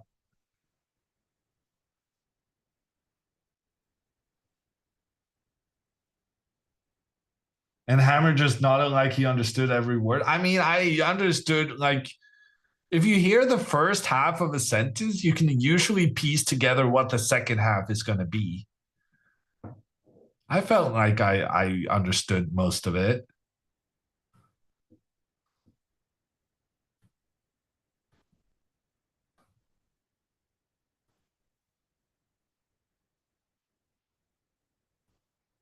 Have you ever farted at the board? What kind of question is that?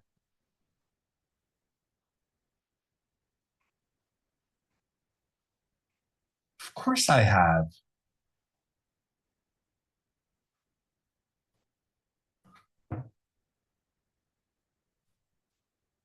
bodily functions don't stop just because you're playing chess.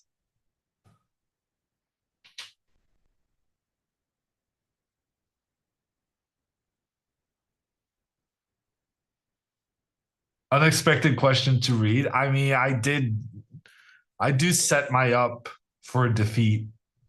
up for defeat sometimes. I've been in a weird mood today also, I feel like. My brain stops functioning when I play. That is going to cost you some rating points, Joe. I would look into that if I were you. Might improve your results if you have functioning brain. You sound a bit sick. No, I think I'm just weird and like I'm not pronouncing properly. I don't know. I'm actually not sick at all. I haven't been sick for like half a year. This has never happened to me before. I'm usually like sick once every 2 months or something.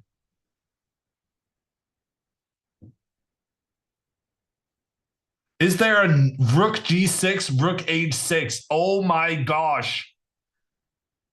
Rook g6. I was wondering, how do you even make progress here? You need to make space for the queen. I wasn't sure how to do that. Rook g6. Black tries to get pieces over to the king side. Booyah! Sacrifice the rook, clear the space for the queen to come in with the checkmate afterwards. Beautiful. And you still get the YouTube title, even if she was too scared to give the rook for the knight earlier.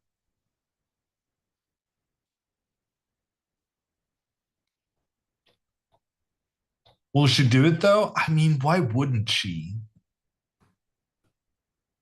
And the alternative I can imagine is no. Like she needs what Andrea is looking for right now is a way to get rid of this rook, because this rook is standing in the path of the queen. So you need to get rid of the rook. Rook to g6 makes perfect sense, wanting to bring the queen in afterwards. Maybe the queen can come up. And then while black is trying to deal with the queen getting into g4, it's very easy to just forget that you have this boom. Checkmate.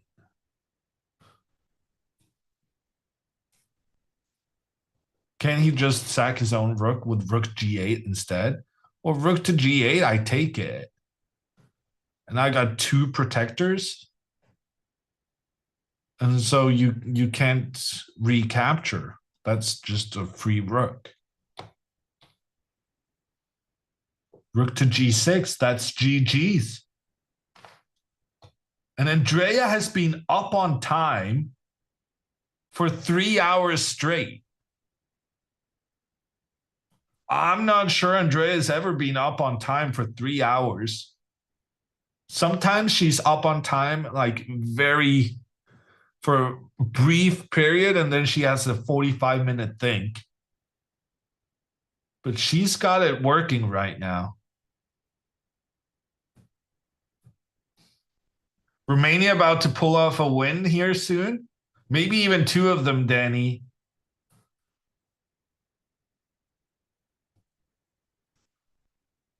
Definitely getting a win in chess. And then we'll see if they can win the soccer as well. Rook to g6 played. Let's go.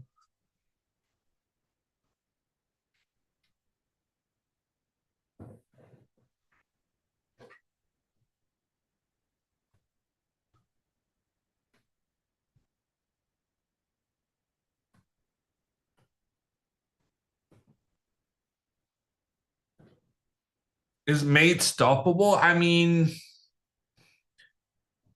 in theory, it's stoppable for, well, I mean, it depends on how many moves ahead you want to consider. Mate is not stoppable if you give Andrea at least 25 moves against the best computer there is. But the thing is, the opponent also needs to see the threat. The threat is pretty well disguised. Because when you go rook to g6, it feels as though you're just trying to make space for your queen. That being said, queen to g4 is an absolutely devastating move as well. So, yeah. You don't really need the fanciness of the rook to h6 because queen to g4 is just going to be a killer. What happens with rook g7? If you go rook g7, you just trade. And then if the bishop takes, check and attack the knight. And if the knight takes, then check and attack the bishop. Easy peasy.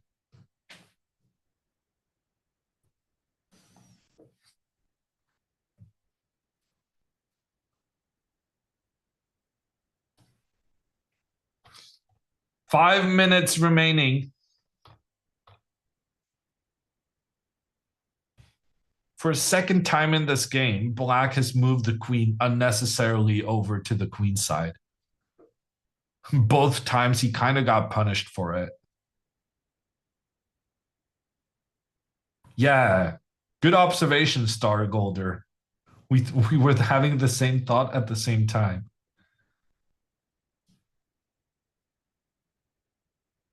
Just in time for the Romania game. Let's go. What is Poland playing? We would love to get a Polish opponent for when Poland. Oh no. Poland is playing at 6 p.m. on Tuesday. Ooh, and it's a big game against France.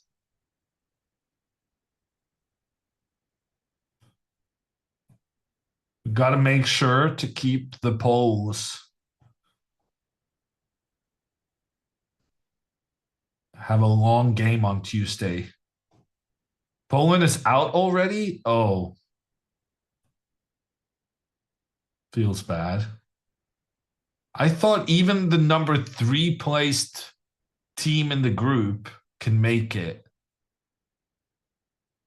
Oh God. I'm so sorry for your loss. When even the number 3 team can make it and you're out after 2 games, that is some seriously depressing stuff. He's resigning? Is he? I guess he saw the threat if he's considering resigning.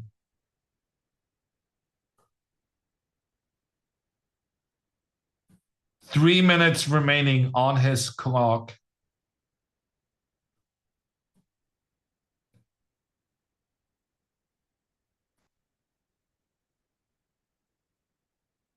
We're going to get the decider here just in time for the Euros.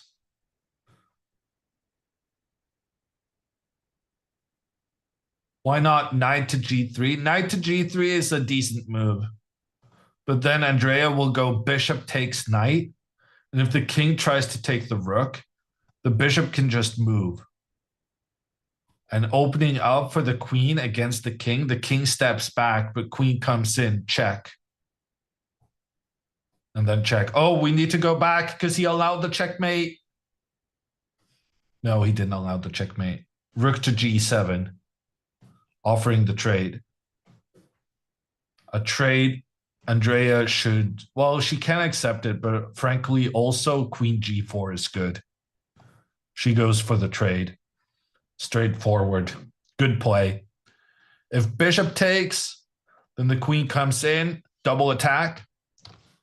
If knight takes, the queen comes in, double attack. Very straightforward.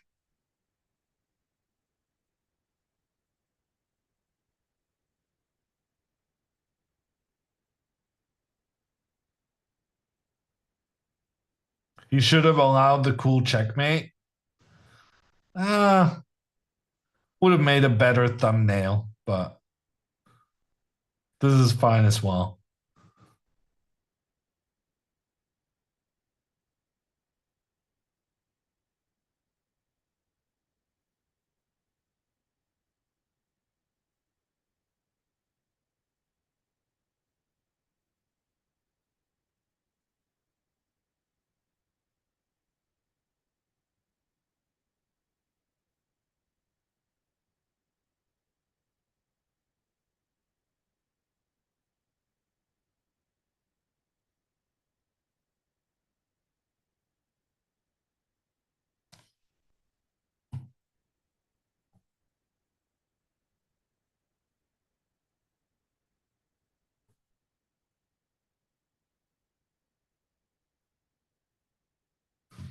Waiting. Yeah, I don't really have anything to add.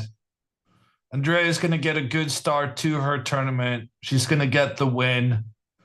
She got to use her Jobava-esque kind of thing. And she managed to stay up on the clock for pretty much the entire game. As Dina would say, big personal growth.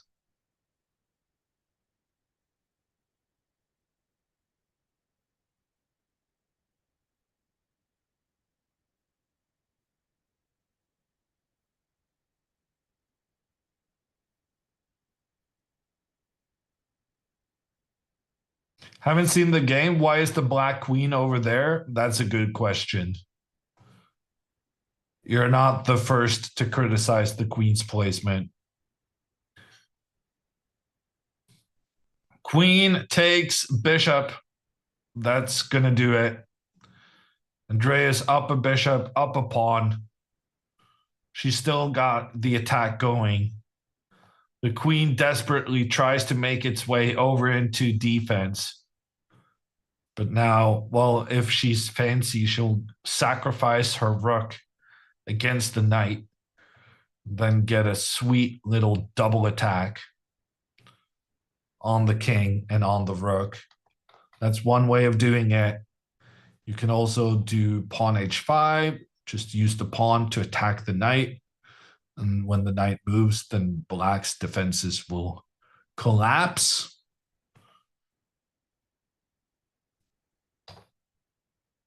Lots of options. Is she winning? Yes. And she's winning in the next 5 minutes. Hopefully.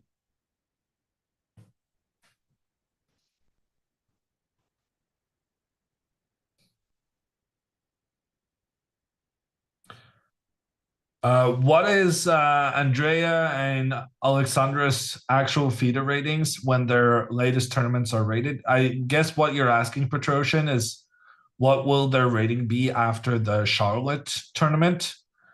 I don't really know. And for Andrea's sake, I think we shouldn't figure it out. She needs to be thinking about the future, not the past. Alexandra won her game, Percy. She played a magnificent one. So good. Is he hoping she messes up or something? In general, this is my policy when it comes to resigning. If my opponent is spending more than 10 seconds per move, it means that they're not 100% certain how to win.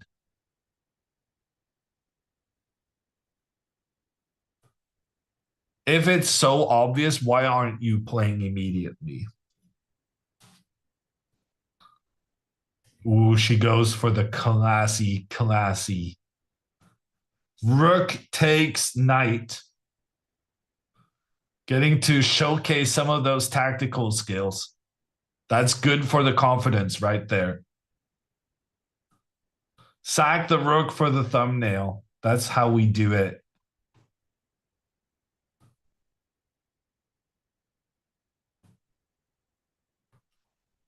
Queen takes rook, and now queen to the side. The double attack.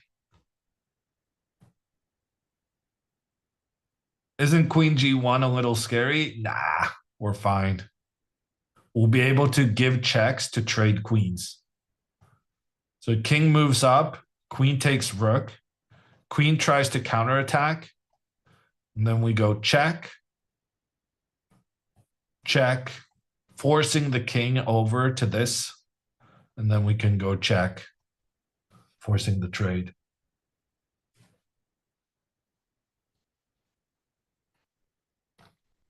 Okay, this is what's happening. King h7 played, queen takes rook. Queen is going to try a desperate counterattack. And now for the queen trade, queen to f5.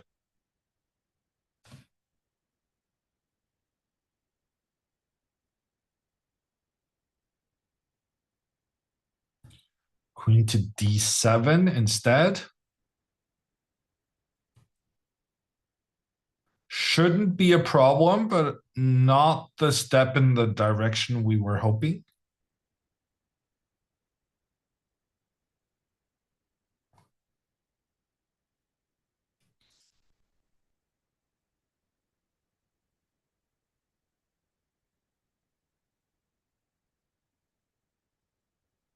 It is possible to waste this entire game. Like something like this would make it a bit nerve-wracking because then there are threats of perpetual and it's not so easy for the queen to get back into defense. Queen gives another check. King doesn't really have much of a choice. Needs to stay on this side of the board. Anytime it moves forward, Andrea is going to be able to do the queen trade.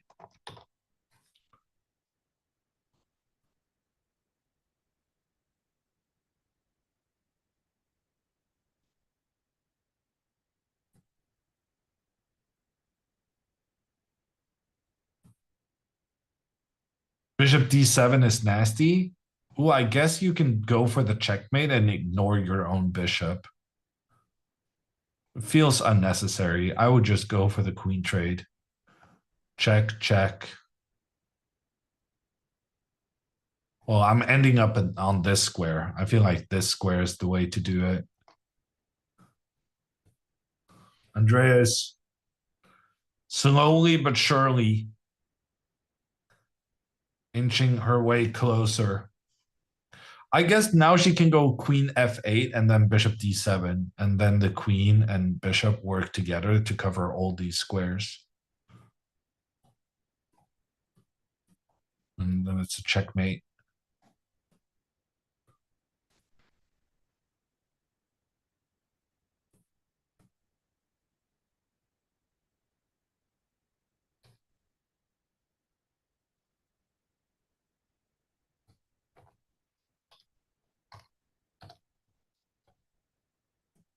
Is there a difference in player level where just allowing a draw by not having to continue to play benefit? I'm trying to understand what you're saying, Elixir, but can you rephrase?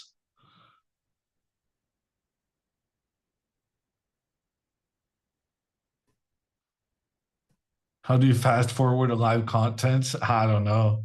Would be useful now. She'll get there in the end. She's got that f5 square. She went a little detour. But even if she made 3 moves away from the f5 square, we find it in the end. Oh, no. No. No, not for the finish. Please, Polish internet.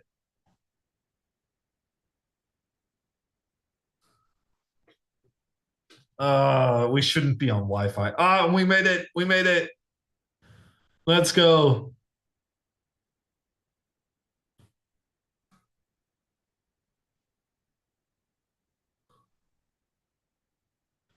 Oh no, what? It's not. It's not something to be concerned about, Mama Botez. It's just that we're gonna miss out on Andrea getting her win. She found the right plan. She's gonna win the game, but we want to catch the end without internet interruptions. Queen H5 check. Let's go. That's the way to do it. Forcing the king off the side of the board, forcing the king into the same file as the queen, and securing the queen trade. King moves to the side, and then queen g5 or queen g4. Probably queen g4 in order to get your pawns working together. Okay, never mind. Queen g5 played. Check on the king, threatening the queen. 2 extra bishops. She's got it in the bag.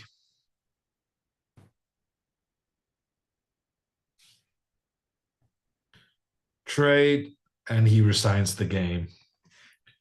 GG's. Well played, Andrea. She gets the win. And most importantly, I think, showcases some good time management. That has been a big, big concern for her. But I mean, she was low on time at some point here. But it was fine. It was completely fine. She was not desperately. She's had some situations where she's down to just minutes after 18 moves. This was nothing like that. She was a bit low on time for move 35, 36, 37, but that's just how it's supposed to be. So very encouraging time management situation. And we're getting some occasional frames of Andrea from Poland. The final handshake for a millisecond. But yeah, round 2 is tomorrow, 9:30 a.m. European time. That is 3:30 a.m. Eastern or 12:30 a.m. Pacific. Basically later today, but we're hoping the girls get at least 6 hours of sleep in the meantime. Let me check in with, are we gonna keep going? Um,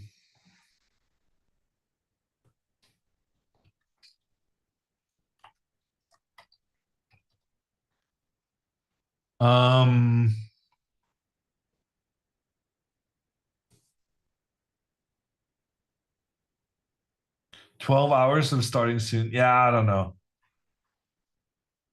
Are we gonna get Andrea? Let me talk to Vila. Are we waiting for Andrea interview?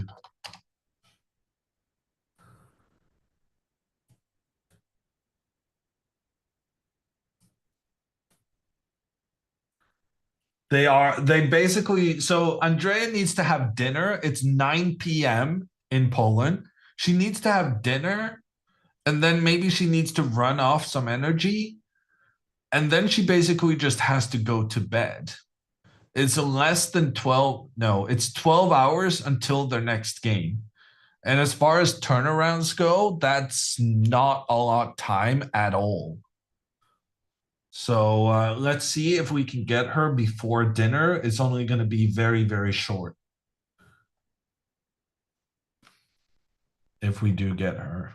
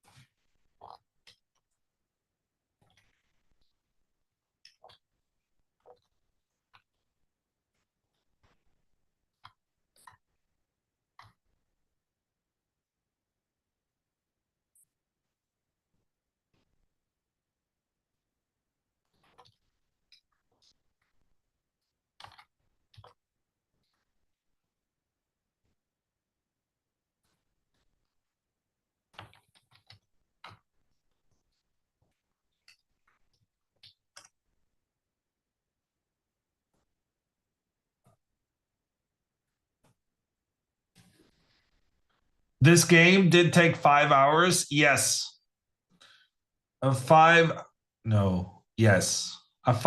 game to kick off the tournament. Well, a little under 5 hours because we were pretty significantly delayed at the start of the round. So it's also quite a long game to start with such a quick next round coming up the day after. But we're going to give Andrea a couple more minutes to decide, or rather to answer whether she wants to come on. And I'm getting the message that we're going to let Andrea hurry to dinner and we're going to wrap it up. 2 games coming up tomorrow. Looking forward to it. I'll be here. I hope you guys will as well. 9:30 a.m. Eastern. And 3:30 a.m. No, 3:30 a.m. Eastern. Good God. 9:30 a.m. European time. You would think after saying it a couple of times I would get the hang of it, but no. I'm sorry if you're more confused now than you were, but that's how it is.